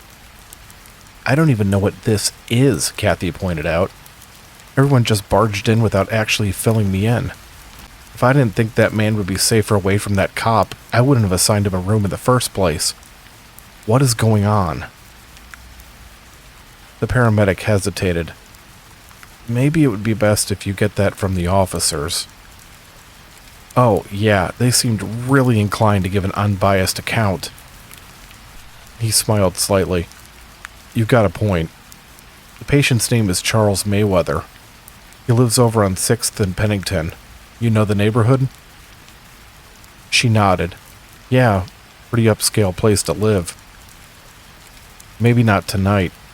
From what we can tell, Mayweather just sort of snapped. He tried to kill his kid tonight." He looked away. 8 years old and his dad tried to strangle him. Jesus, why? "I don't know. You heard him ranting and raving, right? He's been doing that since we got on the scene. One of his neighbors called it in. Apparently the screaming was so loud they could hear it 2 houses over." Kathy mulled it over for a moment. "Could be stress. Maybe his family is prone to mental disorders. Any number of things could be possible." "Yeah, maybe." The paramedic turned his attention back to her. "He went completely off the deep end with those cops before we got there. Even bit Officer Sunshine on the arm. But listen, Doc, there's that wrinkle I mentioned. We've got the kid with us." She blinked. "You brought him here? Why the hell would you do that?" "We didn't have a choice. Child Services couldn't get there for hours because of the storm, and both us and the cops are going to be out most of the night with all the wrecks. Drunk people and ice don't mix." "What are you going to do with him?" "Philip. His name is Philip Mayweather." "Fine, whatever. Philip. What are you going to do with him?" The paramedic smiled crookedly and shrugged. "We were kind of hoping he could stay here until the social worker picks him up." Kathy shook her head. "We're a hospital. No, you know what? Let's cut the crap. We're an asylum. This isn't a place for a kid." "Neither is out there," he pointed out. "We haven't been able to track down any family, and we've got to get back out there. He's got nowhere else to go." She sighed in frustration. As much as she didn't like to admit it, he was right. The child couldn't go back out into the storm with the police or paramedics, and at 8 years old, he certainly couldn't just wait alone at his house. She grudgingly nodded once. "Okay, fine," she agreed. "It's just a few hours, right?" "Yeah, that's right," the paramedic said with notable relief in his voice. "Just until Child Services gets here. He's a good kid, too. Polite and everything." Yeah, you can stop the hard sell. Hand him off to Joanne when she gets back, okay? I have to go get Mr. Mayweather checked in." Kathy went over to the front desk and dug a clipboard out of one of the drawers. She was glad to find that admission paperwork was already fastened to it. With a final nod at the paramedic, she headed down the hall towards room 17.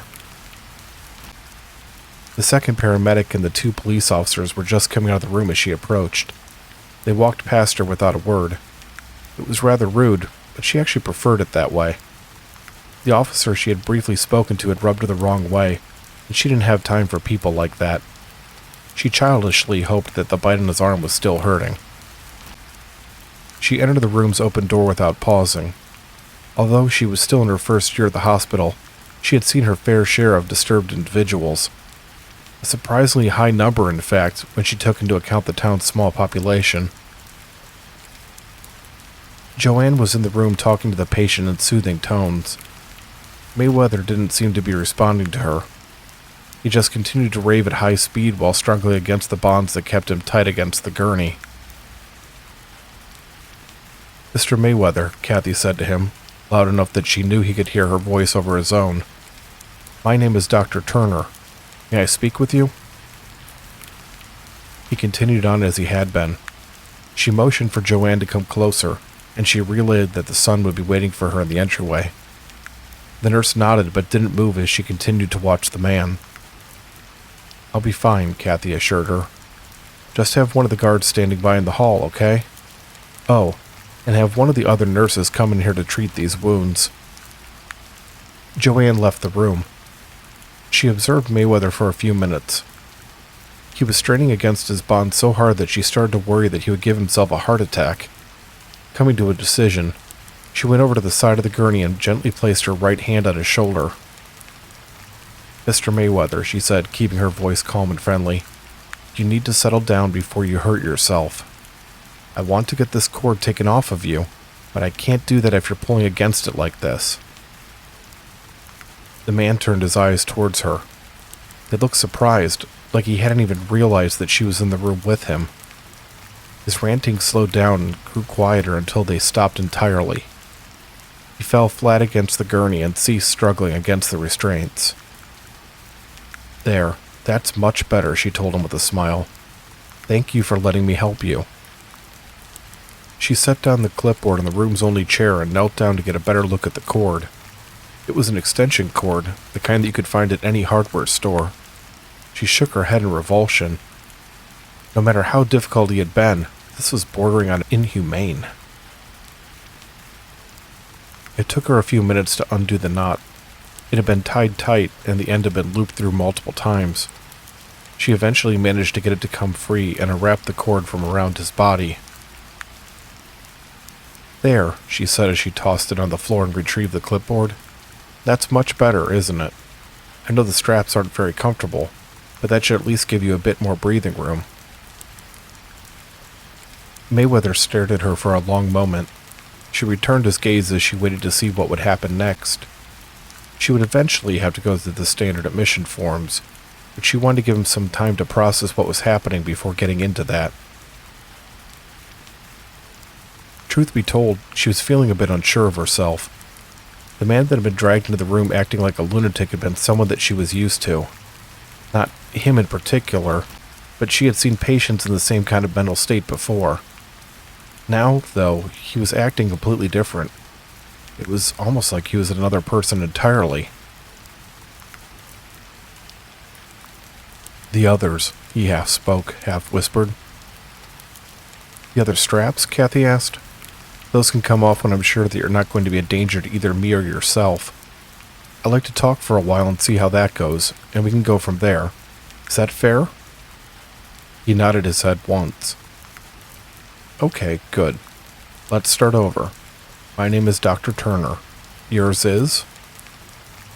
"Mayweather," he replied after a moment. "Charles Mayweather." "Pleased to meet you, Mr. Mayweather. May I call you Charles?" "Yes." "Good. Charles it is then. Now, are you on any medications that I should know about, or any—" "Philip," he interrupted sharply. "Where is he?"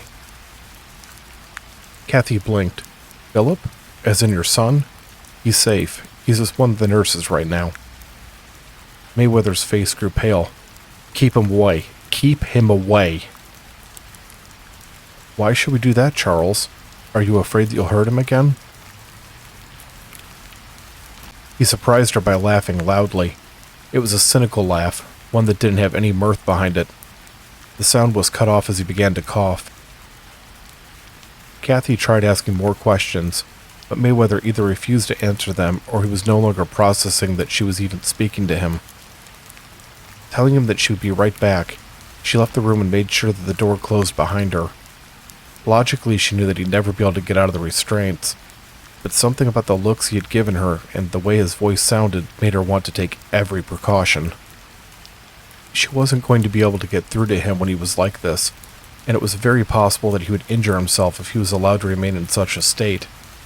After motioning for the security guard in the hallway to stand near the room, she hurried down the hallway to the locked door at the far end.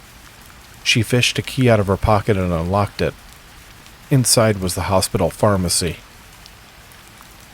Normally, she would have opted for the less intrusive option of pills, but she doubted that she could get those down Mayweather's throat. Instead, she went over to a cabinet and retrieved a syringe and 2 small glass bottles. She put them into her lab coat pocket and hurried back to her patient's room. He was still caught up in a fit of laughter. "I'm sorry about this, Charles," she said as she stuck the point of the needle into the first bottle and pulled back on the plunger part of the way before doing the same with the second bottle. Kathy inserted the syringe's needle into the man's arm and pushed down on the plunger. When she had emptied the syringe, she leaned back out of the room and tossed it and the empty bottles into a waste can in the hallway. She waited patiently for the medication to take effect. After a few minutes, Mayweather's laughing subsided and his body relaxed. She waited longer to make sure that it wasn't some sort of ruse. She doubted that he was in any condition to come up with anything like that, but there was no point in taking chances. "There now," she said finally. "Feeling better?" "I'm a bit lightheaded," Mayweather answered slowly. "That's a side effect of the tranquilizer. Nothing to worry about. Now that you're calm, I have some questions that I need you to answer. Can you do that, Charles?" "Yeah, okay." "Good." She paused to gather her thoughts. "Can you tell me what happened tonight with your son?" That thing is not my son," he spat back with such hatred that she was momentarily taken aback. "How do you mean that? Who is he?" He laughed again, but this time it only lasted for a few seconds. "What's the point? You wouldn't believe me anyway." She arched an eyebrow. "Try me." Mayweather was silent for a long moment. At first, Kathy thought that she had lost him again, but as she watched him closely, she could tell that he was internally struggling with something. He chewed on his lower lip as he stared up at the ceiling. "You're a psychiatrist, Dr. Turner?" he asked. "I am," she confirmed. "I figured by the room decor. It's funny, my wife used to joke that someday I'd be dragged kicking and screaming to the loony bin, and here I am." "You're married?" "I was. Doreen passed away 5 years ago. Wait, no, it's 6 now. As of this past November." "I'm sorry to hear that." "Not as sorry as I am." He sighed. "Anyway, as a psychiatrist, you must have some experience with recurring dreams." She nodded. "Some, yes. I've been having the same dream every night since the day my wife passed away. The exact same dream, down to the smallest detail." Kathy furrowed her brow. It was rare for someone to have a recurring dream that frequently. Usually a person would have them sporadically rather than over and over again. She sat down in the small uncomfortable chair and crossed her legs. "What happens in this dream?" she asked. "I'm standing on a beach filled with white sand," Mayweather began. "In front of me is a vast ocean. It stretches from horizon to horizon. The water looks gray in the pale light, and its surface is completely undisturbed. It's flat and unmoving, without a single wave. I look out over the water for what feels like hours. It could be days, or weeks, or maybe even longer. I just wait on the beach for something to happen. I don't know what will, but I can feel it in my bones that something is going to happen." He licked his lips. One of the side effects of the tranquilizer was dry mouth. Kathy stood up and retrieved some water from the room sink in a small paper cup.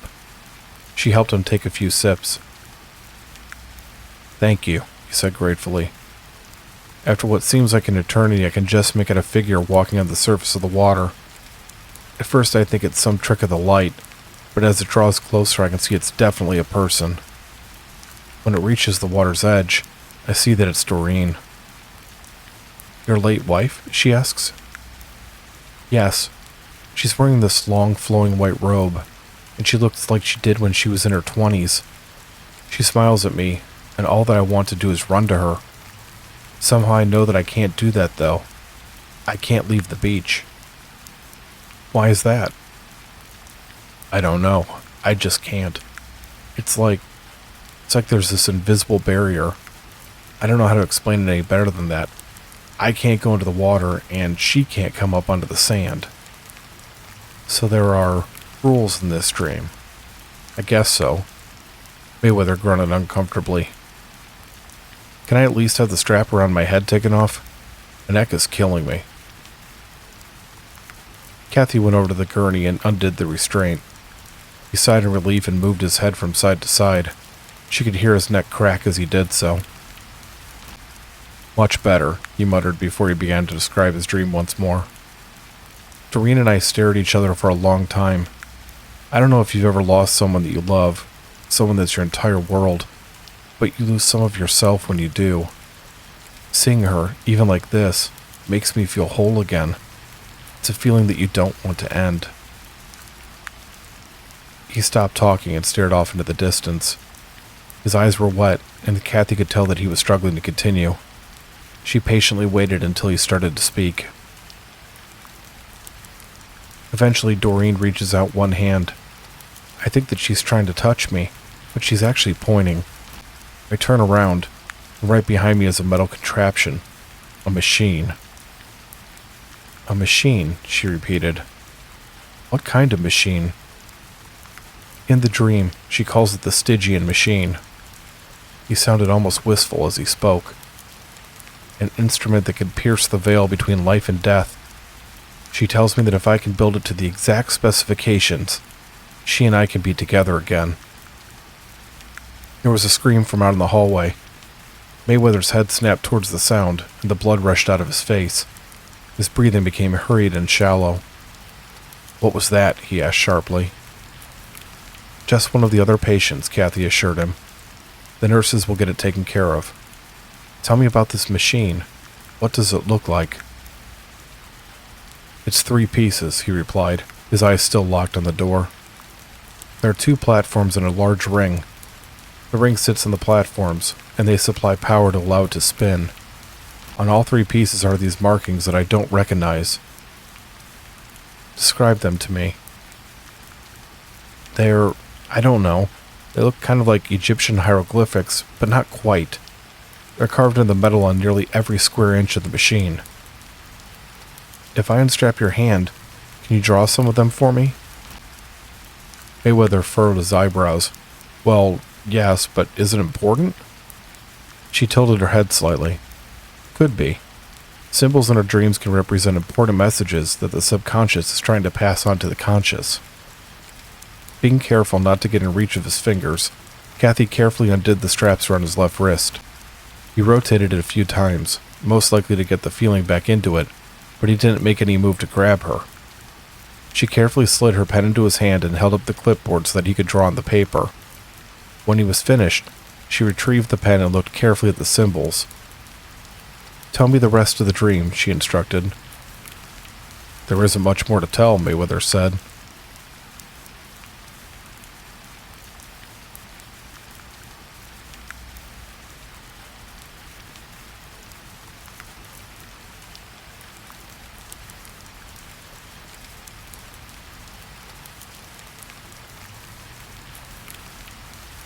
Hang on a hunch, she stated.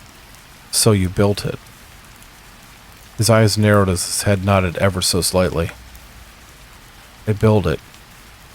God help me. I built it. And you used it.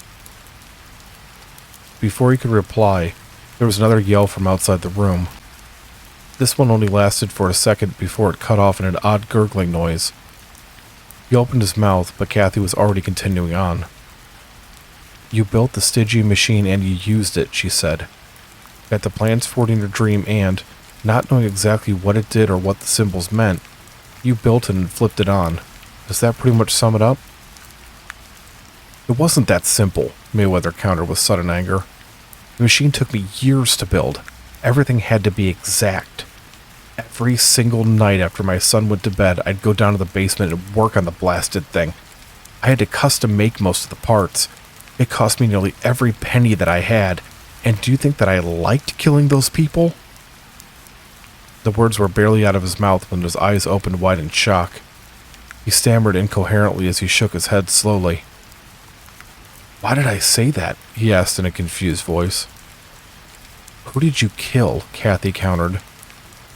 Nobody, just some hitchhikers I picked up on the highway. The answer was automatic, and he didn't seem to have any control over it. What the? Why did you kill them? I had to. The machine runs on human flesh and blood. Please stop. I can't. How many people did you kill? 11, maybe 12. I lost count. What did you do to me? Kathy set the clipboard down on the chair and reached out behind her head with one hand. Using 2 fingers, she took out the band holding her hair up, allowing it to fall down onto her shoulders. She brushed it away from her eyes before looking back at Mayweather. Sodium thiopental, she told him. I filled the syringe with medication from 2 bottles, remember? The first was a tranquilizer, like I said.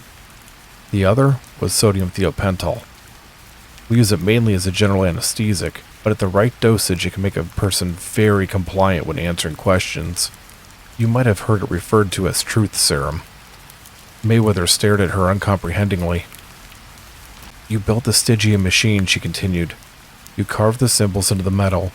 You fed it victim after victim to give it the strength to work. The whole time you thought it was just some contraption. Never once did you realize you had created something alive. Made of metal and oil, yes, but alive nonetheless. She leaned in close to him. And then a miracle happened, right? The machine actually worked. It shredded time and space to create a gate between this world and somewhere else.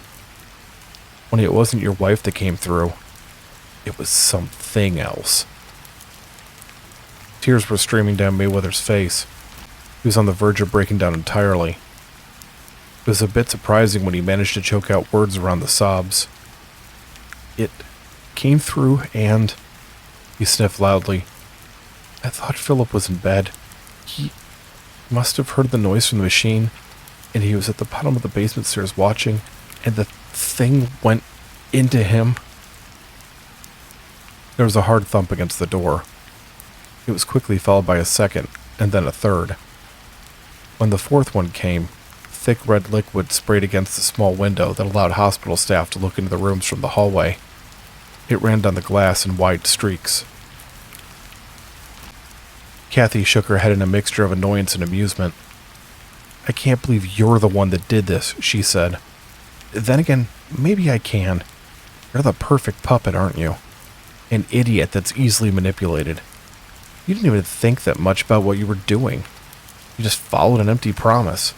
You brought a god into this world without even realizing it. Then you, what, tried to kill it? As if you could. She absently smoothed a wrinkle out of her lab coat. You asked me if I have any experience with recurring dreams, and I told you that I did. You see, Charles, I have one myself. There's a great darkness surrounding me, and a thunderous voice proclaims that I will be the first to greet the bringer of the world's end. When this voice speaks, you believe it. Now that day has finally come, and in a way that I could never have imagined. Kathy reached out and opened the door leading into the hallway. Standing just on the other side of it was an 8-year-old boy. He was wearing plaid pajamas. They were soaked in blood, and flecks of skin and gore were stuck to it and tangled throughout his light brown hair. In the hallway behind him, body parts were strewn around the floor, and blood was splattered across every surface. The boy took a step forward. There were small protrusions coming out from underneath his eyes, thin translucent tendrils that moved across the surface of his eyeballs. He opened his mouth, and 4 tentacle-like appendages emerged.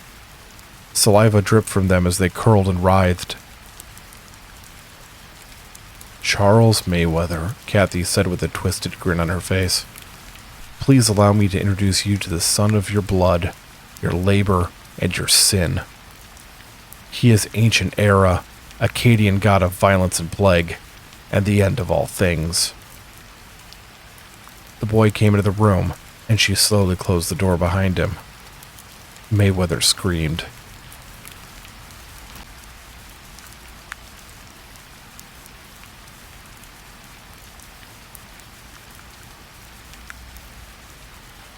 For what seemed like hours, Harper Tully stared out the narrow rectangular window as she chewed on her bottom lip. The focus of her attention was a small brown box sitting on the stoop a few feet away from her apartment's front door. It was an awkward angle, but she could just make out the top of the bag that was sitting inside of it. It was well within reach if she simply opened the door to claim it. She wouldn't even have to step outside. She noticed that she was nervously running her fingers across the thick curtain. Frowning slightly, she released the cloth and stepped away from the window. This was ridiculous. She was acting like a scared child. Harper unlocked the front door and placed her hand on the doorknob. She curled her fingers around it with every intention of turning it, but instead, she simply stood still and continued to chew on her lip. On the other side of the door was the food that she had ordered an hour earlier.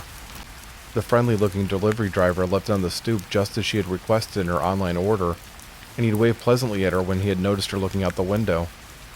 She had waved back politely and watched him walk back to his car before driving away. He had been wearing a mask the entire time he was outside the apartment. She had noticed that he had even left it on when he pulled away from the curb. It was extremely unlikely that the virus could be transmitted on the box or bag, and she knew that the restaurant she had ordered from took the best possible precautions when preparing food. There was absolutely nothing to worry about. She closed her eyes. She had never been prone to this sort of panic before the pandemic. If anything, she had been quite the opposite, rushing into things without fully thinking about the possible consequences. Something had changed inside of her during the long months of lockdown. Before she could talk herself out of it, she turned the doorknob and opened the front door. A warm breeze blew in from outside, and the sensation of it washing over her skin made her panic start to rise. She opened her eyes and quickly retrieved the box before slamming the door shut. She tried to slow her breathing as she took the box into the kitchen. Setting it down on the counter, she quickly washed her hands before also applying hand sanitizer. She put on a pair of rubber gloves before laying out 2 rows of paper towels on the counter next to the box. She removed the paper bag from the box and set it onto the paper towels. Opening it, she pulled her sandwich out and carefully unwrapped it from the thin paper that covered it. When she was finished, she put everything but the sandwich back into the box and tossed it into the trash can. She sterilized the area of the counter that the box had been sitting on before getting a plate out of one of the cabinets and taking her food into the living room. Harper sat down at her desk and started to eat, tapping one of the keys on the keyboard to bring her computer out of standby mode as she did so. The screen turned back on, and she was once again looking at the message board she had been reading through all morning. A number of new posts had been left since she had stepped away, and she read through them all eagerly. It didn't take her long to finish. She set down the remainder of her sandwich on the plate and leaned back in her chair. The only sounds in the room were the low hum of her computer's fan and the ticking of the clock in the hallway. She reached over and picked up a blanket from off of a nearby footrest. She put it over her shoulders and pulled it tight. As was becoming more and more common, the room felt large and empty even though that wasn't actually the case. She felt isolated and alone as she waited for a new post to appear on the message board. Harper didn't know most of the people that posted on this particular message board. The ones she did know couldn't be considered anything more than casual acquaintances, people that she had shared some online conversations with at one time or another. That wasn't all that different from her life before the lockdown had begun. At work, she had known many of the people she had worked with, but hadn't been close to any of them. At first, she had only gone to the message board every so often out of mild curiosity. Now, though, she was on it practically every waking moment. There wasn't anything special about it. It was just one of those boards where people would chat about everything from the weather to politics to the ongoing pandemic. It had become a familiar place. It was the only thing that she had that was close to contact with the outside world. She had felt that need for connection strongly, especially recently. A notification that a new post had been made appeared on the screen. Harper practically flung herself forward as she clicked on the button to refresh the page.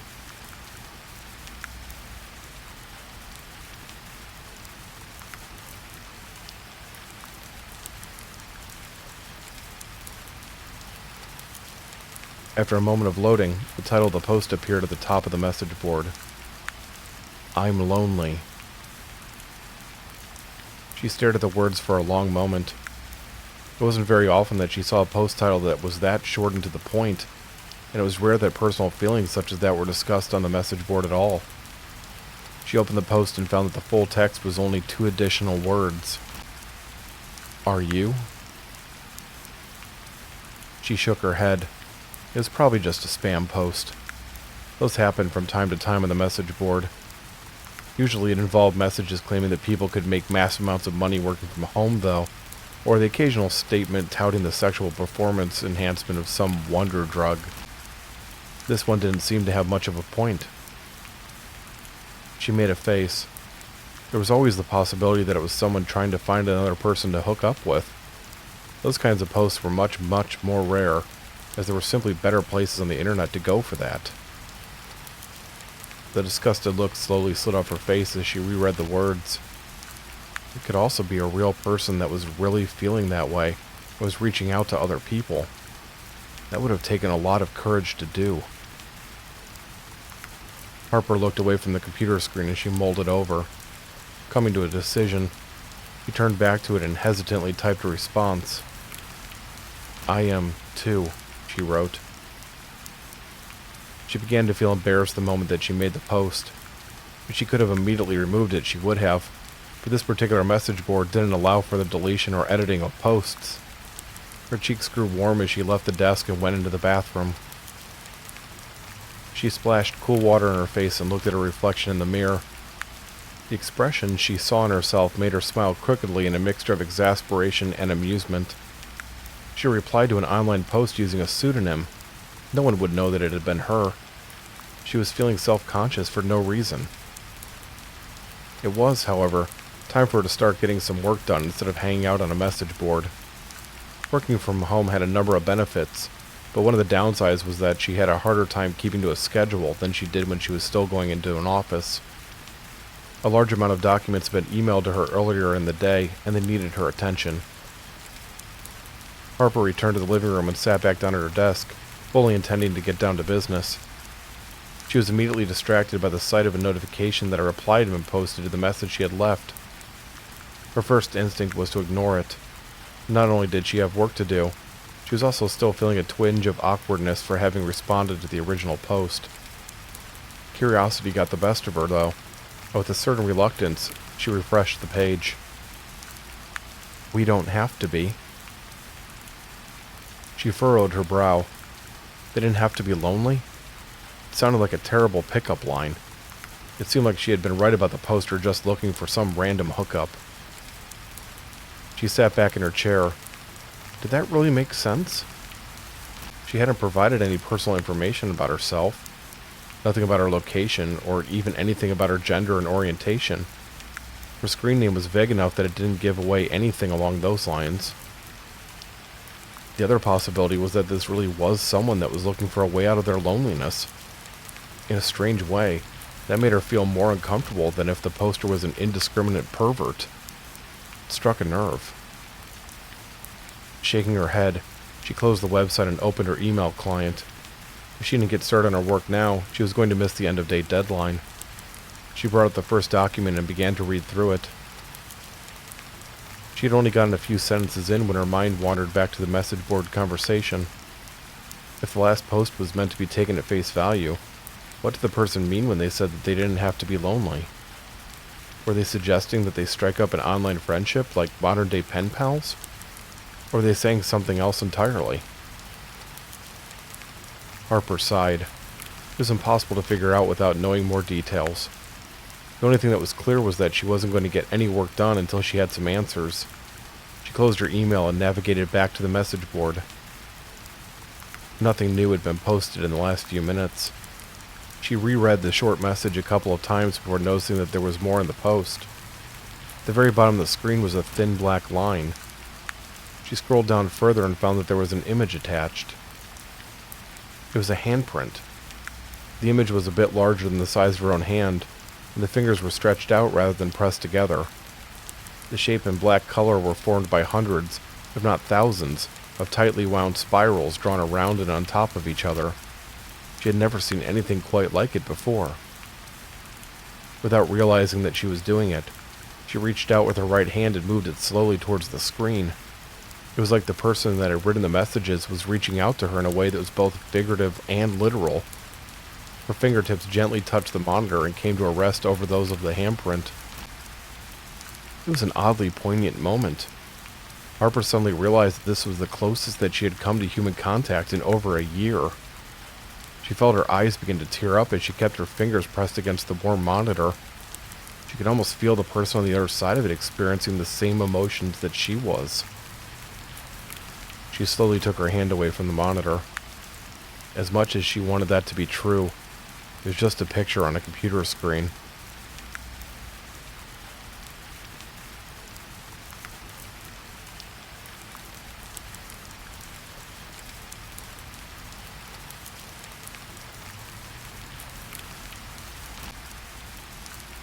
Harper wiped her eyes in annoyance as she returned to her work. It was stupid to get so emotional over something as pointless as a post on a message board. She had much more real things that she needed to attend to. It took a few hours for her to get through all the documents. 2 of them were rather complicated, and they required research that had taken more time than she expected. She just barely managed to get them finished and emailed back before her deadline. Once she had finished, she raised her arms over her head and stretched. Her entire body felt a little sore, but her neck in particular was bothering her. She rubbed it with the palm of her hand as she stood up from the desk. She was feeling hungry again. She went into the kitchen to scrounge around for food.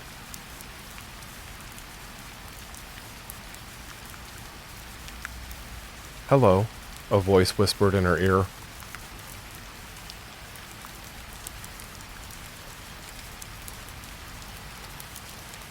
Harper yelped and spun around, fully expecting to see an intruder standing behind her. There was no one. Her eyes went over every inch of the apartment that she could see, but she came up empty. She slowly went over to the front door. A quick check verified that she had indeed locked it when she had retrieved the food earlier.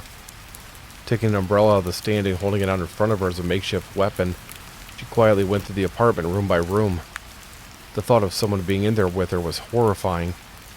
To her relief, though, she found that she was alone.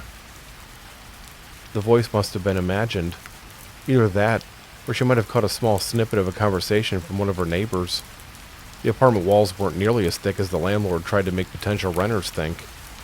The more she thought about it, the more that seemed like the most likely answer. She put the umbrella back in the stand and returned to the kitchen, rubbing at her aching neck as she did so. There weren't many options for what to make, so she settled on making herself a sandwich. That was 2 meals that day that consisted of only a sandwich. As she chewed on the turkey, she wondered just how many of the things she had consumed over the course of the pandemic. There had been a time where she would only eat a sandwich as a last resort, but now she was basically living on them. "Harper," the same voice from before whispered. She dropped the remains of the sandwich on the kitchen floor as she jumped. She turned around to look behind her even though she knew it was impossible for anyone to be there. She had been leaning up against the counter while she ate. The only thing behind her was the wall. The ache in her neck intensified as a burning sensation ran up and down it.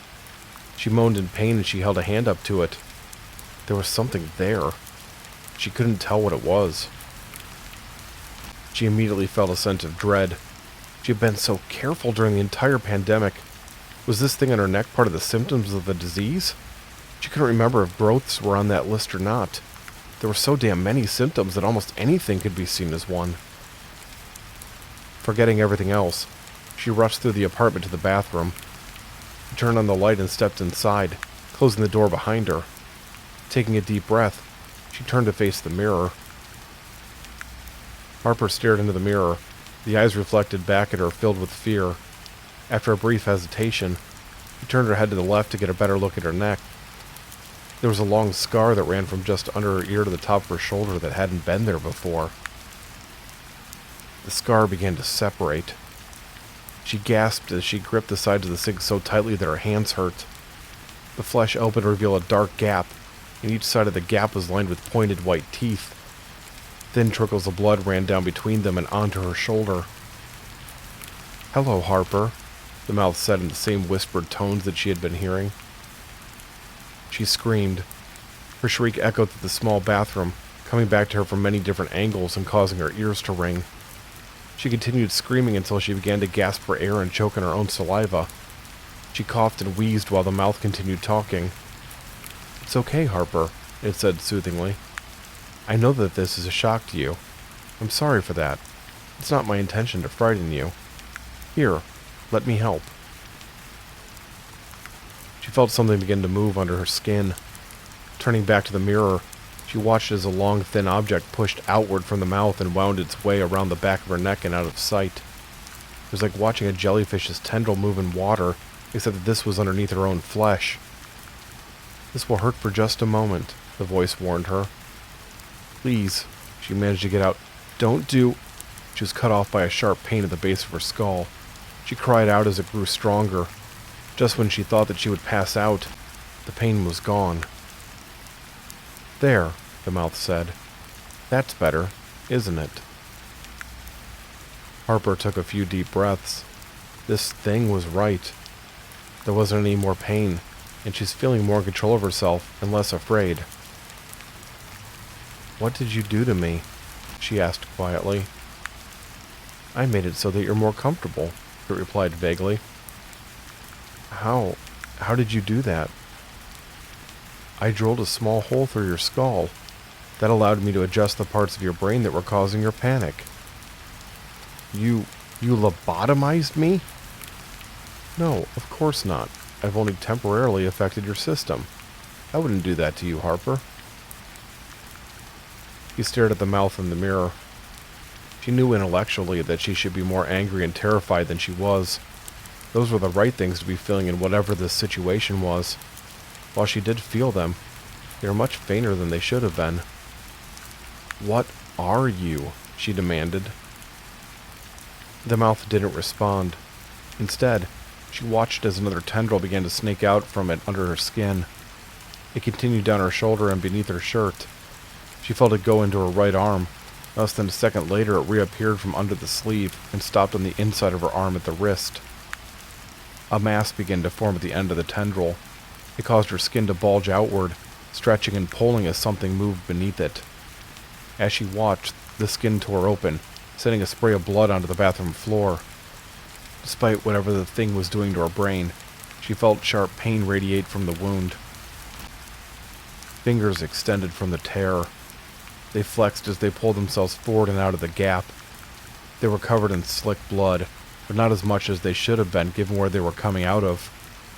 The flesh that she could see through the gore was pink and raw, like a newborn baby's skin. Harper was paralyzed as she watched the fingers emerging. She just couldn't accept what she was witnessing. It was impossible, and her mind reeled from it. The fingers were followed by the rest of a hand.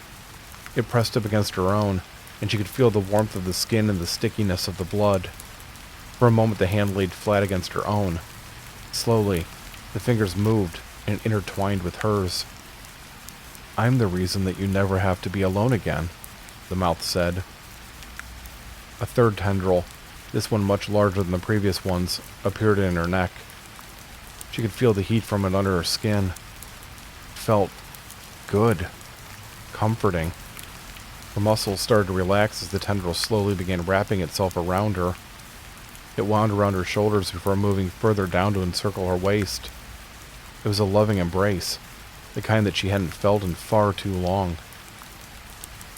Her eyelids began to droop. She was vaguely aware that dozens of smaller tendrils were now crawling under her skin and piercing through her skull as they made their way into her brain, but she didn't care. Nothing else mattered except that she wasn't alone anymore. She looked into the mirror. Her right eye was beginning to change. The round iris curled in the shape of a spiral, the same shape that the handprint on the computer screen had been made up of. The vision in that eye warped and distorted before going black. She was now blind on that side. She vaguely wondered why she wasn't upset about that before dismissing the thought entirely. "There are others out there that are lonely," her loving companion told her. "That's sad," Harper answered slowly in a thick voice. We should do something to help them. That is a very good idea, Harper. Why don't you? She turned away from the mirror and left the bathroom. Each footstep felt like someone else was making it, and the short trip from the bathroom to the living room seemed like a dream. Sitting down at the desk, she tilted her head slightly as she looked at the monitor blankly.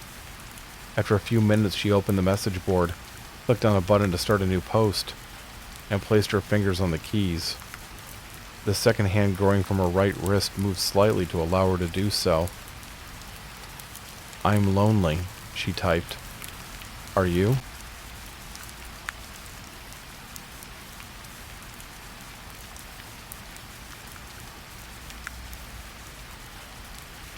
There's a glow up ahead, but it's impossible to tell just how far away it's coming from.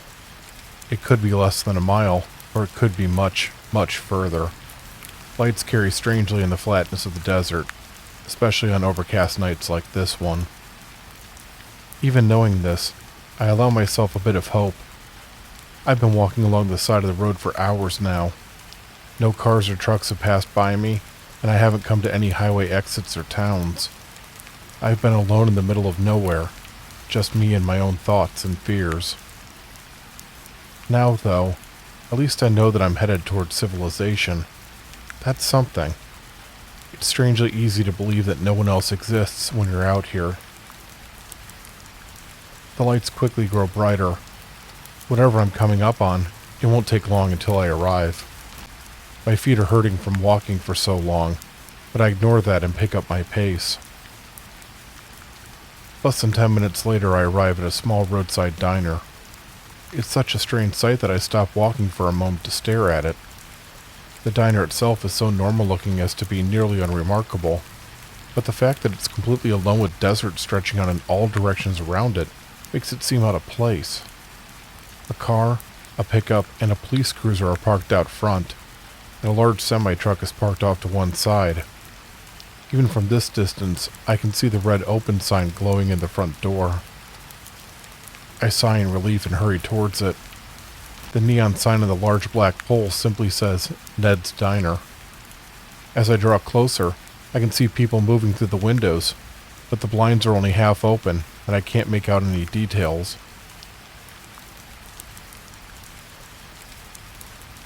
When I open the front door, a burst of cool and very welcome air blows across me from the air conditioner inside. It feels absolutely amazing. The temperature outside is much lower than it had been during the day, but I'm still sweating through my clothes from the heat. I take a quick glance around as the door closes behind me. It looks like every diner you can find in nearly every part of the country. A series of booths line the outside wall, and a few tables stand closer to the center. On the far side is a small counter with round seats. Beyond the counter is a silver door with a circular window that presumably leads back into the kitchen. An elderly couple is sitting at one of the tables, having a quiet discussion while drinking cups of coffee. A large man in a t-shirt and jeans is seated at the left side of the counter, while another man wearing a highway patrol uniform is reading a menu at the opposite side.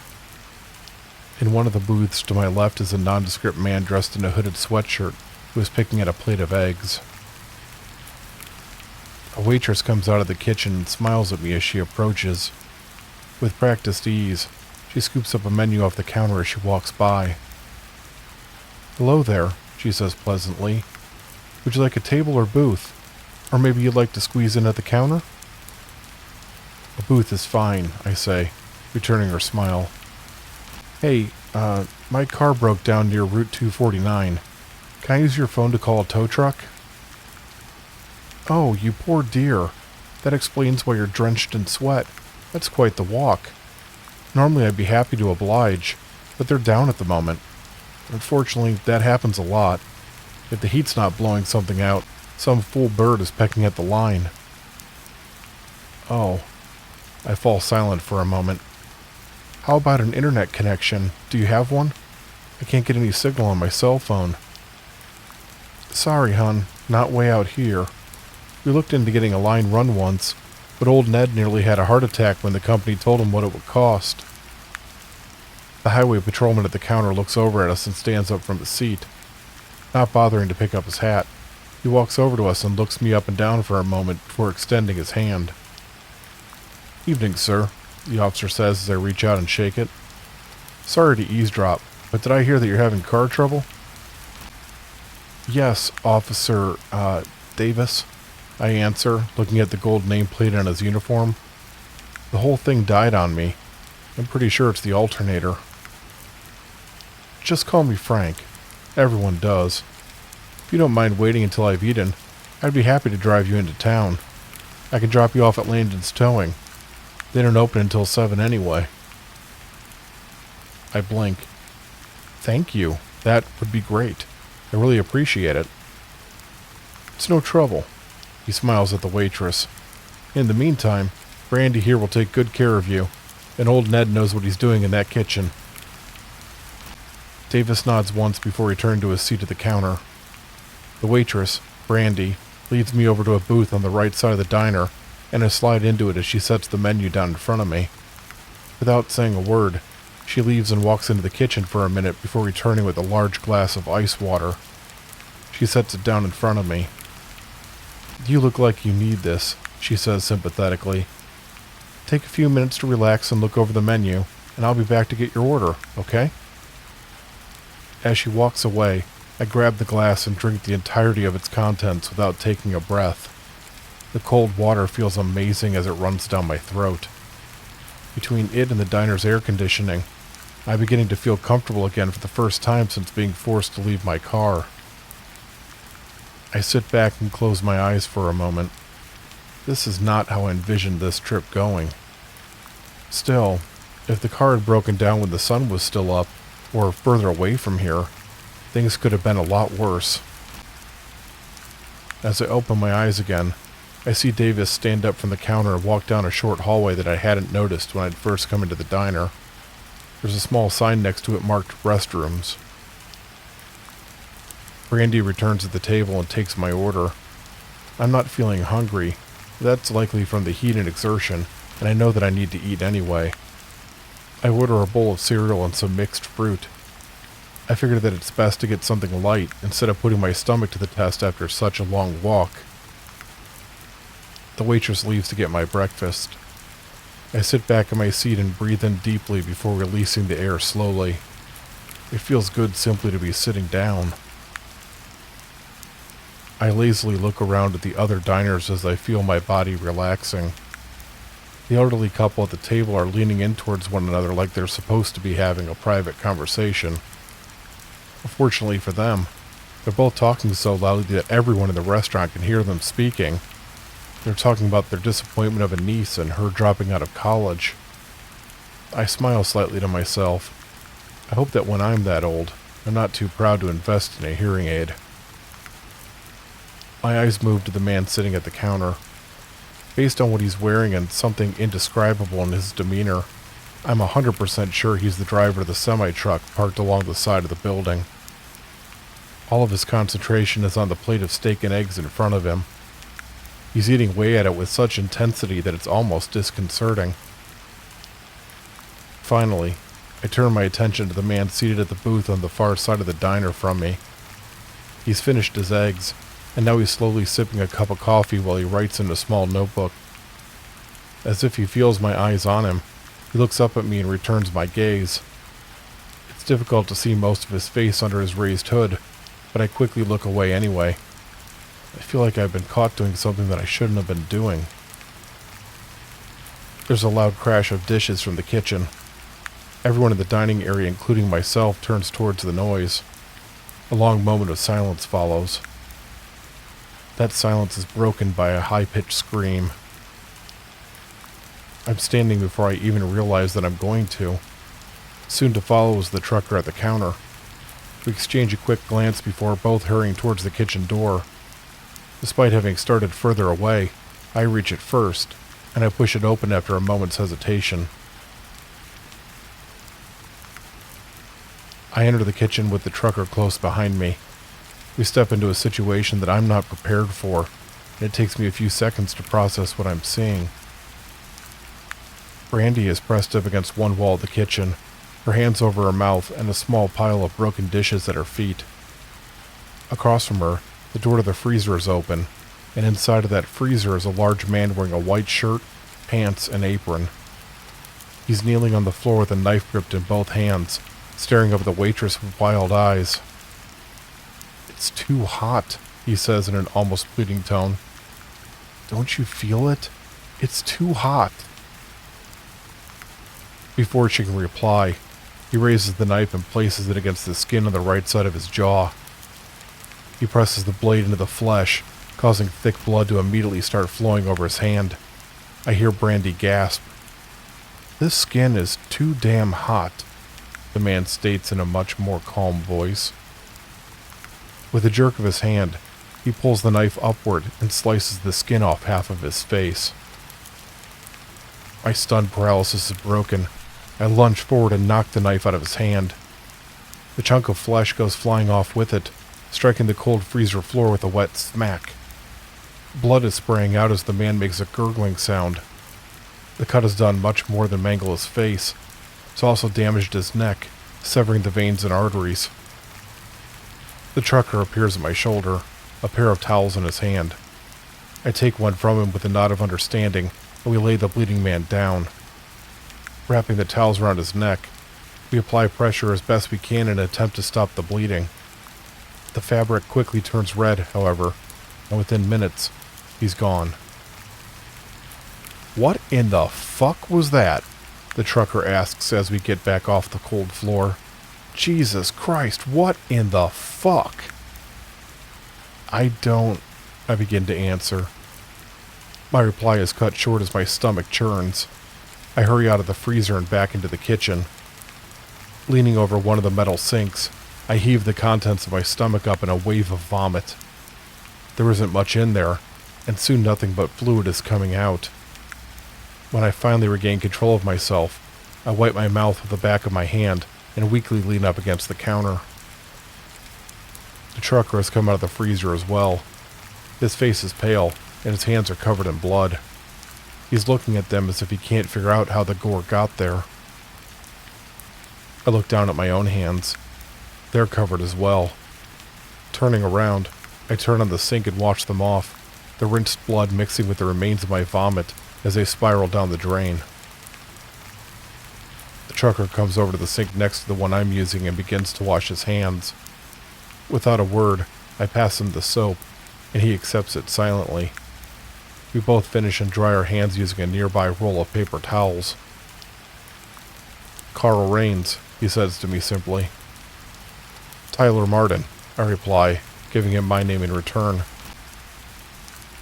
Brandy is still pressed up against the wall, muttering to herself as tears run down her face. I can just make out the word Ned repeated over and over again. That's the name on the sign outside. The dead man must be the owner of the diner. "Can you stay with her, Carl?" I asked the trucker. I'm gonna go get that highway patrolman." "Yeah, sure, I can do that," the man answers. "Just hurry, okay? Come on, Brandy, let's get a drink of water. Or maybe something a little stiffer." As I go back out into the dining room area, I glance down at myself. I've managed to get the blood off my hands, but there's still quite a bit of it on my shirt. I turn myself to one side as I go through the door to make sure that the 3 patrons still in their seats can't see it. A man just killed himself. That's a complicated enough situation without adding more hysterical people into the mix. I go into the short hallway leading into the restaurant. Given the size of the diner, I'm not surprised to find that there's only one bathroom, its wooden door at the end of the hall. I go up to it and knock as I try to figure out what to say. My brain feels like it's wrapped in cotton. There's no answer. I frown and knock again, this time a little bit harder. Once again, I'm greeted by silence. I search my memory for the patrolman's name. "Officer Davis?" I call out as it finally comes to me. Nothing. Not sure what else to do. I press my ear up against the door and listen. Either the wood is too thick for me to hear through, which I highly doubt, or nothing inside is making noise. I try to turn the handle. It's locked. Confused, I go back down the hallway and peer out around the corner. Maybe he already returned to the dining area and I just didn't see him. I confirm that he isn't out there, and I can still see his car parked out front through the window. The door to the kitchen opens and Carl comes out. He opens his mouth to speak, but I hold up a hand to wave him over before he can say anything. We retreat up the hallway and out of earshot of the three people seated in the dining area. I quickly fill him in on what's happening. After a brief discussion, we decide to try the bathroom door again. Carl goes over to it and knocks a few times, each knock louder and stronger than the last. After a minute of this, he calls out the officer's name while attempting to turn the locked handle. All of his efforts are just as futile as mine had been. "I've got a toolbox out of my truck," he tells me as we both stare at the door. "I'll go grab it, and we can take off the handle and lock." "Good idea," I reply, tearing my eyes away and looking over at him. "While you're doing that, I'll go around the side of the building and see if I can find a window." There's another scream, this time from the main dining area. We give each other the briefest of looks before hurrying back out of the hallway. The yell didn't sound like Brandy. The elderly man is standing behind his companion, his hand struggling with something wrapped around her neck. Lying on the table, its body almost 2 feet long and flailing around wildly, is a black squid-like creature. 6 tentacles extend from the body, and 2 of them are tightly twisted around the older woman's throat. Her face is turning blue, and her tongue is sticking out. It's such an odd scene that my first instinct is to believe that I'm not actually seeing it. Even with that sense of disconnected reality, though, I still find myself hurrying over to the table. Carl is right there with me, and without hesitation he tries to push his fingers between the tentacles of the woman's neck in an attempt to make space for her to breathe. Even as it continues to squeeze, the squid lashes out at him with its other tentacles, covering his arms with red streaks and circular marks from the suckers. "There's a knife on my plate," he says as he struggles with the creature. I cross over to the seat of the counter he had occupied when I first entered the diner. Resting on the remains of his half-eaten meal is a steak knife. I scoop it up and return to the table.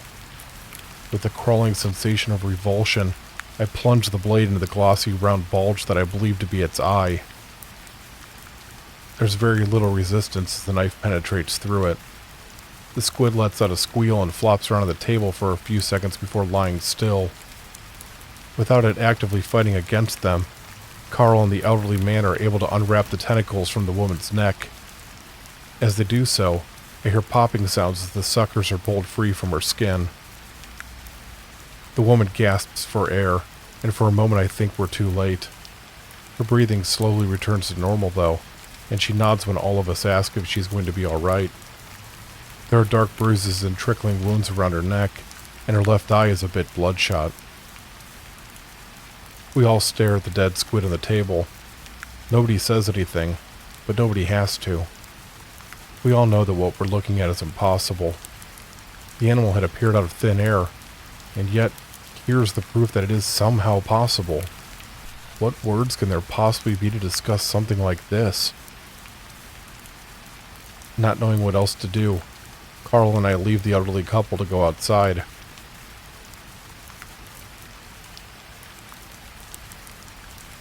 As he heads to his truck to get the toolbox, I slowly walk around the outside of the diner towards the back. Getting to Officer Davis seems more important now than it did even 10 minutes ago. I have no idea what he can do to help with what's going on, but there's a certain level of comfort in knowing that an armed police officer will be involved. It's likely a false comfort brought on by an authority that seems inadequate to deal with things like insane people cutting off their faces and magically appearing marine life. At this exact moment, though, I'm up for whatever comfort I can find. I've only walked a few feet when I stop moving. There's a small voice in the back of my head telling me that something is wrong. Not necessarily wrong so much as off. I listen intently as I place one hand up against the diner wall. I don't hear anything. After a pair of heartbeats pass, I come to the realization that not hearing anything is the point. It's far quieter than it should be. Everything is perfectly still. There's no wind blowing across the desert. The neon Ned's Diner sign isn't buzzing. There are no insects flying around nearby. When I take a tentative step forward, I can hear the dirt and rock crunch underfoot, but it's far more muted than it should be. I turn my face upward. The sky is still overcast just like it had been when I arrived at the diner, but the clouds aren't moving. They're frozen in place from horizon to horizon. There's also a very faint red tinge to them, although it's so faint that it could just be my imagination. Continuing on around the building, I move as slowly as I can while also being careful on the uneven ground. I feel exposed even though I know that I'm concealed in the building's shadow. I have the unnerving impression that thousands of eyes are watching my every movement. It has to be my imagination, but I would swear that the darkness is just a little bit closer to the diner than it had been when I had arrived. After what feels like far longer than it actually has been, I reach the back of the building. This is the side that the bathroom is on, so if there's a window, I'll find it here. I stop again. This time it's for the opposite reason. I hear something faint. Straining my ears, I struggle to make it out. It's high-pitched, almost the same sound that you hear when your ears are ringing. It's not that, though. This definitely isn't an internal noise. I can't tell if it's far away, or if it's just extremely quiet. It takes me a few minutes, but I'm able to find a small window that I'm fairly sure lines up with the bathroom inside. It's only a couple of feet wide, and it's too high for me to see through. I search around the immediate area and find a stepladder tucked away behind some pallets. As I drag it into place, a part of me notes that it seemed to be deliberately hidden rather than just set aside. Maybe the bathroom isn't as private as one would think. I place the ladder under the window and climb up to the top step. The window is dirty, and I wipe away the grime with my hand. I notice that there are streaks from previous wipings as I do so. The stepladder is high enough for me to easily see inside, but it's an odd angle, and I can't see much. That changes when I notice that the mirror of the sink is on the opposite side, allowing me to see most of the room in the reflection. I feel bile quickly rise in my throat before I swallow to force it back down. Lying on the floor is Officer Davis. He is completely naked, with his uniform and other clothes stacked neatly on the toilet seat. The entire top half of his skull is caved in. The tool that seemingly did the deed is the heavy toilet tank lid and a pool of blood next to the ruined head. And judging by the fact that the fingers of his right hand are still wrapped around the edge of it, it looks like he did it to himself. I slowly descend back down the ladder and sit down on one of the rungs. I put my head in my hands and take a moment to collect myself. Too many horrible things are coming at me too fast, and they're starting to overwhelm me. An hour ago, my biggest problem was a broken down car. Now there's this. The high-pitched noise has grown a little louder. I can tell that it's more of a buzzing than a sustained pitch. I still can't determine how close the source is. I allow myself a couple of minutes to collect myself. I'm a little surprised that I haven't completely fallen apart. I've never been the kind of person that's good under pressure, and I've never been good at rolling with whatever life sends my way. I raise my head and look out into the darkness. I'm suddenly feeling very exposed out here alone. Standing up, I hurry back around the building to the front. The elderly man is sitting in the driver's seat of one of the cars with the door open. He's banging his hands on the steering wheel in frustration. He stops as I approach. "Damn thing won't start," he tells me. "Doesn't even click when I try to turn it over. It's just dead." Not sure what to say to that. I continue past him to the opposite side of the diner. I come around the corner and see the large semi-truck looming over me. I know that it isn't, but it feels like it's staring down at me threateningly. The driver's side door is open. Putting one foot onto the step, I hoist myself up and take a look inside. The Carl isn't there, and none of the lights are on in the cab. I stick the top half of my body inside to make sure that he's not in between the two seats for some reason. He's not. The high-pitched buzzing grows louder in my ears. I step back down out of the truck and turn my head to the right. It sounds like it's coming from behind the semi's trailer. Unsure of what to do, I glance down at the ground. It's hard to tell for sure, but it looks like there are footprints in the dirt leading back towards the noise. I'm not an idiot. I'm sure that there's nothing pleasant waiting for me back there. The problem is that if Carl's in trouble, I might be able to help him. Now, if I'm being honest with myself, I don't feel obligated to help him out of some need to do the right thing. Instead, it's more based around a desire to have an ally in all of this insanity, and he's become that mostly by default. Shaking my head either in frustration or in disgust at what I'm doing, I follow the footprints as they go along the side of the semi. When I reach the end of the trailer, I don't hesitate before looking around the corner. I know that if I do hesitate, I'm going to find a reason, any reason, not to do it. The buzzing is now painfully loud. Carl's body has been torn to pieces. Every limb has been separated from the body, and the remains are so mangled that they're barely recognizable as human. Blood is everywhere, covering both the ground and the back of the trailer. Standing over the carnage are three creatures. They have the body shape of large dogs, but they're completely black with no facial features. Their skin isn't really skin at all. Instead, they're made from what can only be described as static from an old television screen. In a way that I can't quite understand, they're both there and not there at the same time. I glance down at what's left of Carl. Whatever they are, they're clearly dangerous. At this moment, they're not paying attention to me, and I absolutely want to keep it that way. They continue feasting on his body parts as I slowly move back around the side of the trailer, before quickly returning to the front of the diner. The further I get from them, the quieter the buzzing in my ear becomes. The elderly man is no longer in his car. The door is still open, however, and there's a large red smear leading towards the road and into the darkness beyond. I barely register it as I hurry back inside. My only goal is to put as many walls as possible between myself and those things that tore Carl apart. I trip and fall over something as I cross the threshold. I barely manage to get my hands up to stop my face from smacking into the floor. My elbow strikes the ground hard, however, and my left ankle begins to throb. I don't think I've twisted it, at least not severely. I push myself up into a sitting position and look back at what caused me to fall.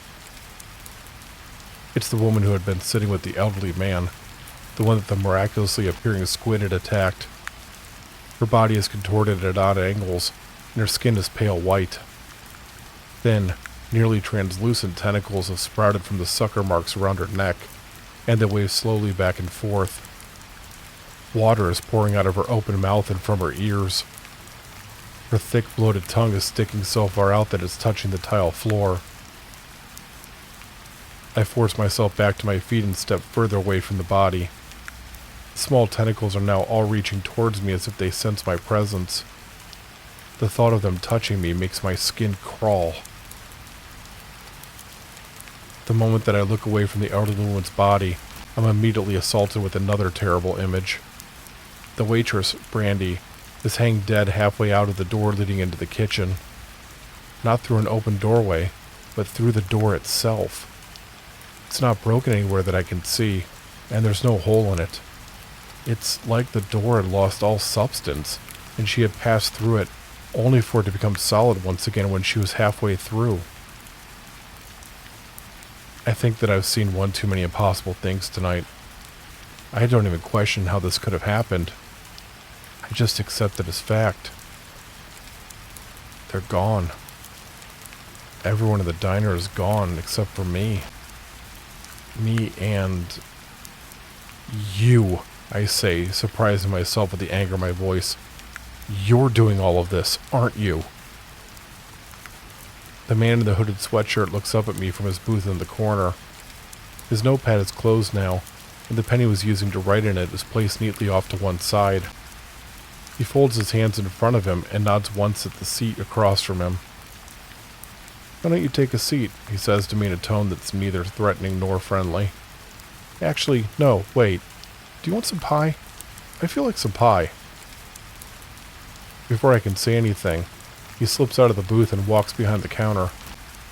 After rummaging around for a moment, he produces 2 plates and a pair of forks.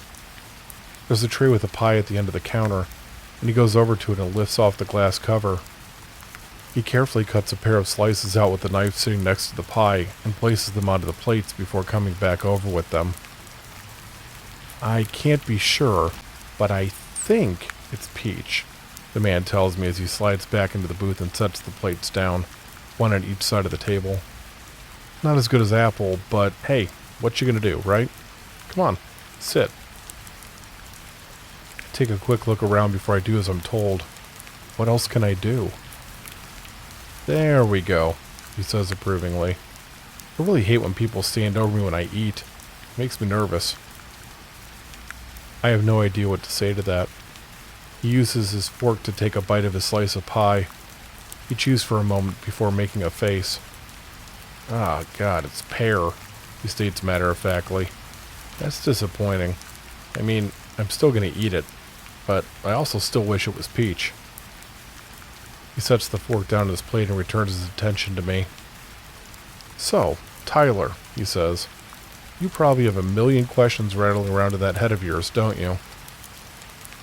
"You know my name?" I ask, swallowing hard. "I know more than you can possibly imagine." The man stares at me for a long moment before smiling. "I'm just fucking with you. I could hear you and the other guy talking in the kitchen when you exchanged names.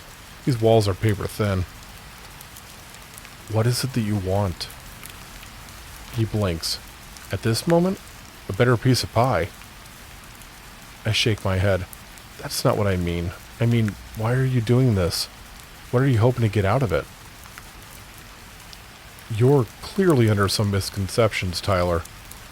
He leaves the booth once again. "I need some more coffee to wash this down, and you definitely look like you could use some. Back in a minute." As he retrieves the cups of coffee, I try to come up with a game plan. There has to be some way out of this. The problem is that I don't even know what this is. I need more information first.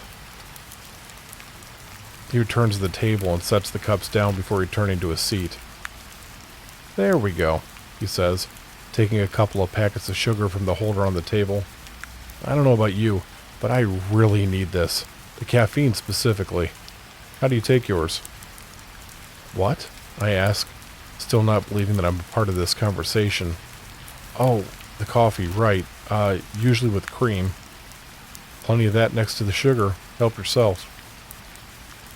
After a moment's hesitation, I reach over and pick up 2 of the small plastic creamer containers and peel the top off of each.